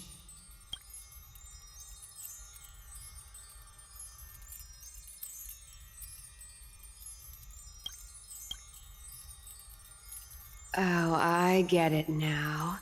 You're sending Castorice to her death. And you want me to die with her. This is Castorice's own request. I have never seen her so determined. She brought this up herself? You're not pulling my leg. She's also made up her mind to leave her confused past behind. As will you, Cifera, when you finally make up your mind. Don't be so sure. Time is hard in the likes of you and I. But Castorice remains pure as driven snow. She can always turn back before the end, you know?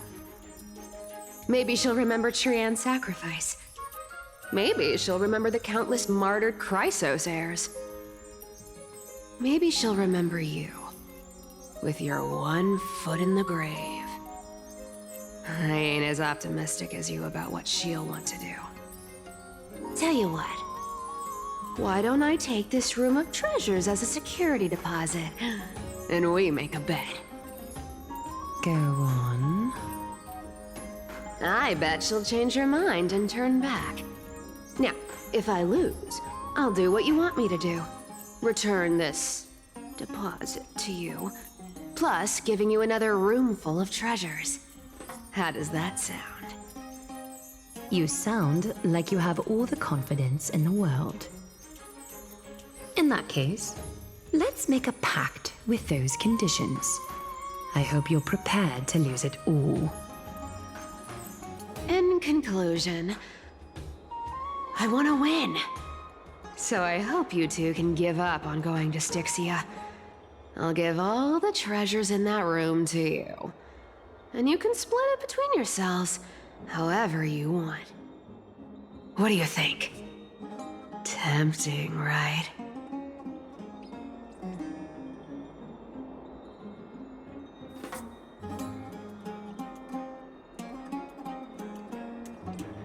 I decline. If we don't find the Death Titan, his soul will... Oh? I can't go into the details, but we have to go to Styxia. I really don't get how. Princess, homebuddy, you keep talking about needing to find Thanatos, about getting rid of your curse, and you don't care about anything else. But did you ever live for your own pleasure? Even for just one day? What are you trying to say? I'm saying, contrary to your beliefs, Aglaia didn't take you in just so you can die for her Aranova. The flame chase journey walks hand in hand with sacrifices. Isn't that why you're always running away from Lady Aglaia? Fine. Never mind. We all have our own problems. I ain't gonna say anything anymore. It's not like I was gonna honor that bet anyway. But listen to me. Styxia is no tourist destination. Sure, the treasures buried in there are 10, no, 50 times richer than Aglaia's vault. Yet, I've never been there. And I never plan to. Because even a demigod can't be sure they can walk out of that place alive. And now I'm supposed to escort you to Styxia. Sure. Pay up.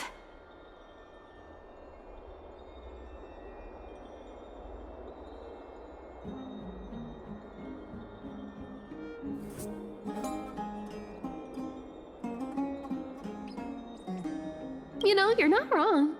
At least it's part of my responsibilities. I don't like this. However, I have lived a longer life than most people. Though I'm not as good at doing business as Lady Aglaia, I still have some savings.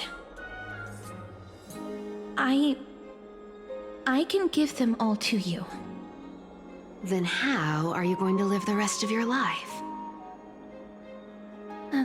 Then I'll give you 80%. Well, don't mind if I do. 80% of Castorice's savings and a bottle of dew of divine blood. Not a bad trade.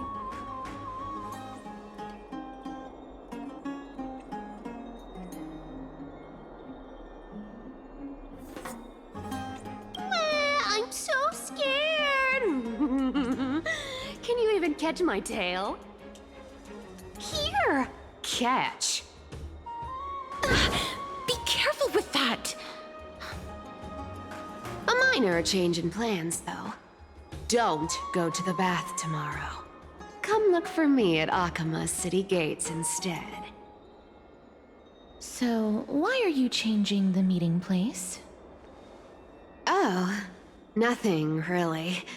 Just a bit scared of the seamstress's frosty face.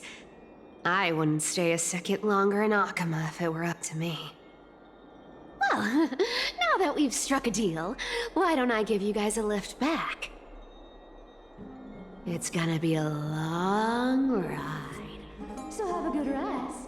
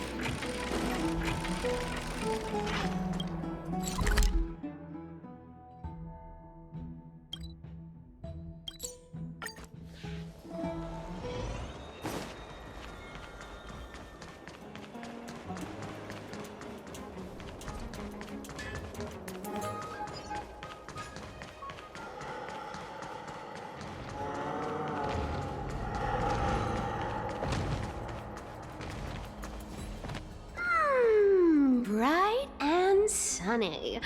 Just the weather for farewells.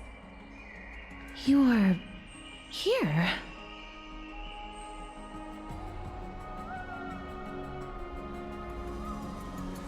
No need, I already told her. She's fine with it.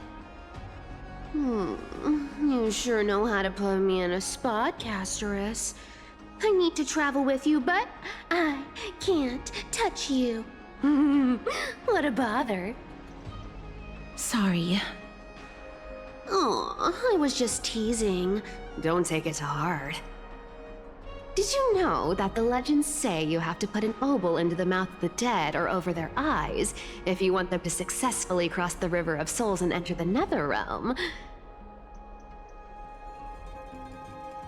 That's the fairy fare for entering the Netherrealm. However, I honestly won't ask you to pay this time. I'll pay. And then we'll just have to go through the motions.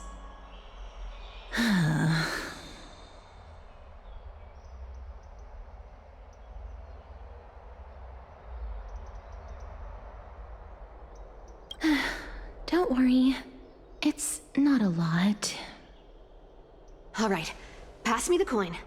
It's time to get the gods' powers going. A fleet-footed trip to the Netherrealm. Here we come. Oh, one last thing before we go. I gotta give you this piece of advice. Especially to you, Princess Homebody. You can't catch the wind by waiting. You only live once. So make the most of every moment you have. Get ready. Be steady. Hi, your turn. Don't be nervous. After all, it'll be gone in the blink of an eye.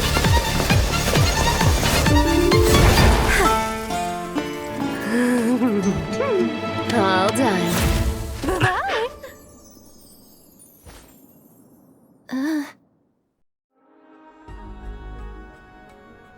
Are you feeling all right?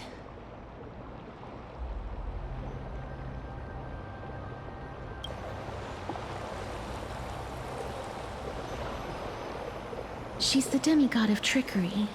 When she flips the coin of whimsy into the air, she gains incredible speed that lets her travel anywhere in an instant. Just like how she clearly had no intention of lingering here for even a second longer. We can only depend on ourselves for the rest of the way. Don't worry. Mem's here to help.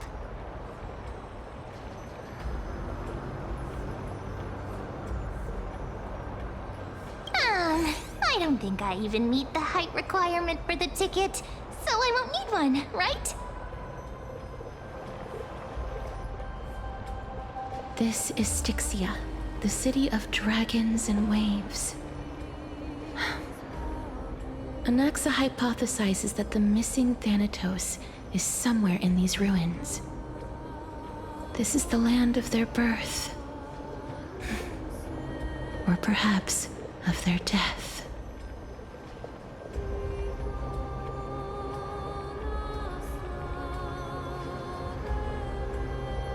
Anaxa had used a secret alchemical art to temporarily fuse his soul with Cerces and Fuli. And when he was on the verge of death, he was pulled by Thanatos and caught a glimpse of the flowing river of souls. This alchemy, considered a sacrilegious act, might actually make the souls of mortals and titans attract each other. Even though Thanatos has been missing for 1,000 years, and even their followers haven't been able to find them, perhaps that special attraction could summon them here. Oh, so are we going to use that Philosopher's Stone to conjure the Titan? I guess that's the only way. The only leads we have now are the name of this city and the fairy tale about the dragon. Thanatos is even more mysterious than I am. Indeed. Even one as erudite as Anaxa could only point us to this place, and no further. We will be entering the unknown as soon as we take our first steps. But that won't be the first time in my long journeys. I believe that, rather than standing still, taking action is by far the better option. Perhaps fate might take pity on us today and show some compassion.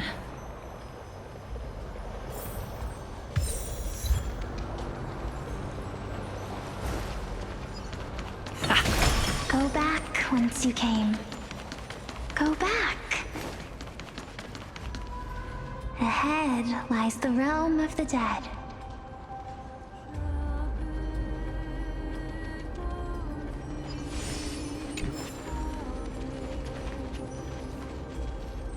What a beautiful butterfly. Is it talking to us? This is a eulogistic butterfly. They are found in places where many have met their demise. In Idonia, some think of them as manifestations of Thanatos' benevolence. By turning the lingering obsessions of the deceased into these creatures, it is as if the Titan has made life into a specimen. Others think of them as Thanatos' messengers that guide the departed to the nether realm. The second theory sounds more believable. After all, the things they're saying are rather, direct. Perhaps. But the fact that we're able to hear their whispers proves that we're fast approaching the realm of the dead.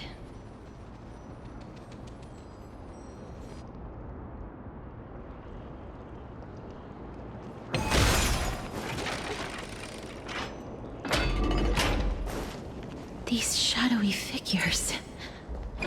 Aren't they illusions reflected by the River of Souls?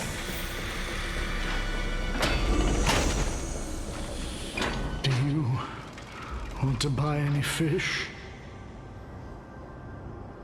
Huh? He can see us? Wait. More living people. I'm not selling my fish to living people. You lot are too shameless.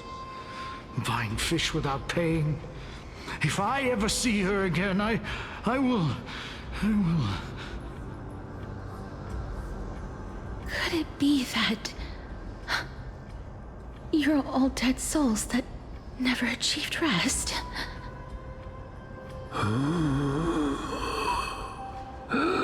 The nether realm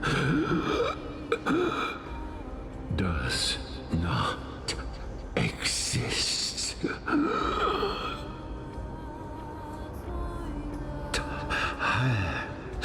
Titan rejects you. Me.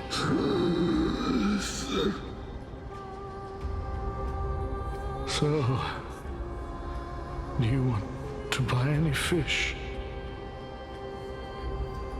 But there aren't any fish nearby.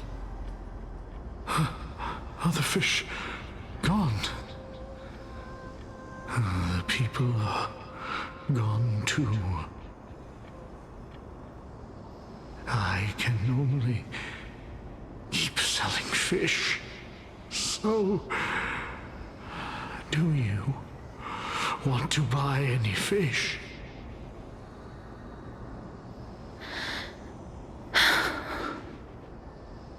Apologies. I don't have much in the way of savings, but perhaps there's another way for me to release you from your suffering.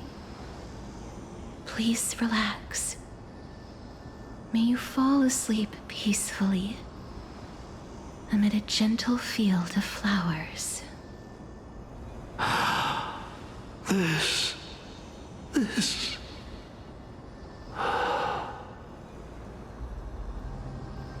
I knew it. These people aren't illusions.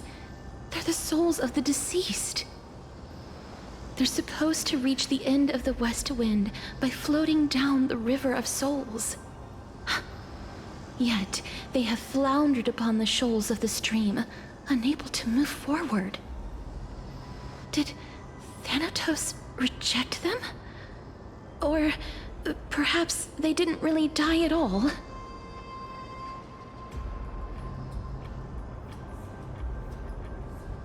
Why are you identifying as a dead person now? Don't give up on yourself! I have no idea. This circumstance is completely unprecedented. Hang on. Didn't he say more living people? So that means he's seen other members of the living apart from us? Could it be that these souls are stuck here due to someone's deceit? If something is done out of goodwill, are you really gonna call it deceit? Goodwill? I can't see anything good out of... Wait a minute. Lady Cifera? That's me. Could it be that you are the living being that those souls met? I couldn't take their behavior anymore. So I stole some things here and made up some lies there. Just trying to give them something to look forward to, you know? It's because of vile living creatures like you that we're being misunderstood by all of them. What else am I supposed to do? You can see the mess this place is in. These poor souls are denied by the Netherrealm. So now they're stuck in a few brief moments of their life, unable to move forward or back. Did you see those two blacksmiths on the way? They've been here for as long as the sun's been around, wailing over and over about casting a shield. Styxia is so freaky. Then why have you come back, Lady Cifera? Hey, I'm not here to aid your adventure. I hate water more than anything else in this world. Especially that stinky river of souls. But, I just discovered some stuff before I left. And I reckon you should know about it.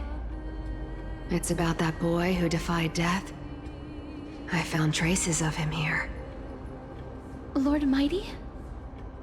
Oh, right! That's his name. Well, now you know. As for whether that info is actually useful, that's for you lot to figure out. So long, Princess Homebody. So long, Grey Mystery. Huh? She disappeared just like that? Lady Cifera has always been a free spirit. In any case, she has brought us some valuable information. If Lord Mighty is also somewhere along the river shoals right now, then he will certainly become our signpost. After all, he's different from those wandering souls. He will find his way, even in the realm of the dead. Don't worry, it's time for me to shine. Oronyx's rune of recollection is nearby. Use prayers to return the river to before it got flooded.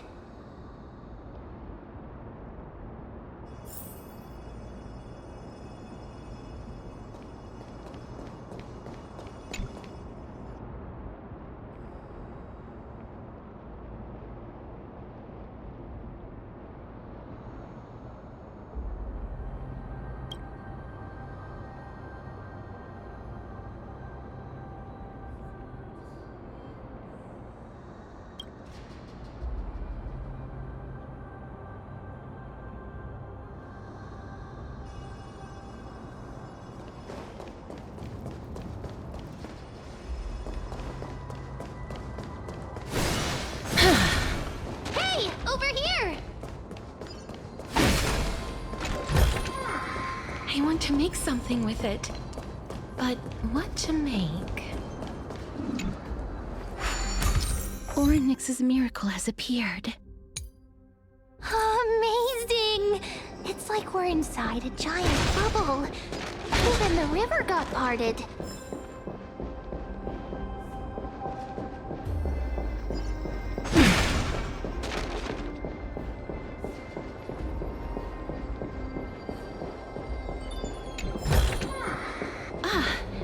Make sure you keep it safe.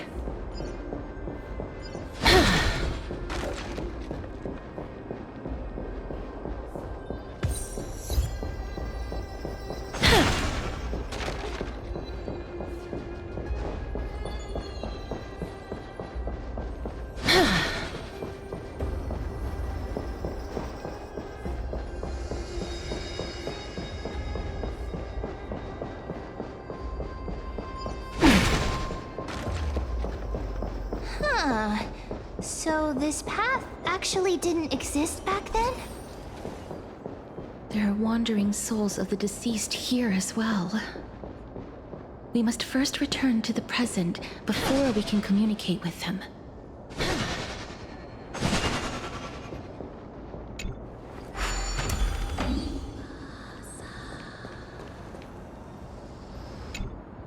Ah, by the looks of it, you must be the foreign warriors that the Queen had mentioned, right? Since the current campaign requires the utmost care, I wasn't able to make time to welcome all of you. Please, forgive me. Foreign warriors? A priestess, a warrior, and a divine beast. You look identical to the blessed saviors that the Queen described.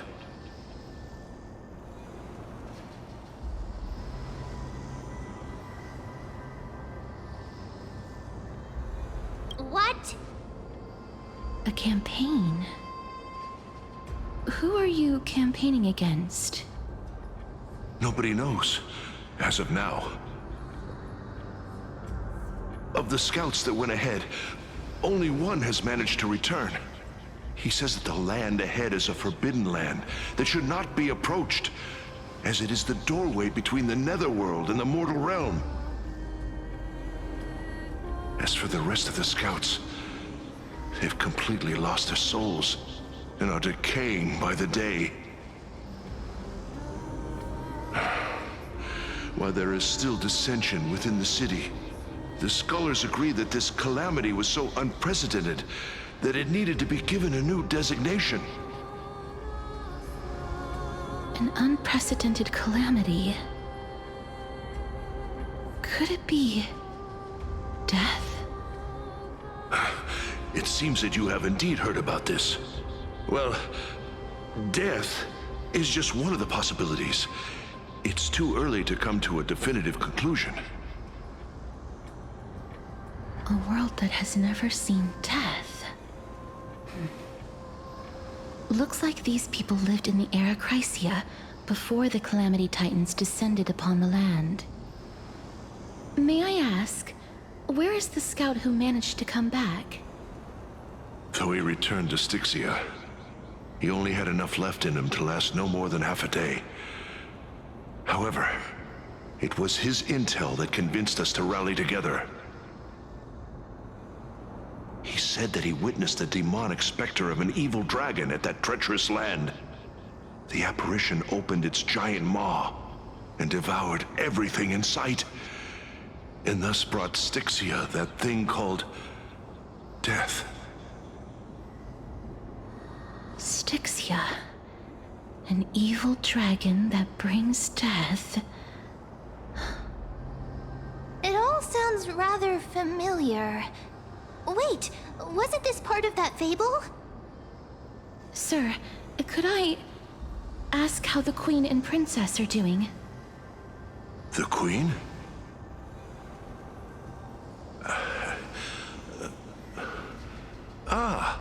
By the looks of it, you must be the foreign warriors that the Queen had mentioned, right?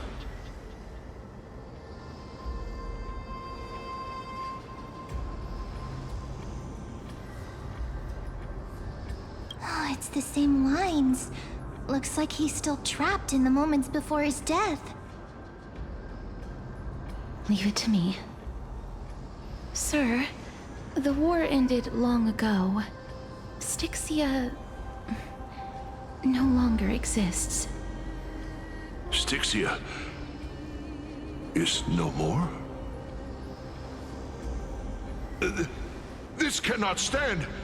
Newcomers, hurry up and go take your positions!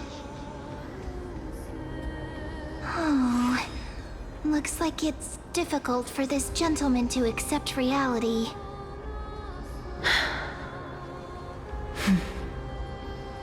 Sir, I am the Maiden of War, sent here by the Queen herself. If you accept my blessing, then today's battle will be smooth sailing. Maiden of War? I've never heard of this. There's little time to waste. Please don't take too long.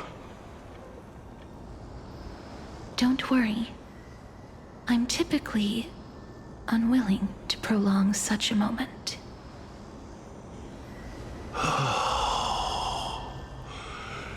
Is it over? Have we won?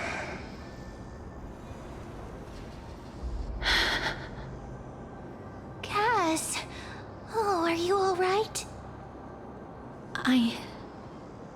I'm fine. I just didn't expect that I would still have to embalm others, even in the realm of the dead. Is this a remnant of his soul?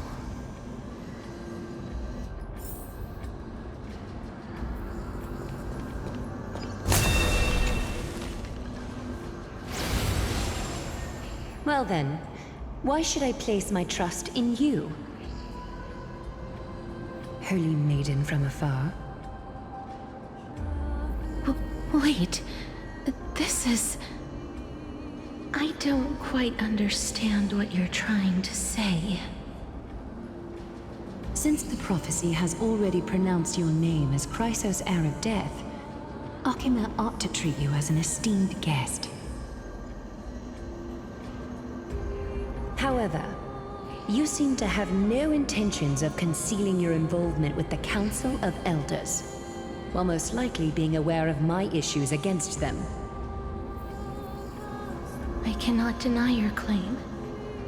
It was the Council that offered this room to me, and they had only one request. They want the curse of death to be completely subjugated to your will. I was agreeable to that request. But why? I am unable to rid myself of this innate curse. However, from this day onward, I shall use it according to your will. I will never make any superfluous moves on my own. I see. So that is how they plan to control the flame chase journey. They have shifted the heavy responsibility of granting death over to me. If I ever become obsessed with executing people, they will then have ample reason to terminate the Chrysos Heirs journey. And yet, you seem to not mind. This is quite surprising to me. That's because the fate that we were born with is a burden far heavier than that of an individual's life. I've woven many unforeseen events into the tapestry of fate. This is but one instance.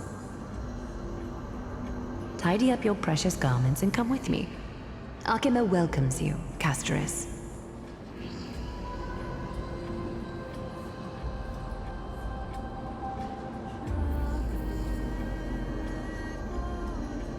I didn't think we'd find vestiges of memory here. Maybe they've got something to do with Oronyx's rune? Perhaps, but I do not need a reminder from them. This memory is one that I will never forget.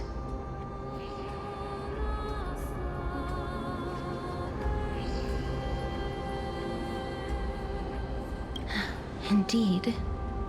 While my relationship with the Council has always been quite ambiguous, Lady Aglaia has never taken any precautions against me.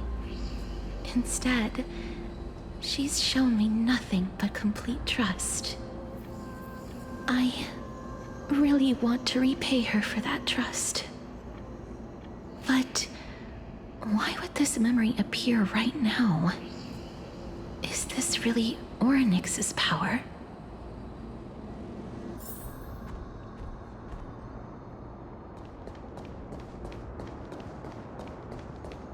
Could these dead monsters actually be... Why are the Black Tide monsters here too? Can they swim in the River of Souls? Even Thanatos wouldn't be able to accept Black Tide monsters into their realm. These traces seem to suggest that anybody who trespasses upon death will pay a heavy price.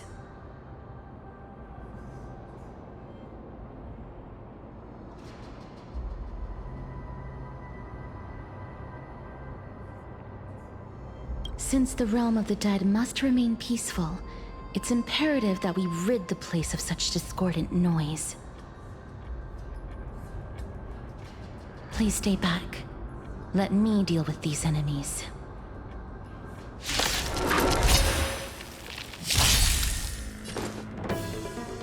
Is it coming? I feel that flame. Let me go!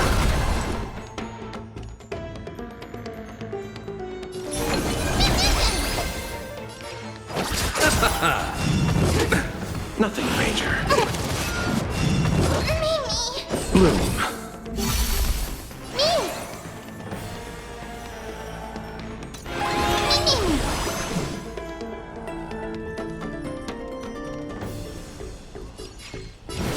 Here. No bullying allowed! Delivering warmth! Mimi, Mimi! Mimi!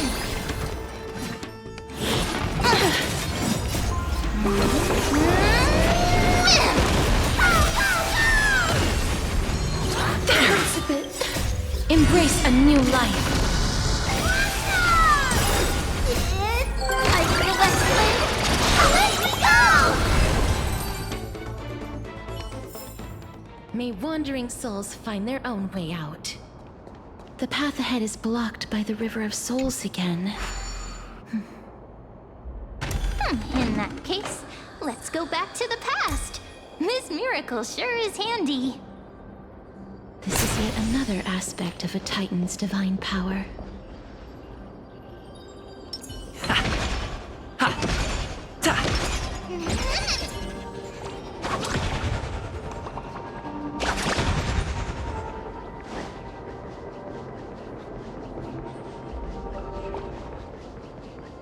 If Dan Heng was around, he'd definitely be able to raise the waters of the River of Souls into the sky.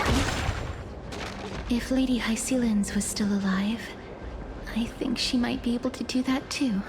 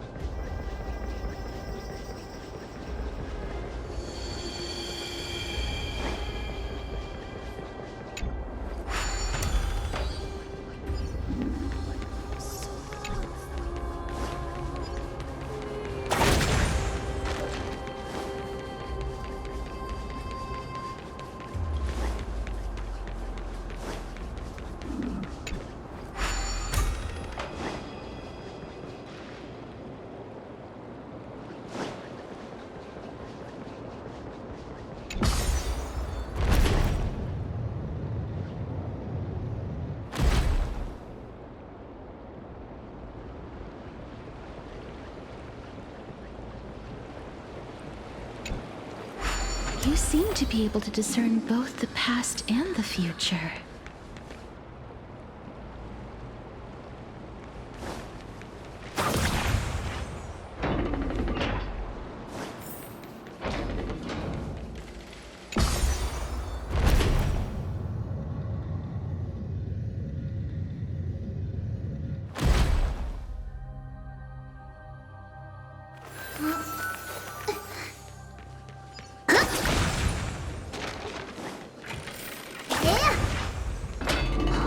Place.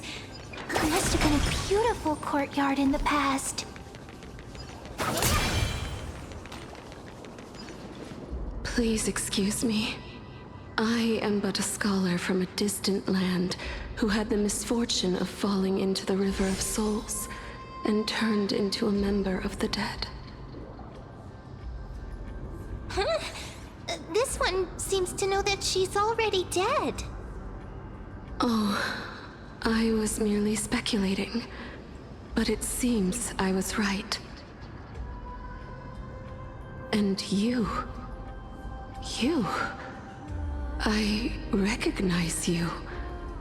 You're the Holy Maiden of Death from Idonia, right? I'm sorry. I cannot bring you back to life. However, should you desire it, I can end your prolonged limbo. I'm well aware of that. Even if you were able to revive me, I would never choose that option. That's because I didn't fall into the River of Souls by accident. Instead, I leaped into it to seek my death. Why? If you could see the life I've led, then you would not reproach me so. My life was far too miserable. But I did not expect things to stay the same even in death. What a joke. In escaping my mortal life, I've entered a millennium of pain instead. Cerces above. What cowards humans are, for we fear both life and death simultaneously. I'm sorry. I am also powerless to answer that question. That's all right, Holy Maiden. At least you are able to respond to me. Please, grant me death. Cerces above. Does this count as thinking till the moment I die?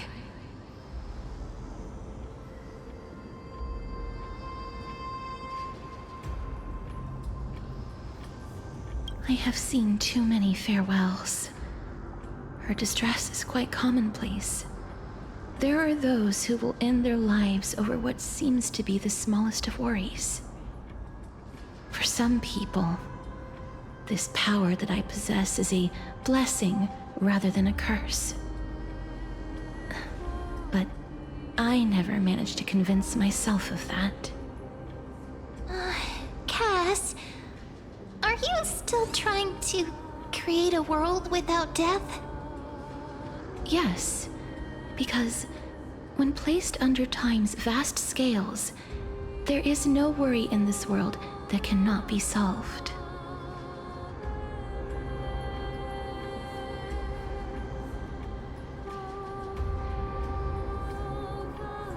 This is a wish that I've held for almost a millennium. My mind might have changed once upon a time if people managed to strike up a friendship with me. But I've never been more firm in my conviction. Now that I've learned about your near-death state, it is my duty to wipe death from the face of this world.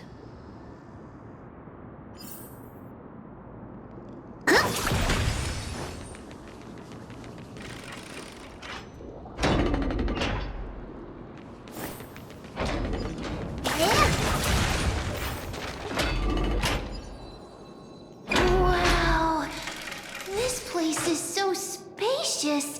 Is this the kingdom vault?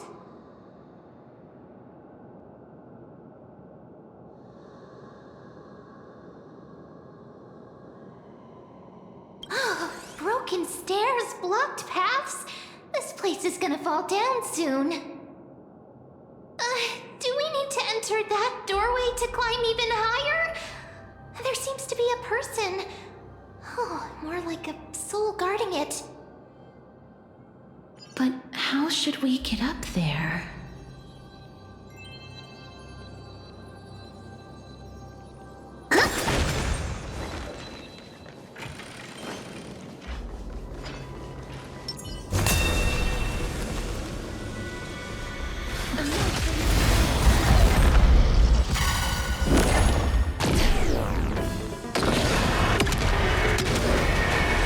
May death protect us!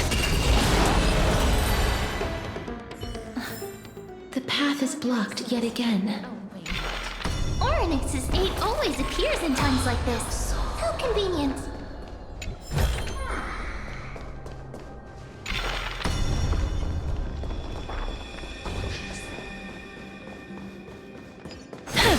Look, there's even a platform lift over there.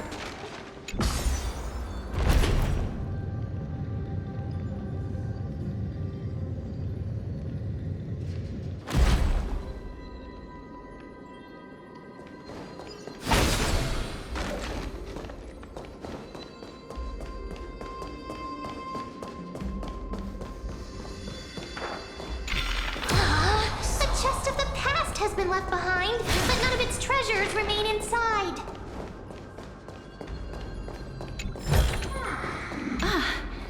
Make sure you keep it safe.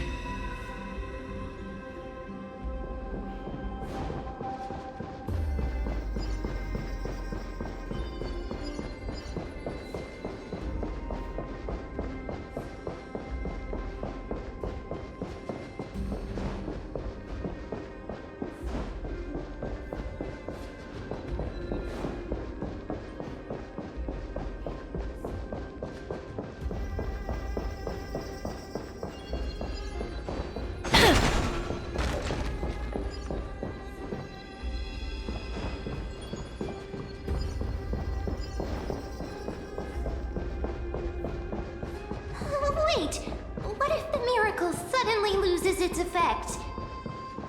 Mem, do you really want me to answer that?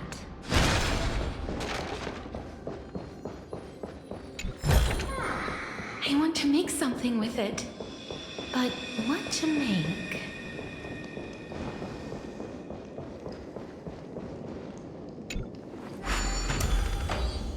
Stay back! Don't come any closer!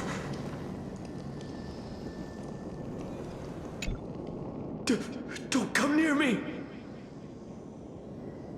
Huh? Why does he look so panicked? Did the black tide monsters frighten him? Or is he actually scared of his own extraordinary power?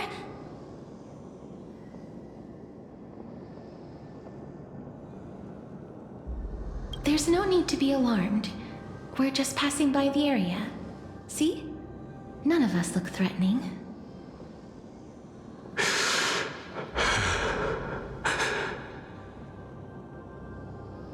You have a point. Although... while this might once have been the royal vault, it's since been plundered empty. So please go away right this instant. You've misunderstood us.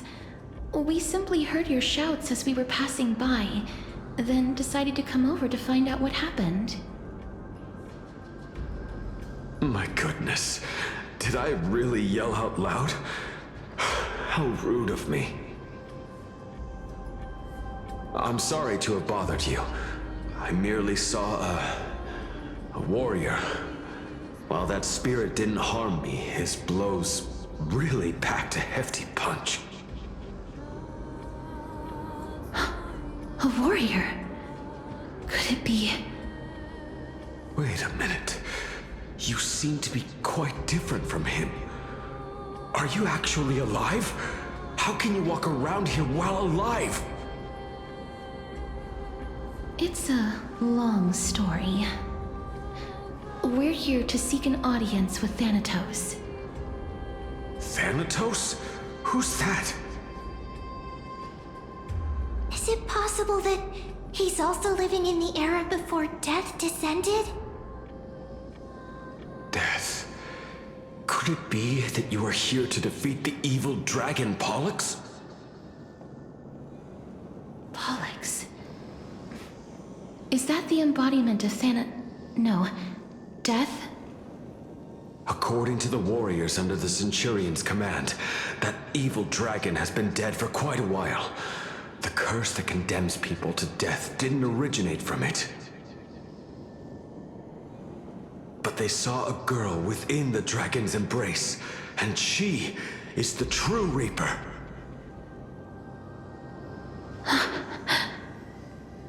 Pray tell, where is that girl right now?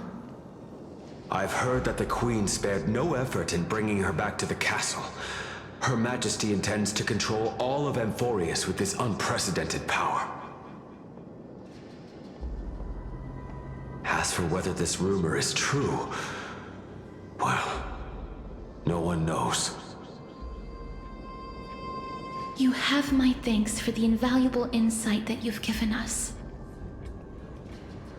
Please, treat this touch as a token of my gratitude. You... Are you...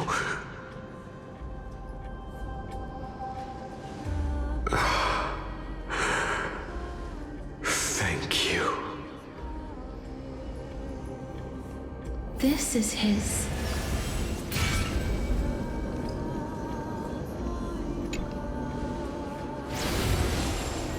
Then you granted him death? That isn't like you. You would have refused even if I commanded you to do so. I don't know. I did it out of sympathy, believing that I wouldn't be racked with agony, but... I am still in a state of turmoil. Sympathy? Sympathy for that youth who triumphed in every battle? That young man was favored by Talantin, who taught him a move that will defeat any mortal enemy with a single blow and emerge victorious every time. He could rely on that move to always achieve victory during Era Chrysia. However, now that death has descended upon the mortal realm, that divine swordplay also means he can send others to death at will. In other words... You feel that he's similar to you? Yes. Since he can never be inferior to others in martial combat, death would be the inevitable outcome every time he strikes. That's why he approached me and pleaded. Pleaded for me to put an end to all of this. You are perhaps feeling lost from making your peace with death in so abrupt a manner. I have not made peace with death. I've seen the people of Idonia stand tall and proud in the face of death. Even before the fated finale arrived, they were already content with the lives that they'd lived. They had such proud expressions. Expressions that made me believe death would be an insult to these mortals if the concept is truly a power that a god had carelessly cast down upon the world. Perhaps death's authority was never meant to exist in this world. Just like how I shouldn't exist. I won't refute your beliefs for now, but would you be interested in listening to a story of mine? It's a fairy tale from foreign lands, told by the person who brought you to me in that ice field long ago. A tale told by the Queen of Styxia. What? Wait a minute. That means the girl born in the dragon's embrace, the personification of death these souls talked about. That's you, Cass? I've already had an inkling for a while now. But I honestly have no memories of Styxia. My memories only begin after Amunet brought me to Idonia.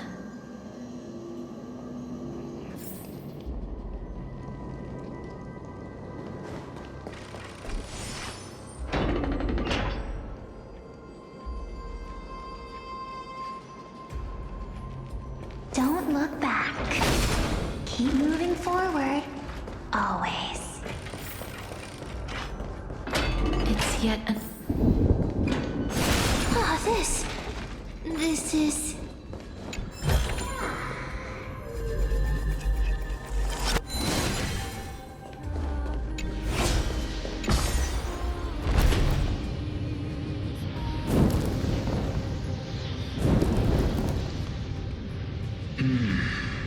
Living ones?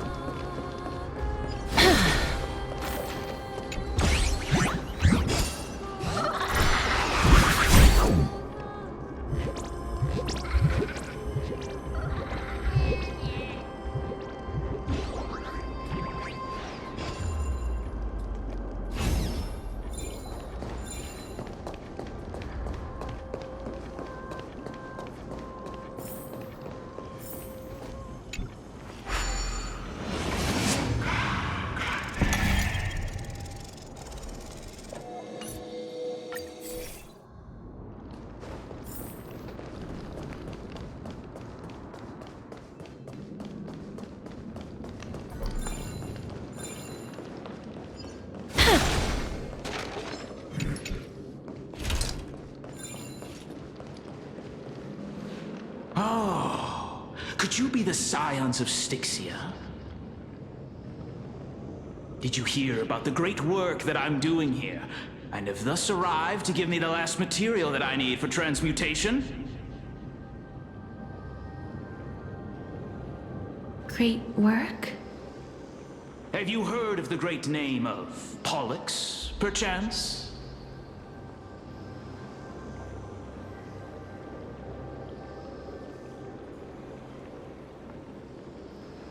You don't have to describe it like that, mister. You have? Then that's good. During the Age of Myth, a time likely before your birth, I was the unsurpassed zenith of alchemy that none could reach. On the shoals of the River of Souls, I shall make Pollux soar again and bring death back to the world. But didn't that dragon already bring death to the world? Oh, looks like you don't know the whole picture. Well, it's true that the missing girl can grant death to mortals. Pollux, the one who delivered her onto this world, makes it so that humankind cannot die.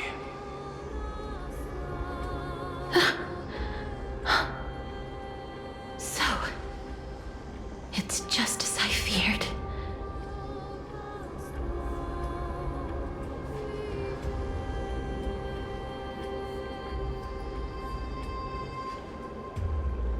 This is my guess. The deceased are supposed to drift down the River of Souls until they reach the end of the West Winds. But this River of Souls was blocked by Pollux's fall. That's right. That's why it's imperative that I bring the dragon back to the mortal realm and make it soar the skies again. I have long since prepared my alchemical matrix in the tower. Although, I am still missing the most crucial material of all. That final ingredient, the final sacrifice, is none other than the girl who lives out her days with death. Huh? What's going on? You didn't touch him, did you? I know that I am no longer capable of carrying out that task. Take this, all of you, and please fulfill that great undertaking on my behalf. This... We had been inebriated in Fagusa's feast too long before we began to seek divine bestowed death, so that we could be freed from the whims of fate. However, that brought doom upon us. Instead of summoning a supreme god, we encountered a monster that cut off the River of Souls. That detestable dragon Pollux denied all the dead from the gates of the Nether Realm. Unable to rest in peace, these departed spirits engulfed Styxia like a roaring tide. As a result, my city and its people no longer exist. That child is the only person whom I managed to save. Born within the evil dragon's abdomen, she has possessed the talent of death since her birth. She must have been granted to us by the gods as a chance for us to atone for our sins. Please, you must nurture her to adulthood and prevent her from experiencing all of the suffering that we went through. I promise that I will care for her as a mother, that I will protect her from the evils of death. By Fagusa above, thank you for your kindness. As her mother, please bless this child with a name. Before I am swept away by the River of Souls, please let me know how I should address her in my next life. Oh. Like how a transient raven butterfly, a fleeting papilio castor, perches on the twig of death. Castorice. That shall be her name. That's where my name comes from? The sound's back. What is making that ruckus?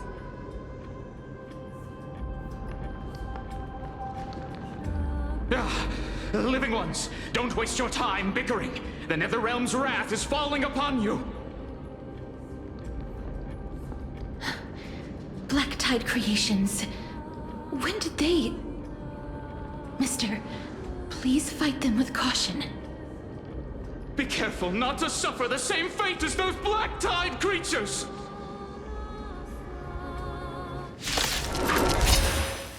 Everyone, hide behind me!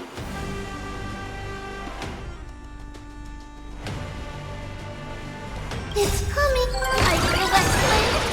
Let me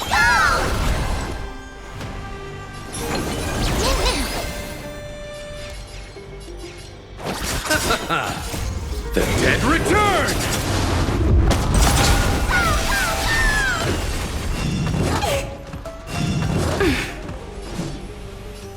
As you wish. Mimi! Life is not so built here.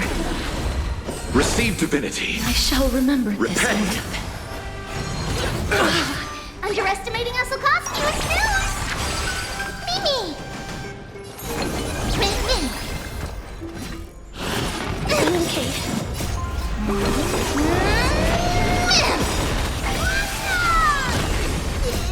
I feel that flame.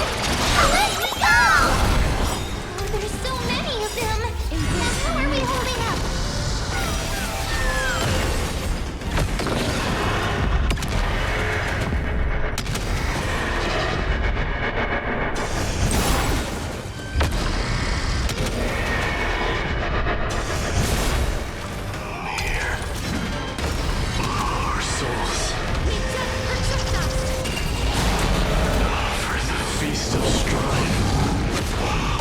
Triumphant return.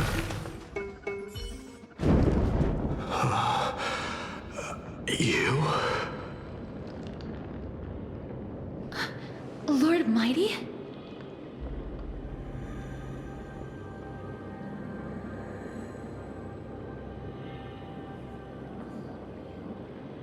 Lord Mighty, you've been through some tough battles once again. That black tide is endless. My death is only temporary. I will find my path of return and go back to the world of the living and continue my protection. Lord Mighty, I have always wanted to. Why does death reject you? I'm the one resisting it. I must resist the temptation to go with the flow. I'll go against the current and kill my way out of this cursed nether realm. That is my destiny.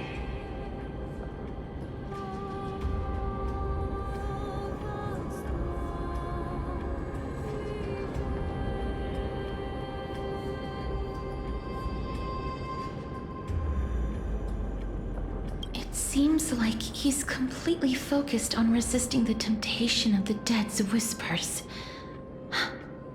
He's working hard every minute to deny death. It seems his battlefield is not limited to the world of the living. Lord Mighty, are you willing to travel with us? We're headed for the Matrix inside that tower, to summon Thanatos from their prolonged concealment.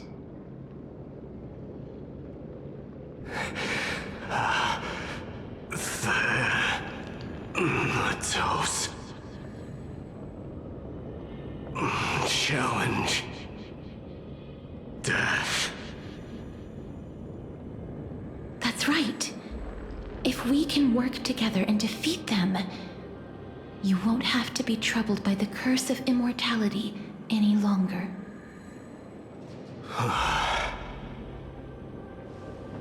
Let's go together, Castorice. Let the person who has brushed against death countless times guide your way. Cass, are you sure you want to do this? The alchemist said he wanted you to be a sacrifice. I'm not afraid. There's no reason for us to turn back anymore. Rather than standing still, taking action is by far the better option. Perhaps fate might take pity on us today and show some compassion.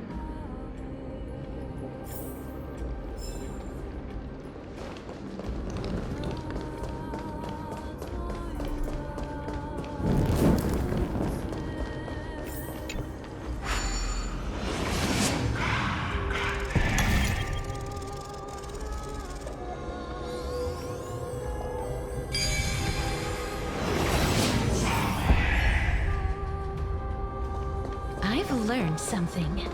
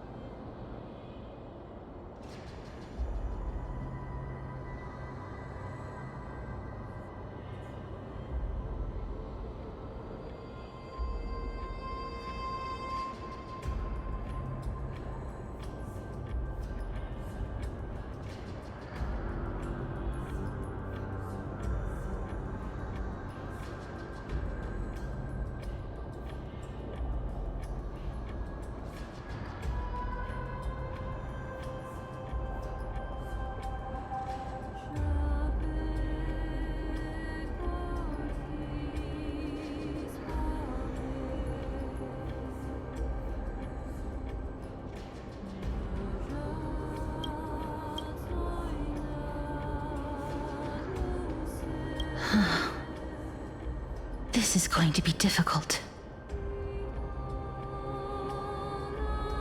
I'm familiar with this kind of mechanism. But I've never repaired broken chains. If I was more powerful, I would be able to carry one person with each limb and fly the 4 of us to the other side. The Rune of Recollection is here, but I can't find a miracle orb anywhere. So weird. Oh, could it be in that collapsed tower in the distance?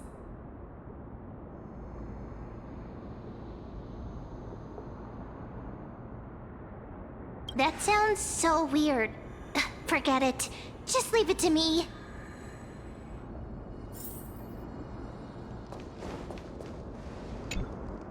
Just shout for me when you need my help! Got it! Just leave it to me!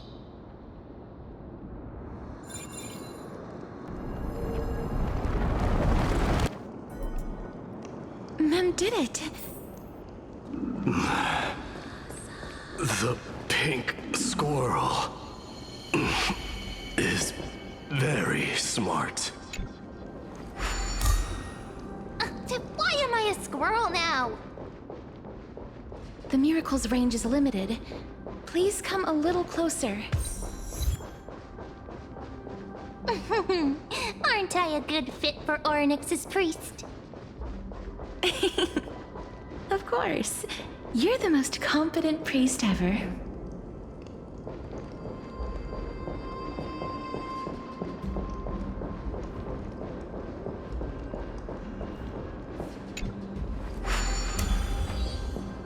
The alchemical matrix should be behind this door. Is that...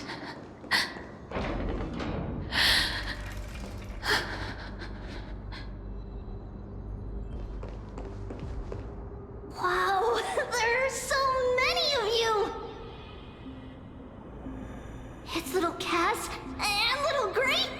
Oh, there's also little D and the pink puppy! Trianne? Aren't you... Get what? I'm getting even more confused.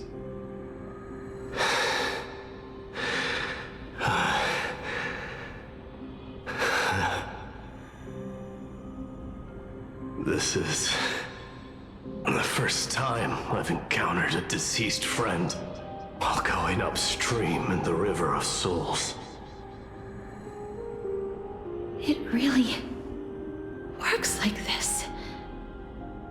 Just like the other departed spirits we've encountered along the way. I'm also unable to sense the aura of the living on Lady Trianne. Yup, you're right. Trianne already knows that she'll not be able to return to everyone's side. But Trianne believed that little Cass would eventually return to the Netherrealm.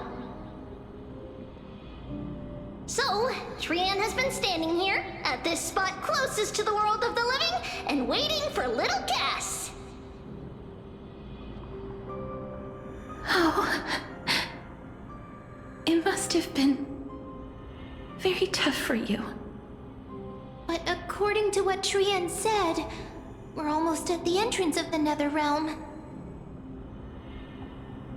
Trianne promised Tribbie and Trianne that when little Cass got here, Trianne would get the gift ready and be the first person to run over and welcome you. So, little Cass, don't cry. Please, accept this. We finally finished it! This is what Lady Tribbie once mentioned.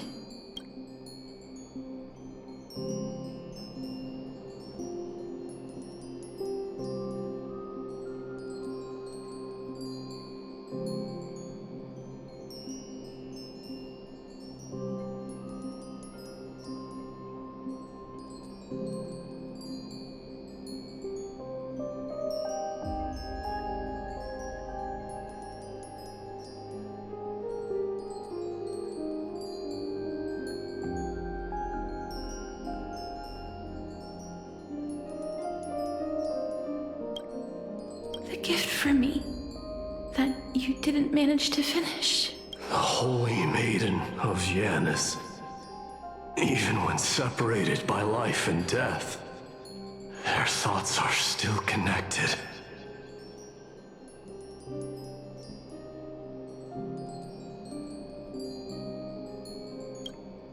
Trianne spent a lot of time drawing this. Trianne hopes that little Cass likes it. Seriously? It's seriously a wonderful drawing. Lady Trianne.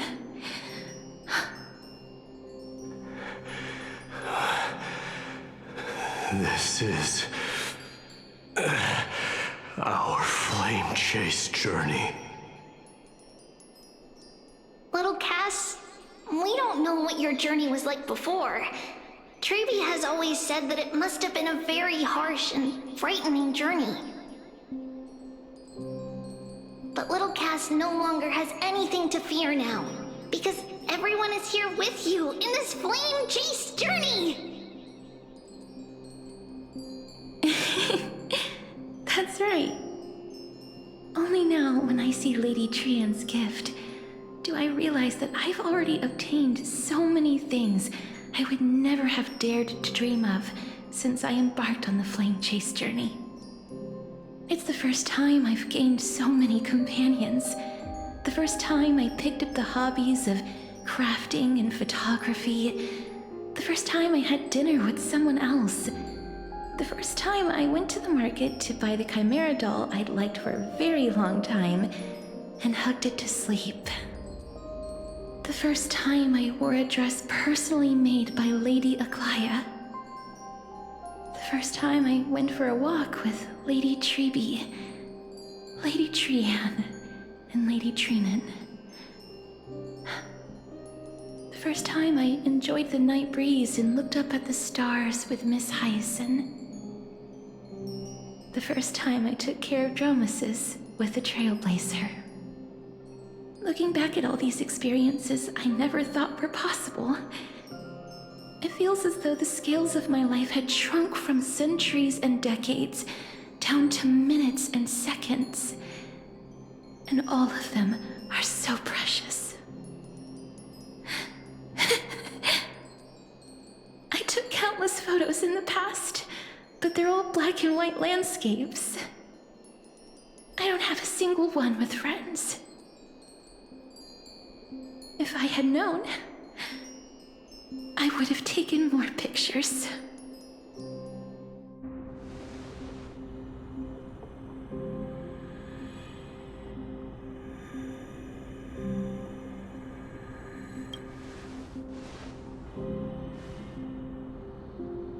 Trianne says yes! Trianne likes little Cass and would love to take a picture with little Cass. Sadly, being departed souls, our images cannot be captured in the world of the living.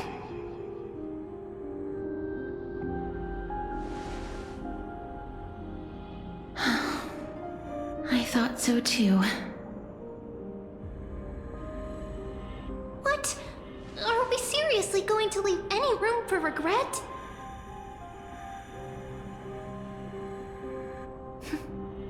There won't be any regrets. This vivid drawing surpasses any photograph from the world of the living. Little Cass smiled. Tribbie, Trianne, and Trianne's wishes finally come true! I remember you once said that fate is not the flowers that bloom at the end of the road, but where people tread beyond the gate. Now, the path that belongs to me is about to reach the end. Thank you for bringing me the final key. Key? Little Cass, why are you talking in riddles all of a sudden? I have a feeling that soon This gift of yours will become the key to saving Mister's life. Wow, that's amazing! Then keep smiling and carry on bravely! Little Cass, Little Gray, everyone, see you tomorrow!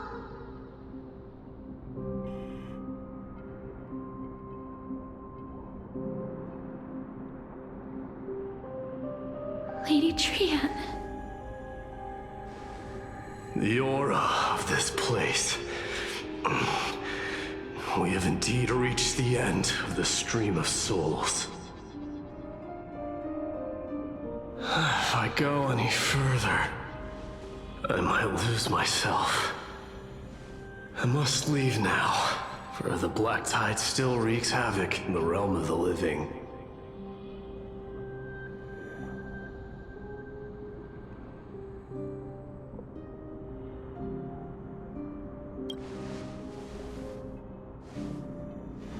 I seek not to enter the door to the nether realm.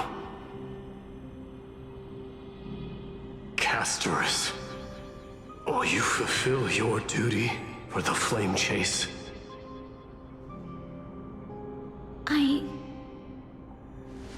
I have yet to make my decision, Lord Mighty.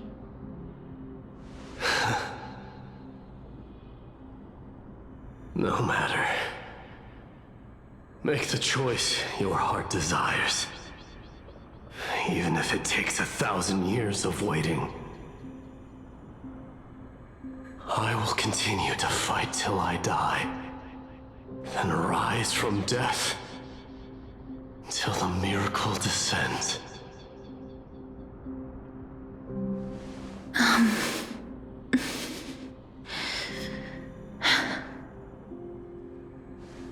There is one more thing you should know, Lord Mighty. What is it? Professor Anaxa may have deduced the principles behind the Era Nova. You and I may be reincarnated as strife and death in the next cycle, becoming calamities wreaking havoc upon the world. I see.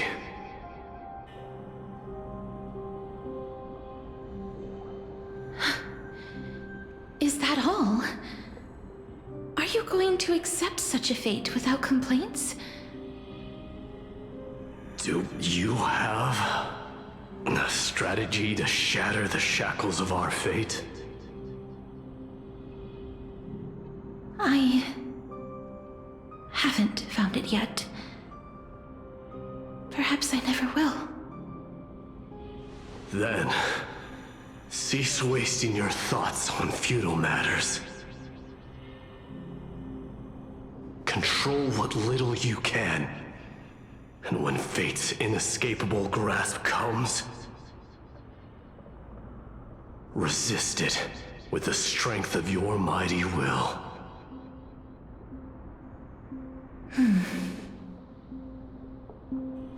Thank you, Lord Mighty. I will find the right decision.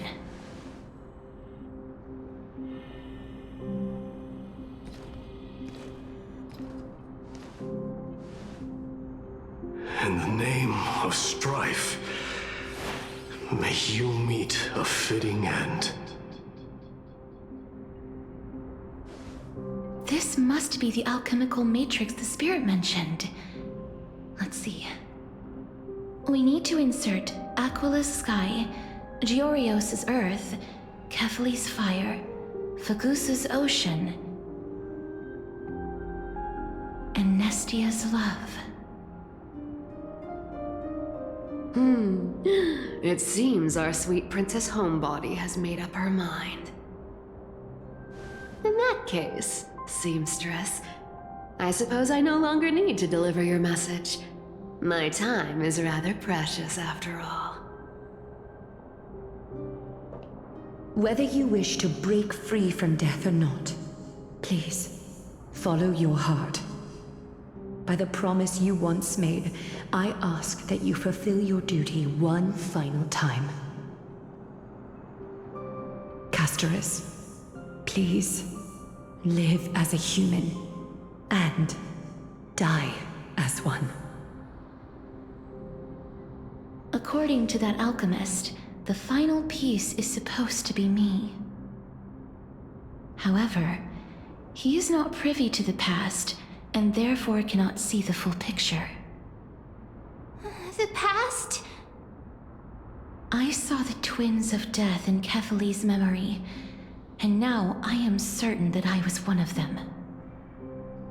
The trial of the Hand of Shadow demanded taking the life of your family.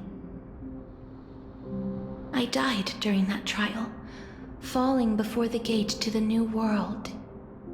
And my sister, whom I never met, became the Titan Thanatos of this cycle. She was consumed with regret over my death, so she used the Titan's authority to reforge my soul. Yet, it also means she has never revealed herself to anyone, hidden away from the entire world. That's because the Titan she became already fell at the start of everything. They died for me, and now lie in slumber in the River of Souls. You mean Pollux? That's right. The River of Souls is no material river. It cannot be blocked by ordinary means. Only a divine corpse can prevent the dead from reaching the next world. And that's why we have to awaken Pollux from death before we can retrieve the Coreflame of death. We have to reforge its body with the power of alchemy.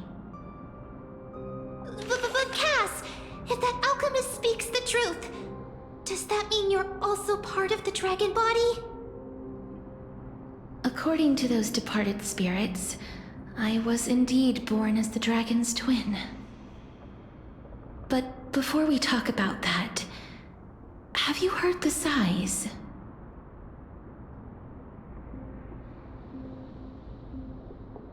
No, not from me. The sounds that come from the memories when we were collecting the souls. I heard them too. So what are those? I think it's probably the sign of Pollux's wish being fulfilled. They must have realized how heavy a price they'd need to pay when they used their divine authority to resurrect a dead woman. That's why they exerted every ounce of their strength to send me to Styxia, a city that called for death, a land where none is hostile to death. They never saw their wish fulfilled and fell so prematurely, all because they wanted to give me a new life. Pollux must really want to know how their sister has been after giving their all to save her. That wish is the reason Pollux's soul still lingers in the mortal realm even after their fall, quietly watching and documenting every detail of their sister's life.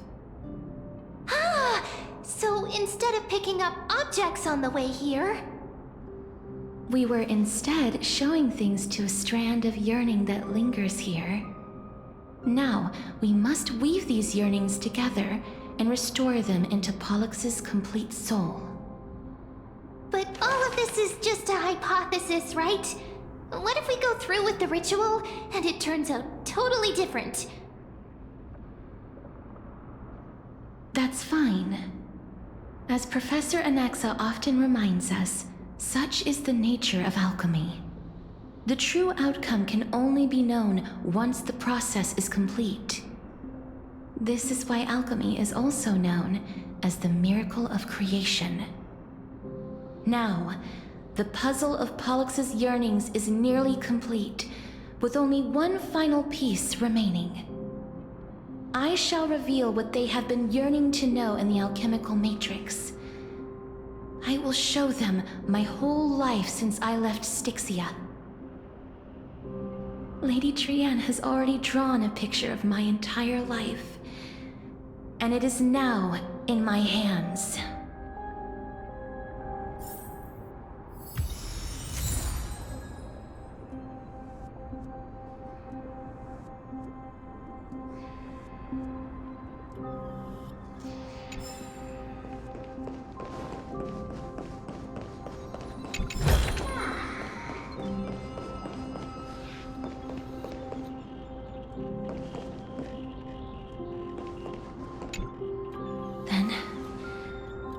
Let the ritual begin.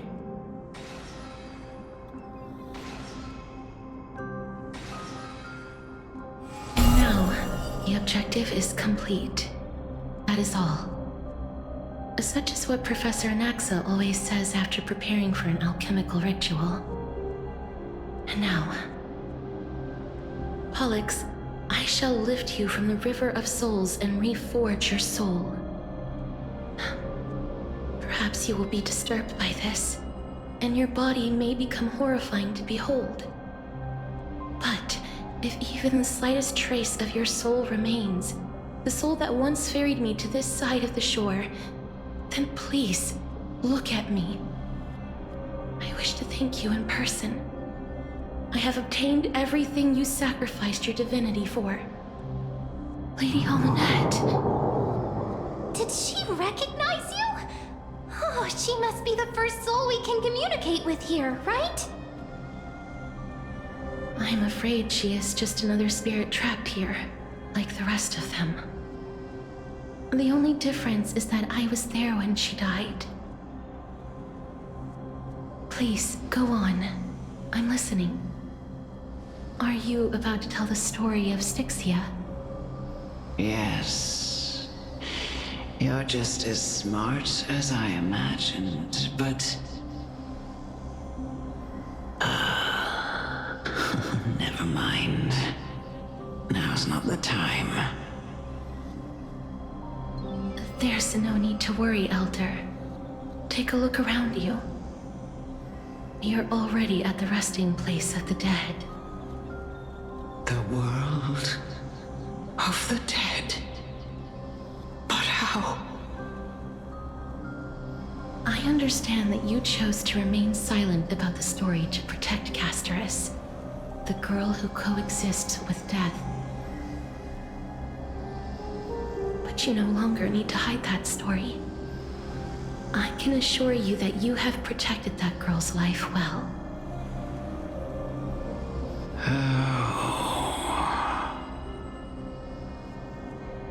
Well, in that case, let me begin. Styxia, the pearl of the ocean, plagued by unwarranted calamity and ravaged by death in the fairy tale.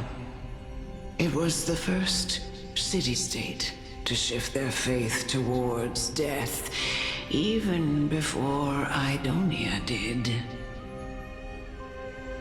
From where you stand now, I suppose that's a bit hard to believe. Right? Indeed. I cannot imagine that those from the era Chrysia, blessed with eternal life, could ever yearn for death. I have pondered the same question, child. But I am afraid there is no clear answer to it. Journeys and epics are only glorious and magnificent because all things eventually fade to dust. That's how someone once explained to me why death is necessary to the world. But I still can't take that as the final answer. Would a world without journeys and epics be worse off? I take it the one who spoke this line was a general, or perhaps a warrior. I, however, did find some inspiration in these words. Would you like to hear my thoughts, Castorice? Please enlighten me, Lady Amunet. Though I have already made up my mind on how to handle the authority and Coreflame of Death. Your words might truly guide me toward the path forward. You and I are neither warriors nor generals. Therefore, journeys and epics cannot truly resonate with us. But what if I reframe it like this? What if love is not a trait bestowed upon mortals by Nestia, but a blessing from death? Love. No one ever invented the word cherish in the era when life was eternal.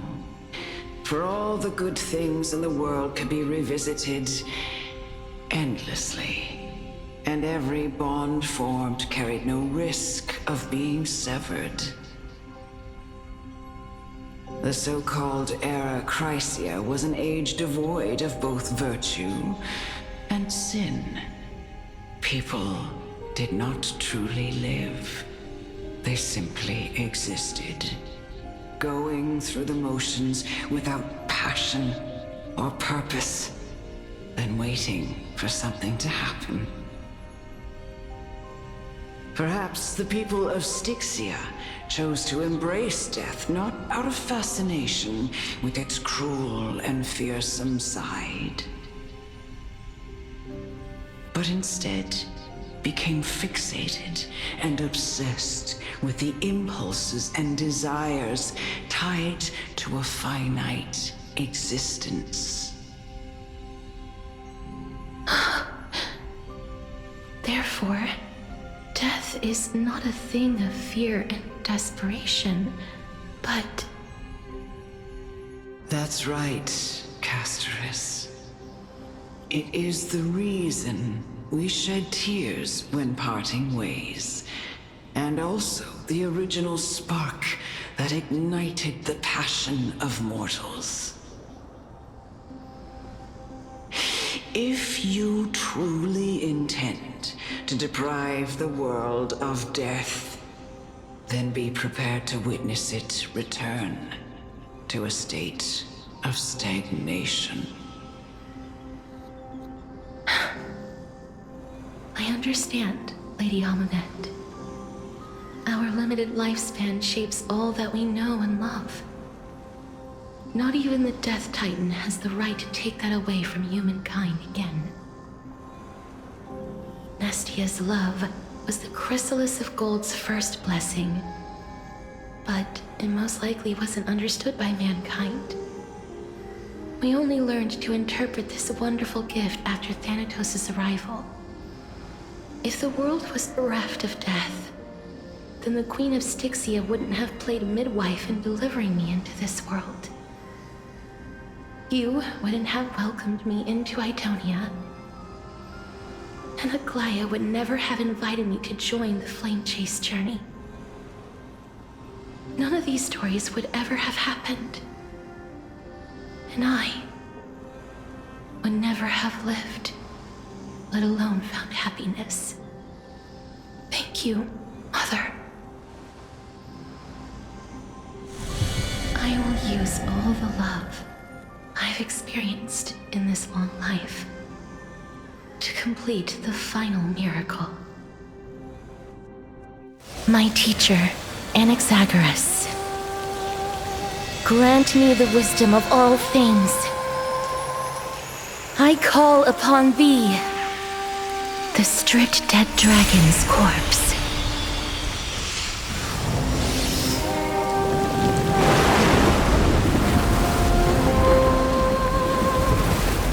Rises from the earth, falls from the sky.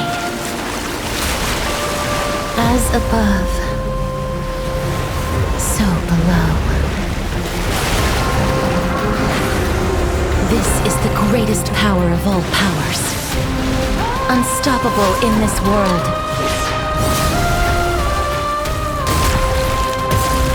The great work that commands all death. I shall grant you embrace.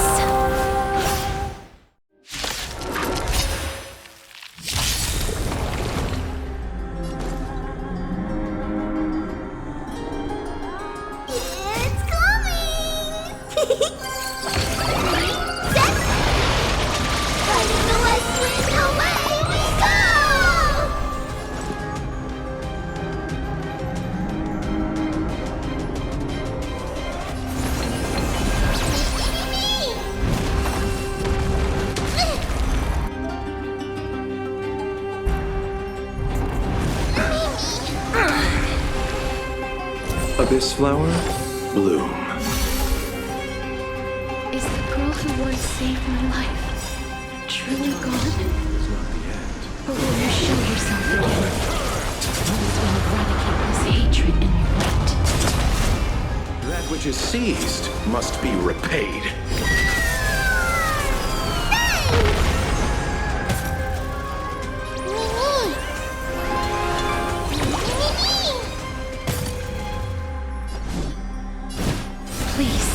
Here.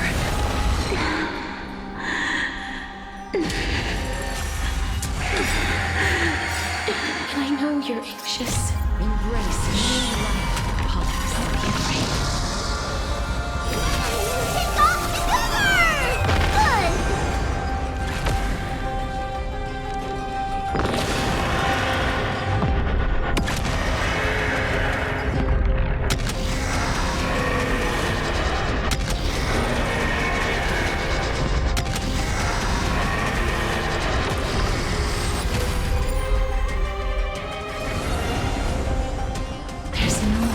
To weep in grief. I will grant you peace. This turn. Yes, it's me. I'm back.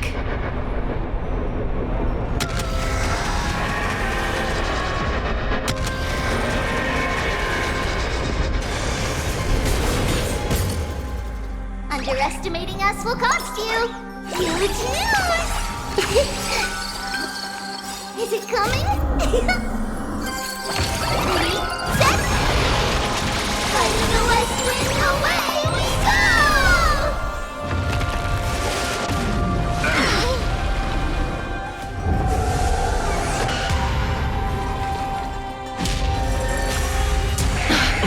Be careful.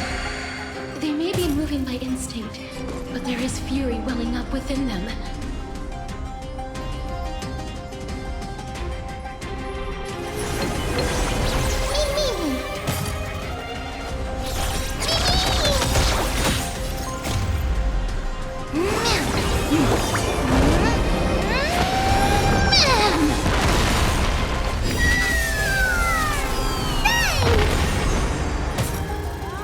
Allow me to see you off.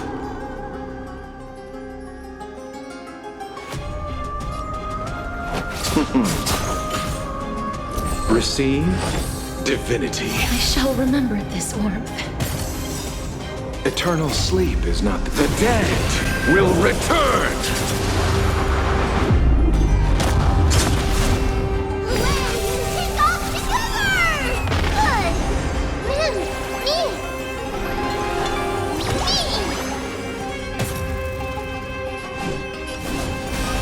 Dead souls, return to dust!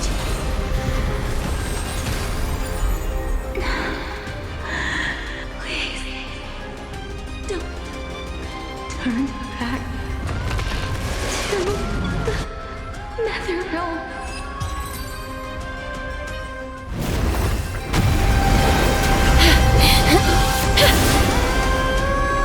Oh, death. Sleep in peace.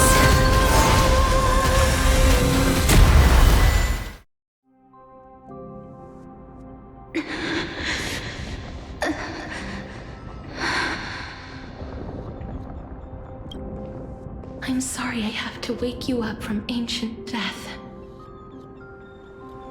And I know you're anxious. Shh. Don't be afraid.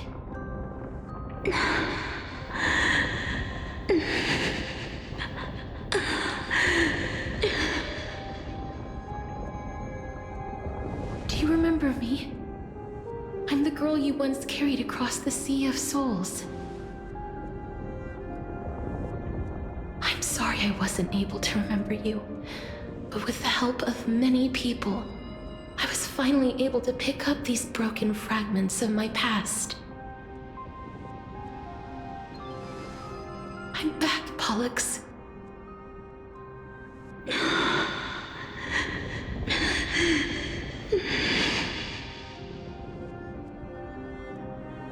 I know this might not be what you wanted.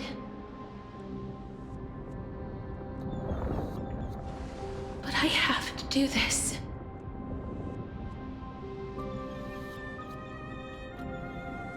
So please, carry me across the Sea of Souls again and return me to the Netherrealm, just like you did in the past. Please take me to where the Coreflame of Death rests.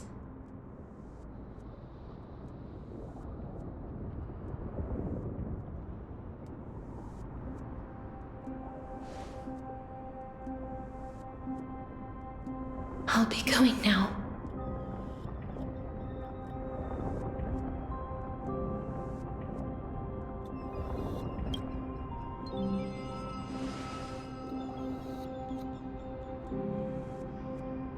They may look scary, but as long as...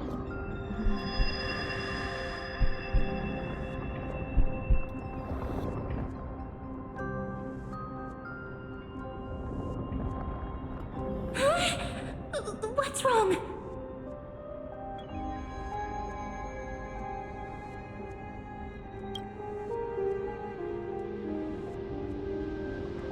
Are you... What's wrong with him? His time is almost up. If I don't go now, I'm afraid his soul will return to Thanatos' embrace before me. What? Oh no! Is there anything we can do? Don't worry. I promised I would ask Thanatos for the Trailblazers' right to roam the Earth again. Mem, stay here and keep a close watch until I return, all right? All right. I'm the best at taking care of others. Go on, Cass. Make sure not to leave yourself with any regrets.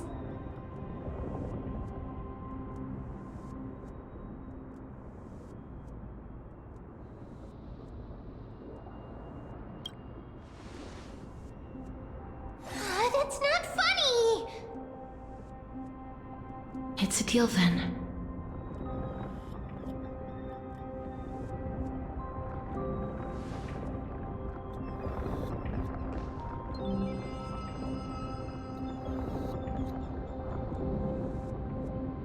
Please.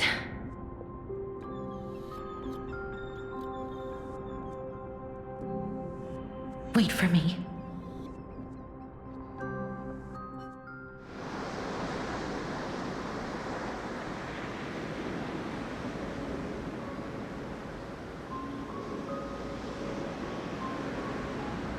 After all that, you still ended up back here.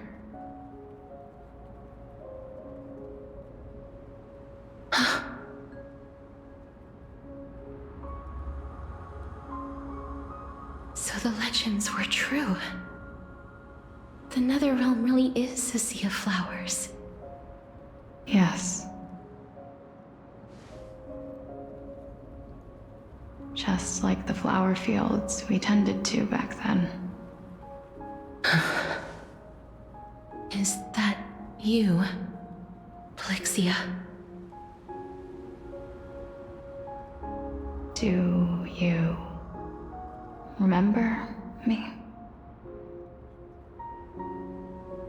I I don't have the memories from that time, but I've seen you before during an experiment.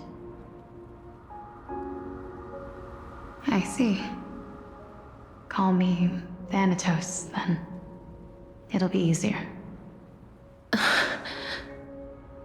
However, since you recognize the name, you must already know everything about Thanatos, right? Yes. I'm here to reforge the order of life and death in Amphoreus.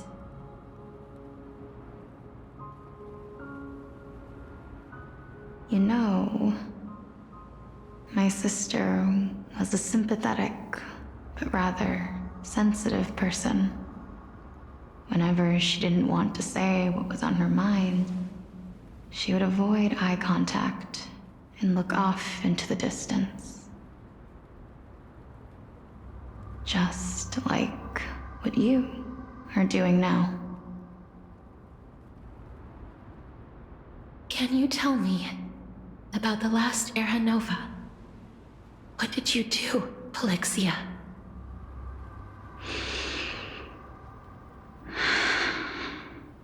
Where should I begin? I suppose we can start from the beginning.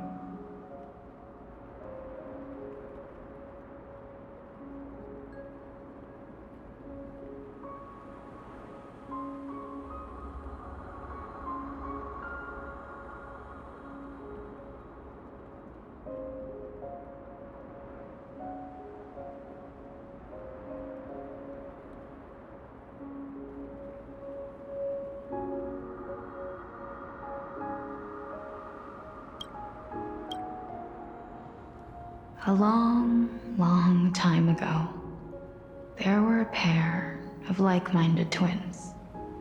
As foretold in the prophecy, they were chosen to be successors to the god of death. But fate was cruel.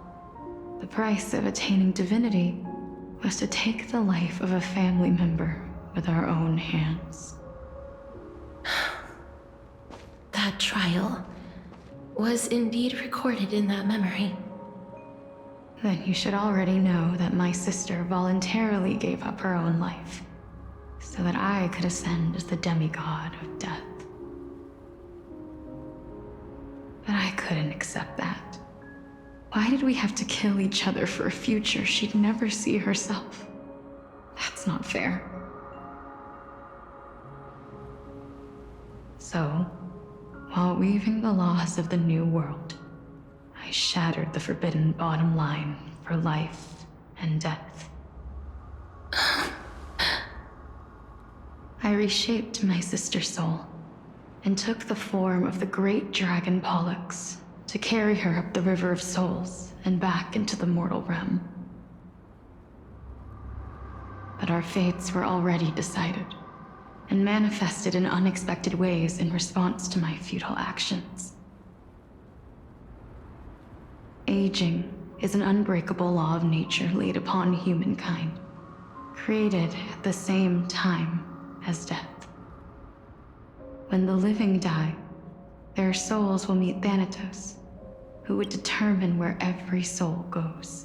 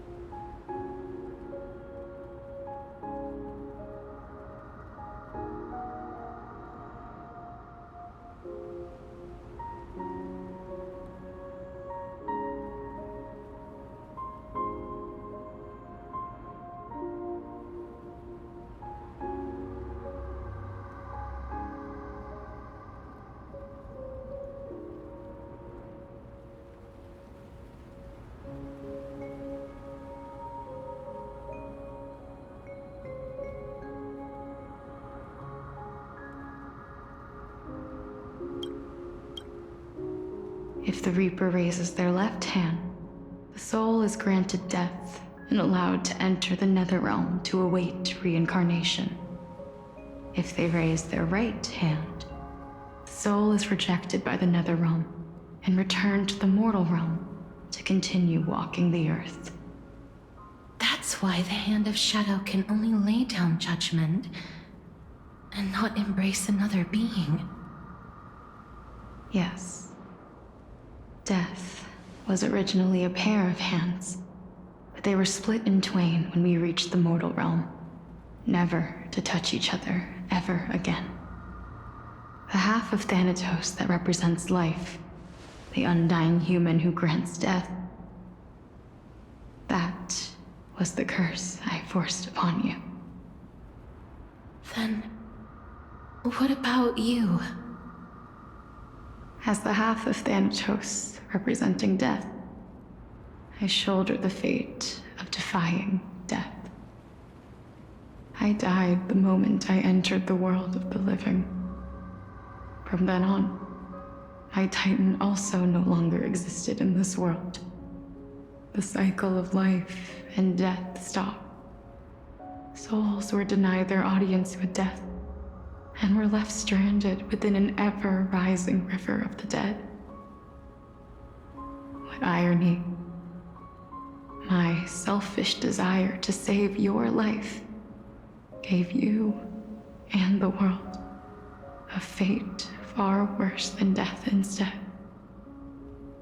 Then, what was left of my reason was left behind in the Netherrealm, where I've been taking care of these flowers day after day, until there is now a sea of them, all while mulling over the subject of life, death, parting, and enduring an endless loneliness.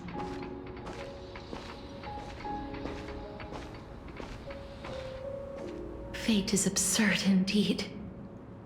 Our lives were a mirrored image of one another, like a pair of hands. Even so, we arrived at the same destination.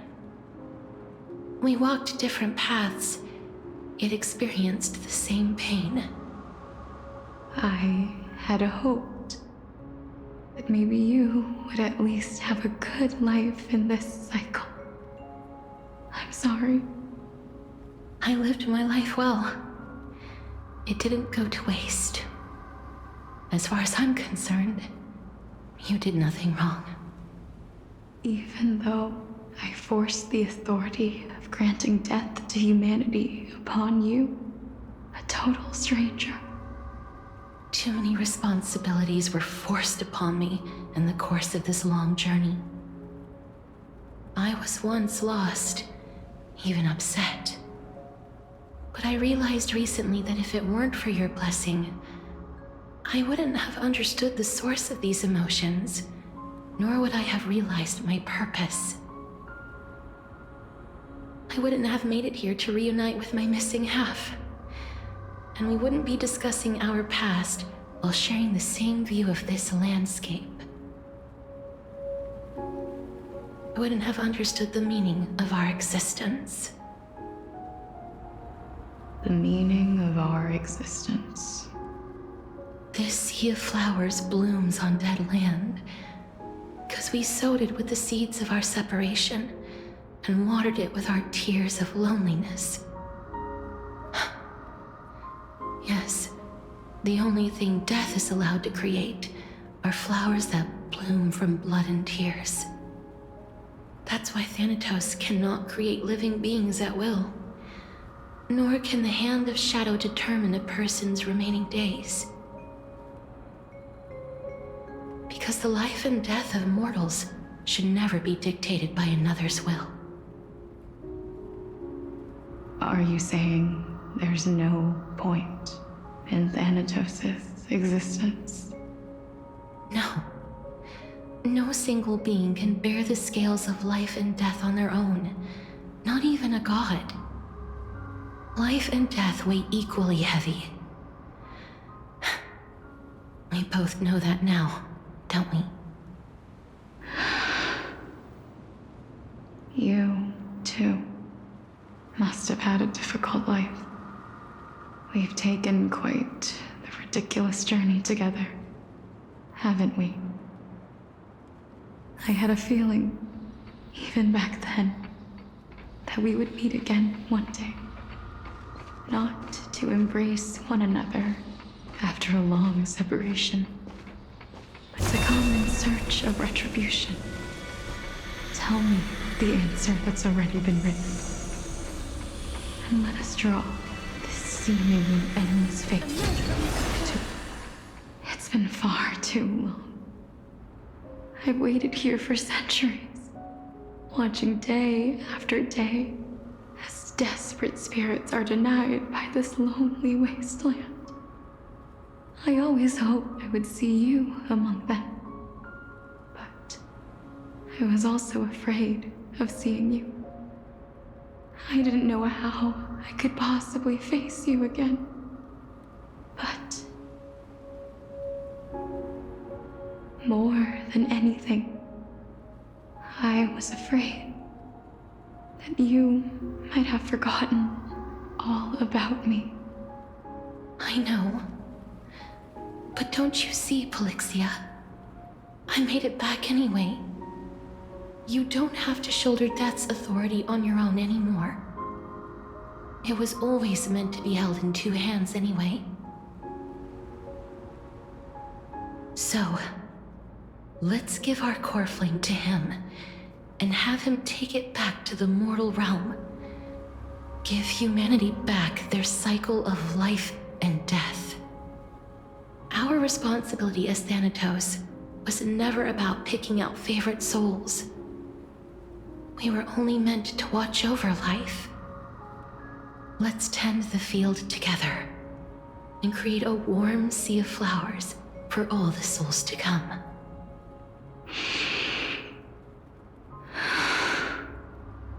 What do you think, Polyxia? Yes, just one last step.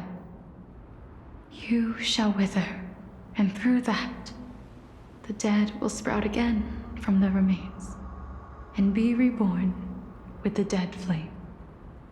As foretold by the prophecy, Thanatos' authority is only destined for only one person to wield. As the Chrysos Heir of death, as their demigod, as a titan, our fated moment has arrived once again. Just like before. Yes, just like before. But unlike that time, the ones undergoing the trial this time are prepared. You've made up your mind? Yes, as dictated by fate. But I won't be afraid. As long as you're here with me. Complete your trial in this life. Grant me the embrace of death, and light the spark of life ablaze. You've been tempered by life and death. I know you'll be able to give this wasteland its first breath of life. Like a raven butterfly, flying swiftly into the netherrealm, perching on the twig of death.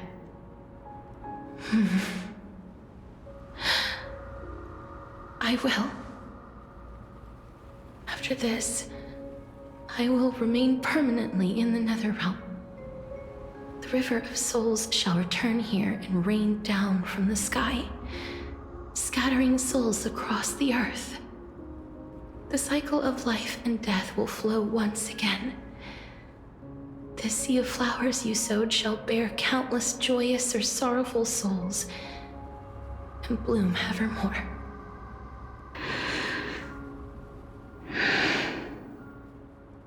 Thank you. Just one last thing. Can you grant me one wish? Of course. What is it? Please, don't forget me.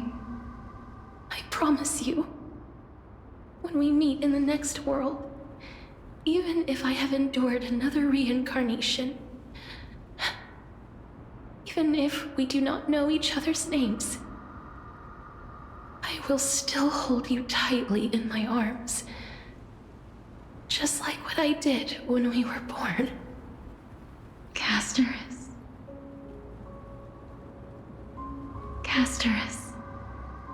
You're as beautiful as a fleeting butterfly.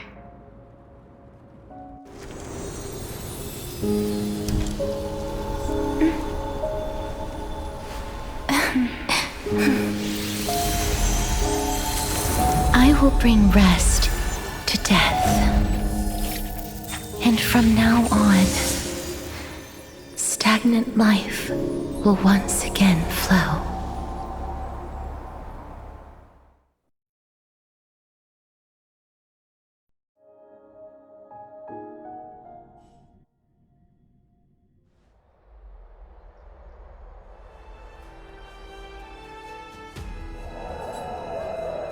Time flies. In the blink of an eye, the 15th entry hour is already at hand. When this farce is over, your soul will be placed on the scales of life and death. Are you ready? No need to ask so many times. Of course I am. Then why do you drag your feet? Is your fear of crowds holding you back again? I simply find them too noisy. Paying attention to conceited fools like them would be an utter waste of my time. Such harsh words. As I see it, you are no less arrogant than they are. I couldn't agree more.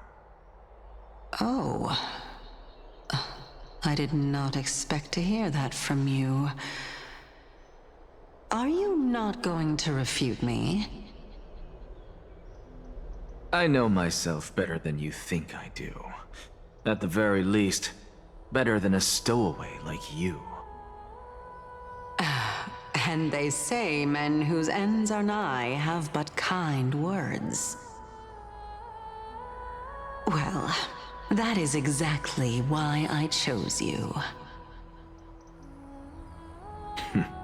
Should I thank you for the compliment? The hour of the trial has come.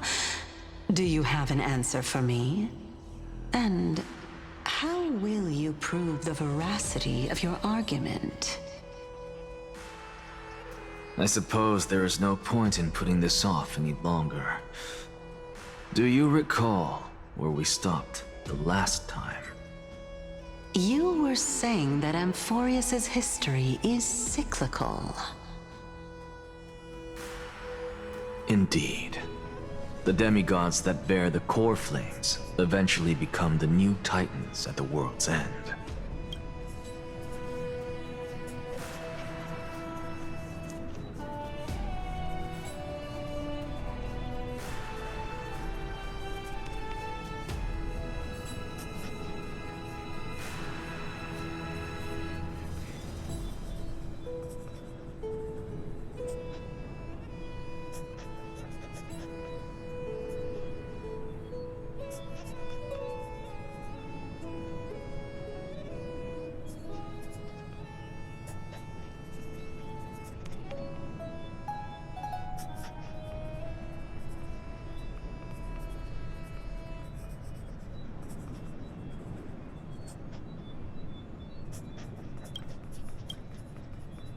Remember what happened on the Holy Mountain? Calypso, Naias. As their destined ends approached, one by one they left this world, leaving only the twins, who are fated to succeed death. Unfortunately, while their journey is consistent with ours, you and Calypso, as well as Nicodor and Naias, act as supporting evidence. I can only come up with a rough sketch for my theory of a cyclical history. For all the pains I took to reach this point, I had already lost hope of ever obtaining definitive proof. After all, the past is in the past. Proving that we are the legacies of heroes of the past is a hopeless endeavor.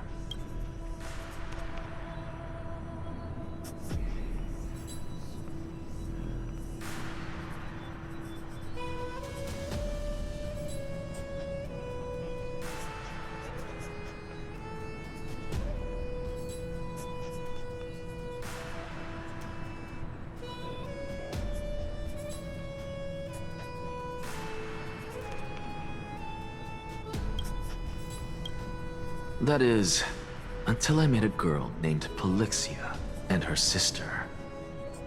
If Castorice was truly sent from the past to the present for the Titan's self-serving reasons, then having lived through 2 cycles, and with Styxia as the pivot, she will no doubt be the link to connect all of this together.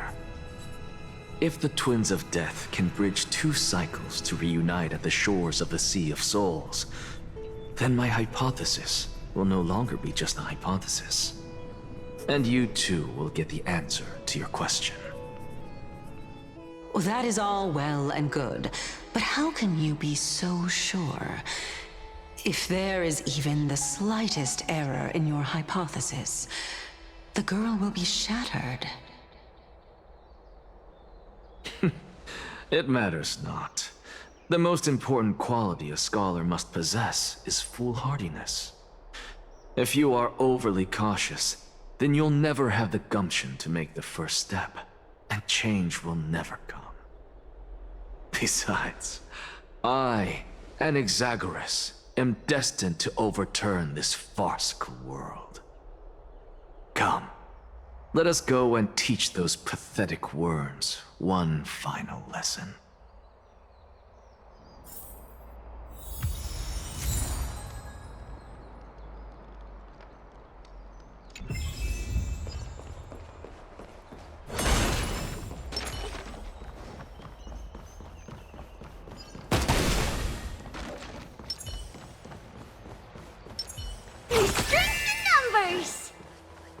Fine.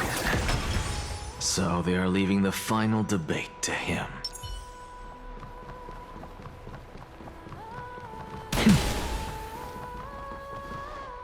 Let those Chrysos Heirs who started this terrible war hear you.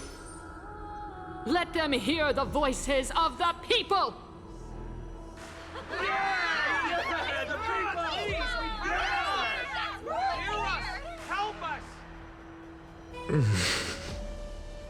As always, that woman knows how to stir up a crowd. Professor Anaxa, I thought you'd pass on this. Everyone must cast their vote, or this assembly would serve no purpose. Prof, do you truly think it's wise to entrust the fate of the world to an assembly like this? Akama has stood strong under this system for 1,000 years. It stands to reason that there is purpose in its existence. But that is not what you're asking, is it? What you really want to know is Aglaya making the right decision in entrusting the fate of the world to you? Nothing ever escapes you. I didn't spend all those years teaching you for nothing. Most people only take 4 years to graduate, if I recall. To tell the truth, I feel like I'm on my way to an execution chamber instead of a podium. So, do you have an answer to that question? No, I don't. I thought so. Because that question is not yours to ask in the first place. Is Aglaya entrusting the world to you the right decision? Don't make me laugh. That is a question that woman must answer herself. Why are you fretting about this on her behalf? Or have you been seeing yourself as her pawn all this time? Listen up. I'll say this only once. Flip your perspective around and ask yourself this instead. What should I do to ensure that the world doesn't stray from the correct path? That is what you should be thinking about. You still have time, so give it some thought. Oh, and don't bother telling me the answer. Tell it to those begging for salvation from the gods. Got it. Thank you, Professor Anaxa. That's Anaxagoras to you. Who will you be voting for? That'll depend on how well you perform. May Cerces safeguard your thoughts.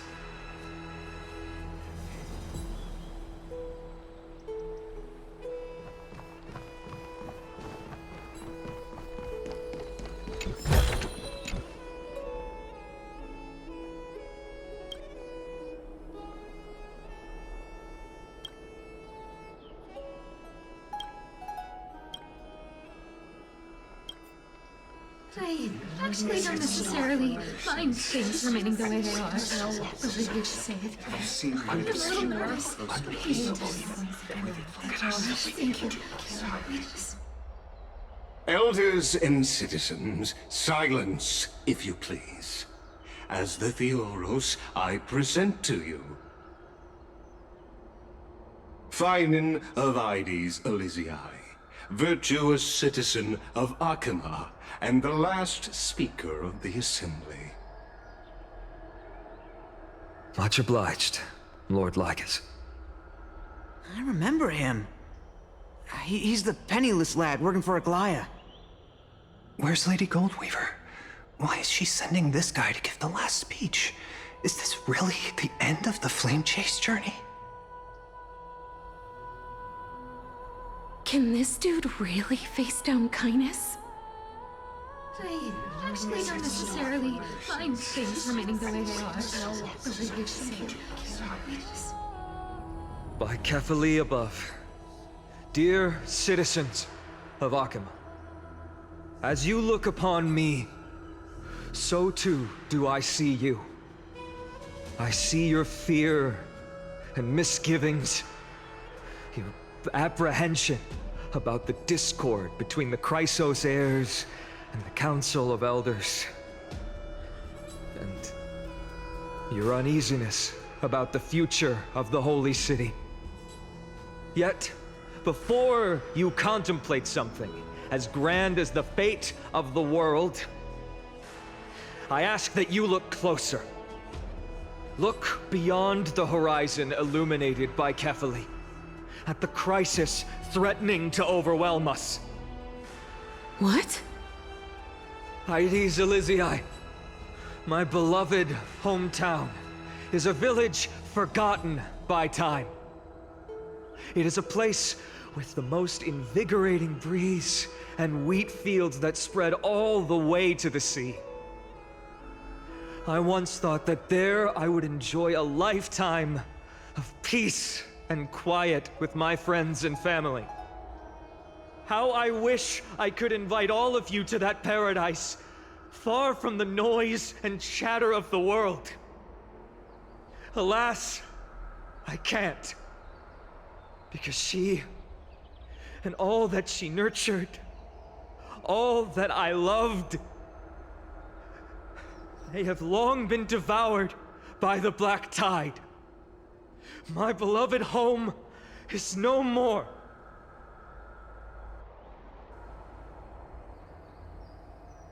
I will never forget the day the black tide struck. My father, Oronyx, fought with a broken sword to his last breath to protect his child. My mother, Aldada, she was ripped apart by monsters. Also, I might live to stand before you here and now. Galba, he was a hunter. But in the end, those arms that once drew a bow instead embraced Piso, his beloved son, as they both breathed their last. Pythias, the teacher, risked her life to save her students, but a burning beam fell on her, crushing her. And what of Livia, her daughter? Did she make it out alive? No, she didn't. Livia, Piso, and so many other children. My childhood friends. They were all swallowed by the black tide and turned into monsters. They kept saying the same thing over and over. Even up until the final moment, I finally steeled my heart and granted them eternal peace with my sword. Why, Vina? Aren't we the best of friends?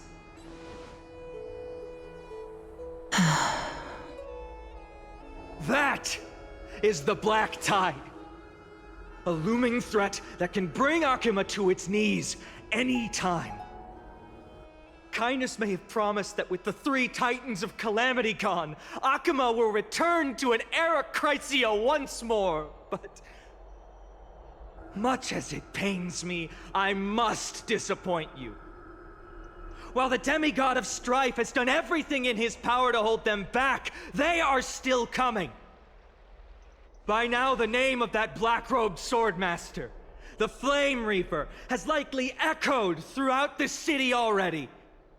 The roaring thunder is a message from the strife demigod. The Flame Reaper has risen from death, and they hunger for the core flames of the gods.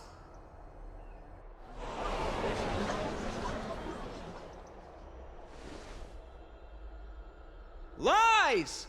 If such a powerful enemy is indeed approaching, why is Akuma still a picture of peace? Exactly! The city of Akuma shows no signs of pandemonium or chaos. And why is that?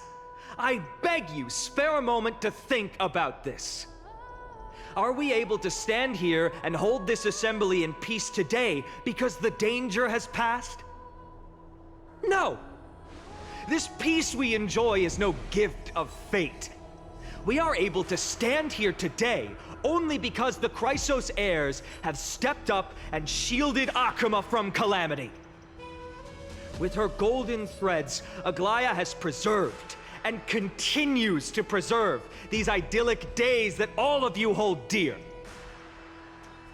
The Council of Elders claims that Aglaia will one day forsake the people because her divinity is eroding her body and soul.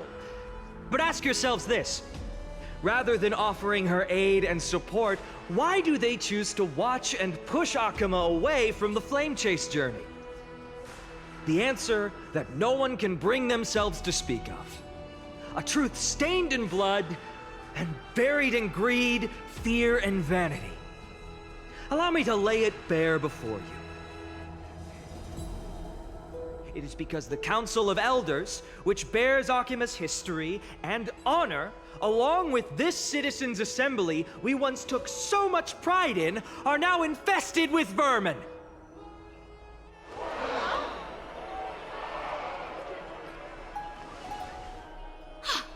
You insolent whelp! How dare you! It is true that Aglaia has reached her limit. Why? Because she has been working tirelessly to weave the defenses of our holy city against the encroaching evil. All while these vermin are making up baseless accusations about her and scheming in the shadows. Not once has she ever failed Akuma. Yet these vermin attempt to tear her apart, tarnishing her name with unfounded allegations. She may have been blessed by divinity, but hasn't her heart always stayed true to humanity? They attempt to mislead you and reduce this assembly to a crude standoff between gods and humans, but citizens of Akuma. Once more, I implore you to open your eyes and look at those around you. Examine them closely. Beneath all that finery, do you see the good heart of a human or the poisonous glands of a pest? Make your judgment Then turn your gaze to the demigods, whom so many of you regard as cold and merciless. Do you not see the light of humanity in them? And those who wear the mask of humanity, yet utter only hurtful, slanderous words. Can you not see that their souls have been corrupted by power?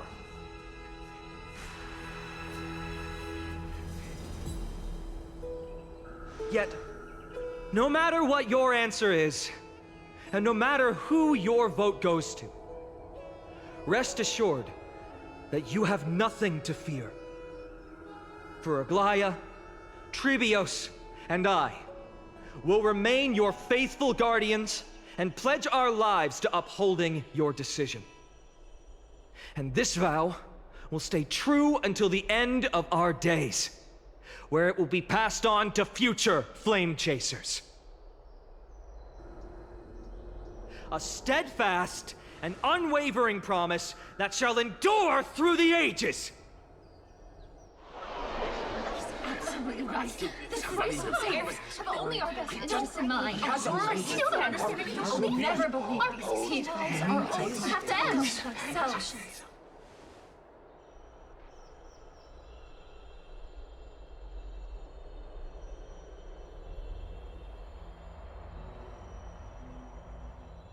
At the present time, on the scales of Talentum, those who call for the continuation of the Flame Chase journey, and those who demand its suspension. Each faction holds an equal share of votes, resulting in a perfect balance. As expected. This is the moment when the Flame Chase journey is the closest to its end. And now, it's your turn to vote, Lord Anaxagoras. Is there anyone else who hasn't voted? No, you're the last. Cast your vote with care, for your decision will break this impasse. I have long since made a decision. Very well. May you bring much needed change to this farcical world.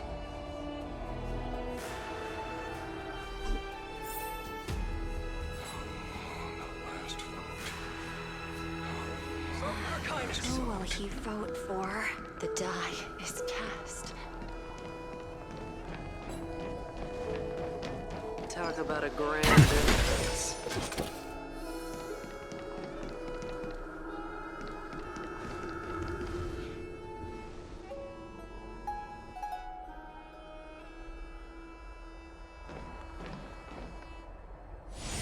You've done well, Finan. Given the circumstances, delivering a rousing speech to stir up emotions was a prudent move.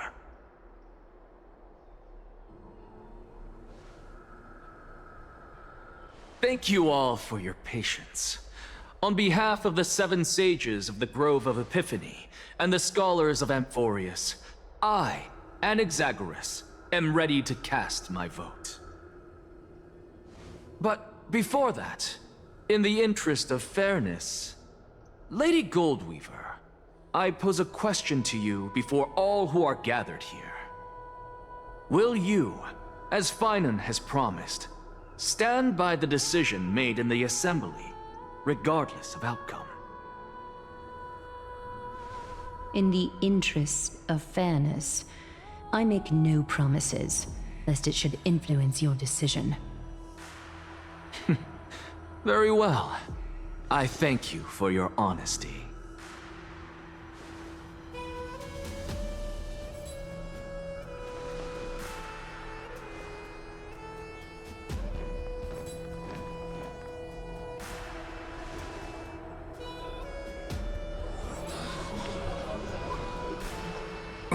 What's he doing?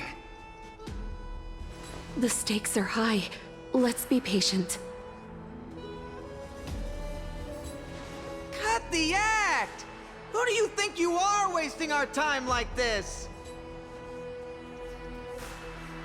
Lord Anaxa, please do not forget that I... Rule number 1. Do not call me Anaxa.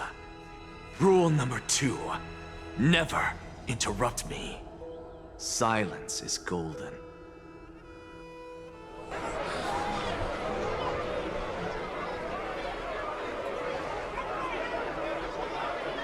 Just vote already. What are you waiting for?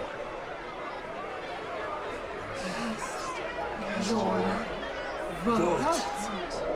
Cast your vote. Cast your vote.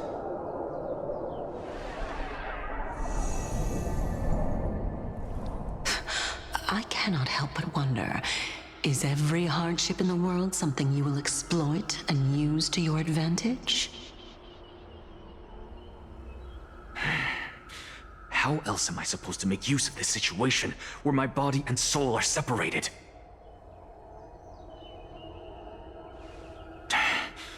Oh, Cerces. Or should I say Calypso. Accompany me on this final journey. Let us journey to the Netherrealm and see how she will substantiate the answer to your question and validate my decision. We need only to follow the sound of the tides.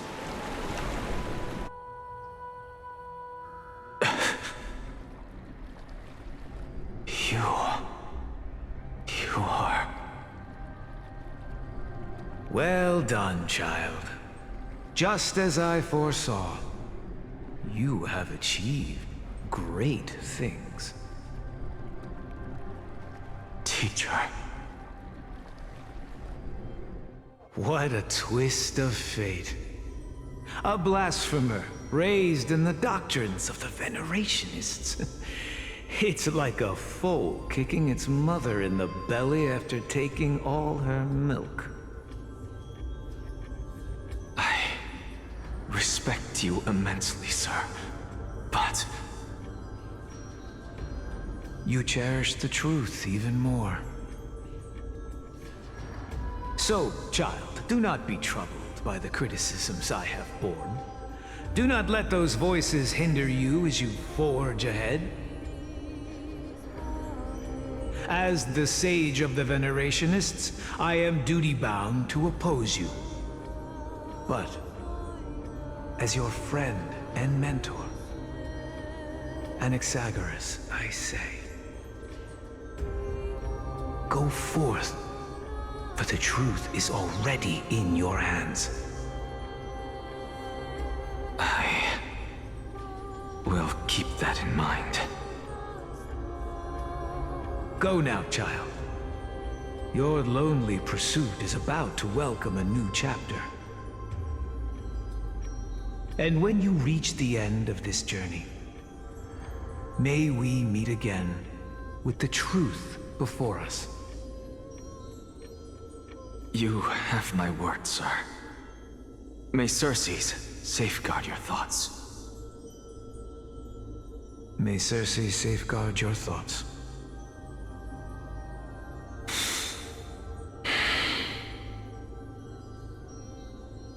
You are right, Empedocles.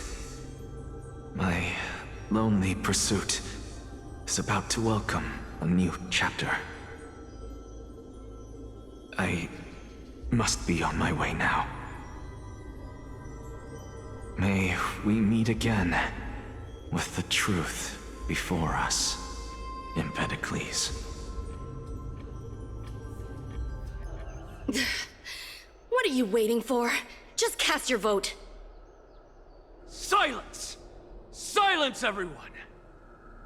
Behold, Cerces, here at the center of the world, I shall write the final step of my proof.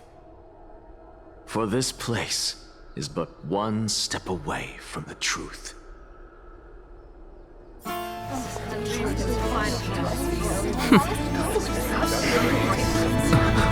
Professor, I completed the proof you wanted.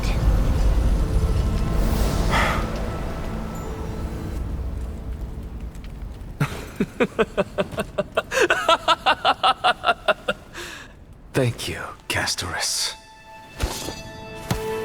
The answer is plain as day. My vote goes to the Flame Chase journey and nothing else! Elder Kindness, I have deciphered the truth of this world!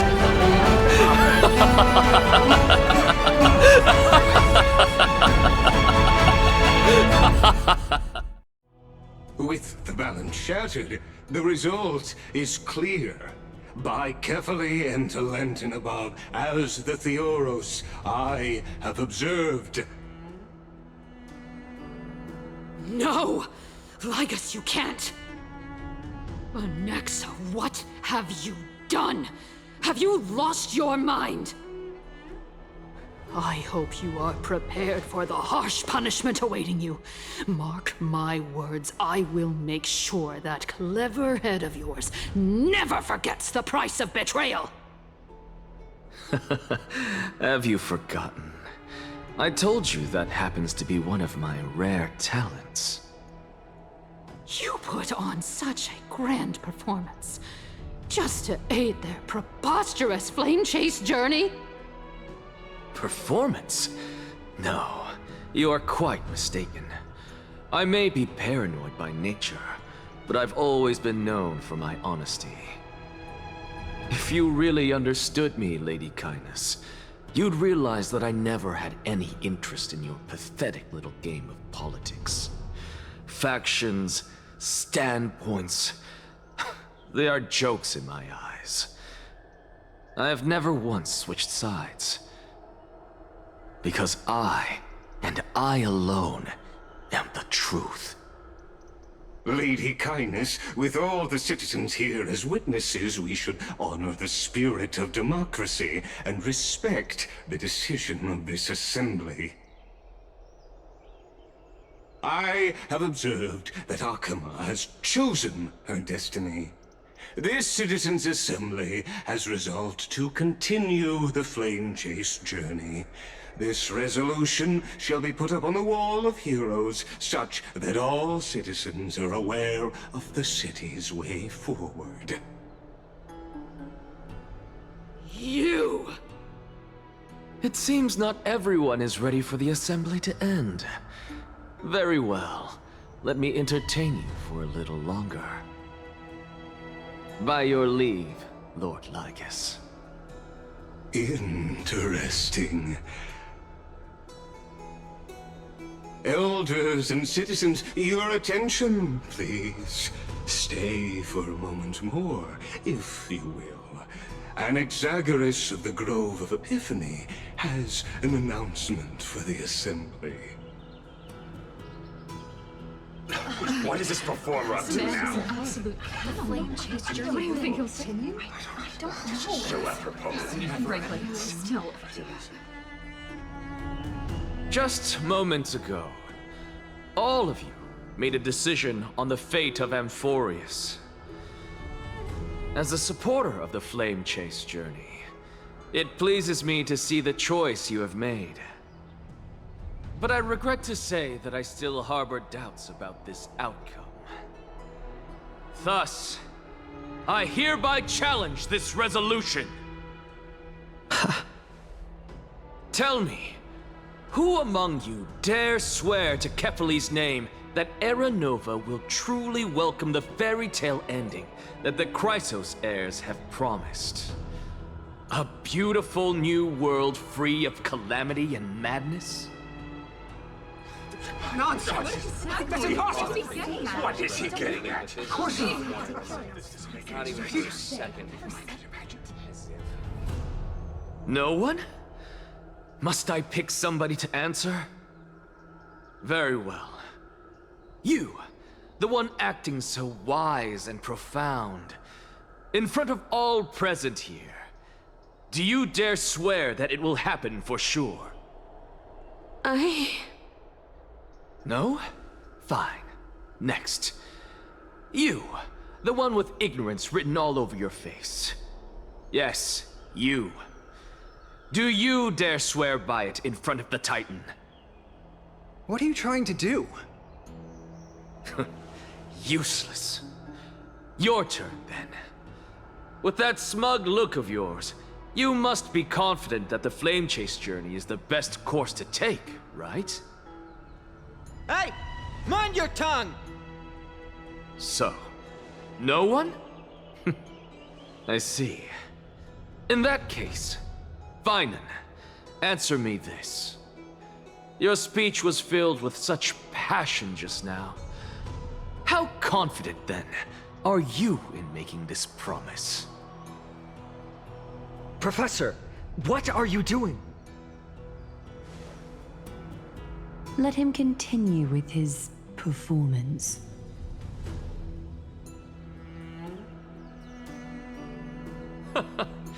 Will you look at that? Even Finan and Aglaya lack the courage to make such a promise. And what's even more absurd is that no one but I can promise you this new world.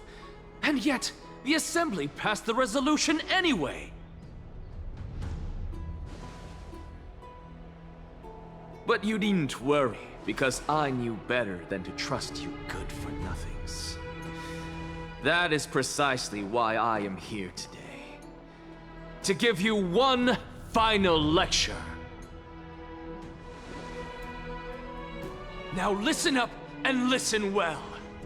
I, Anaxagoras of the Grove of Epiphany, hereby declare everything that the Flame Chase journey promises is true. Finan of Ides Elysiae, the prophesied demigod who shall succeed Kefali, will reforge each and every one of us in the new world with his complete, intact memories. What? The Coreflame-bearing Titans were the Chrysos Heirs of yesterday, and the Chrysos Heirs who carry the Coreflames today will become the Titans of tomorrow. All of our souls shall endure for eternity in the miracle of the World-Bearer. And all under Kefali's protection shall step into that new world.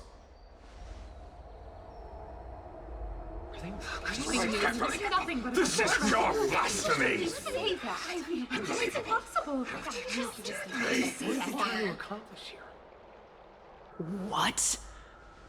Are you saying that we must bow down to you and worship you, even in our next lives? Enough, you blasphemous imbecile! How dare you try to deceive us with all these lies and falsehoods? How can you prove?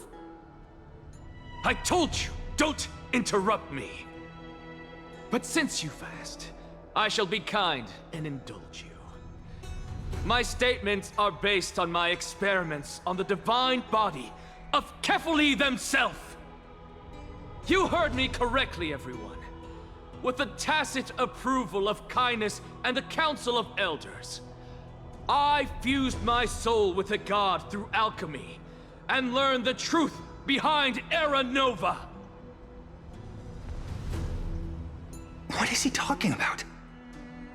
Isn't that pure blasphemy? I, the vile, wretched blasphemer, deserve nothing less than death for my sins. And the Council of Elders, which granted me consent and aided in committing this atrocity, should face punishment alongside me! By the gods! Even kindness has betrayed Akama! The candles are we're carefully evolved.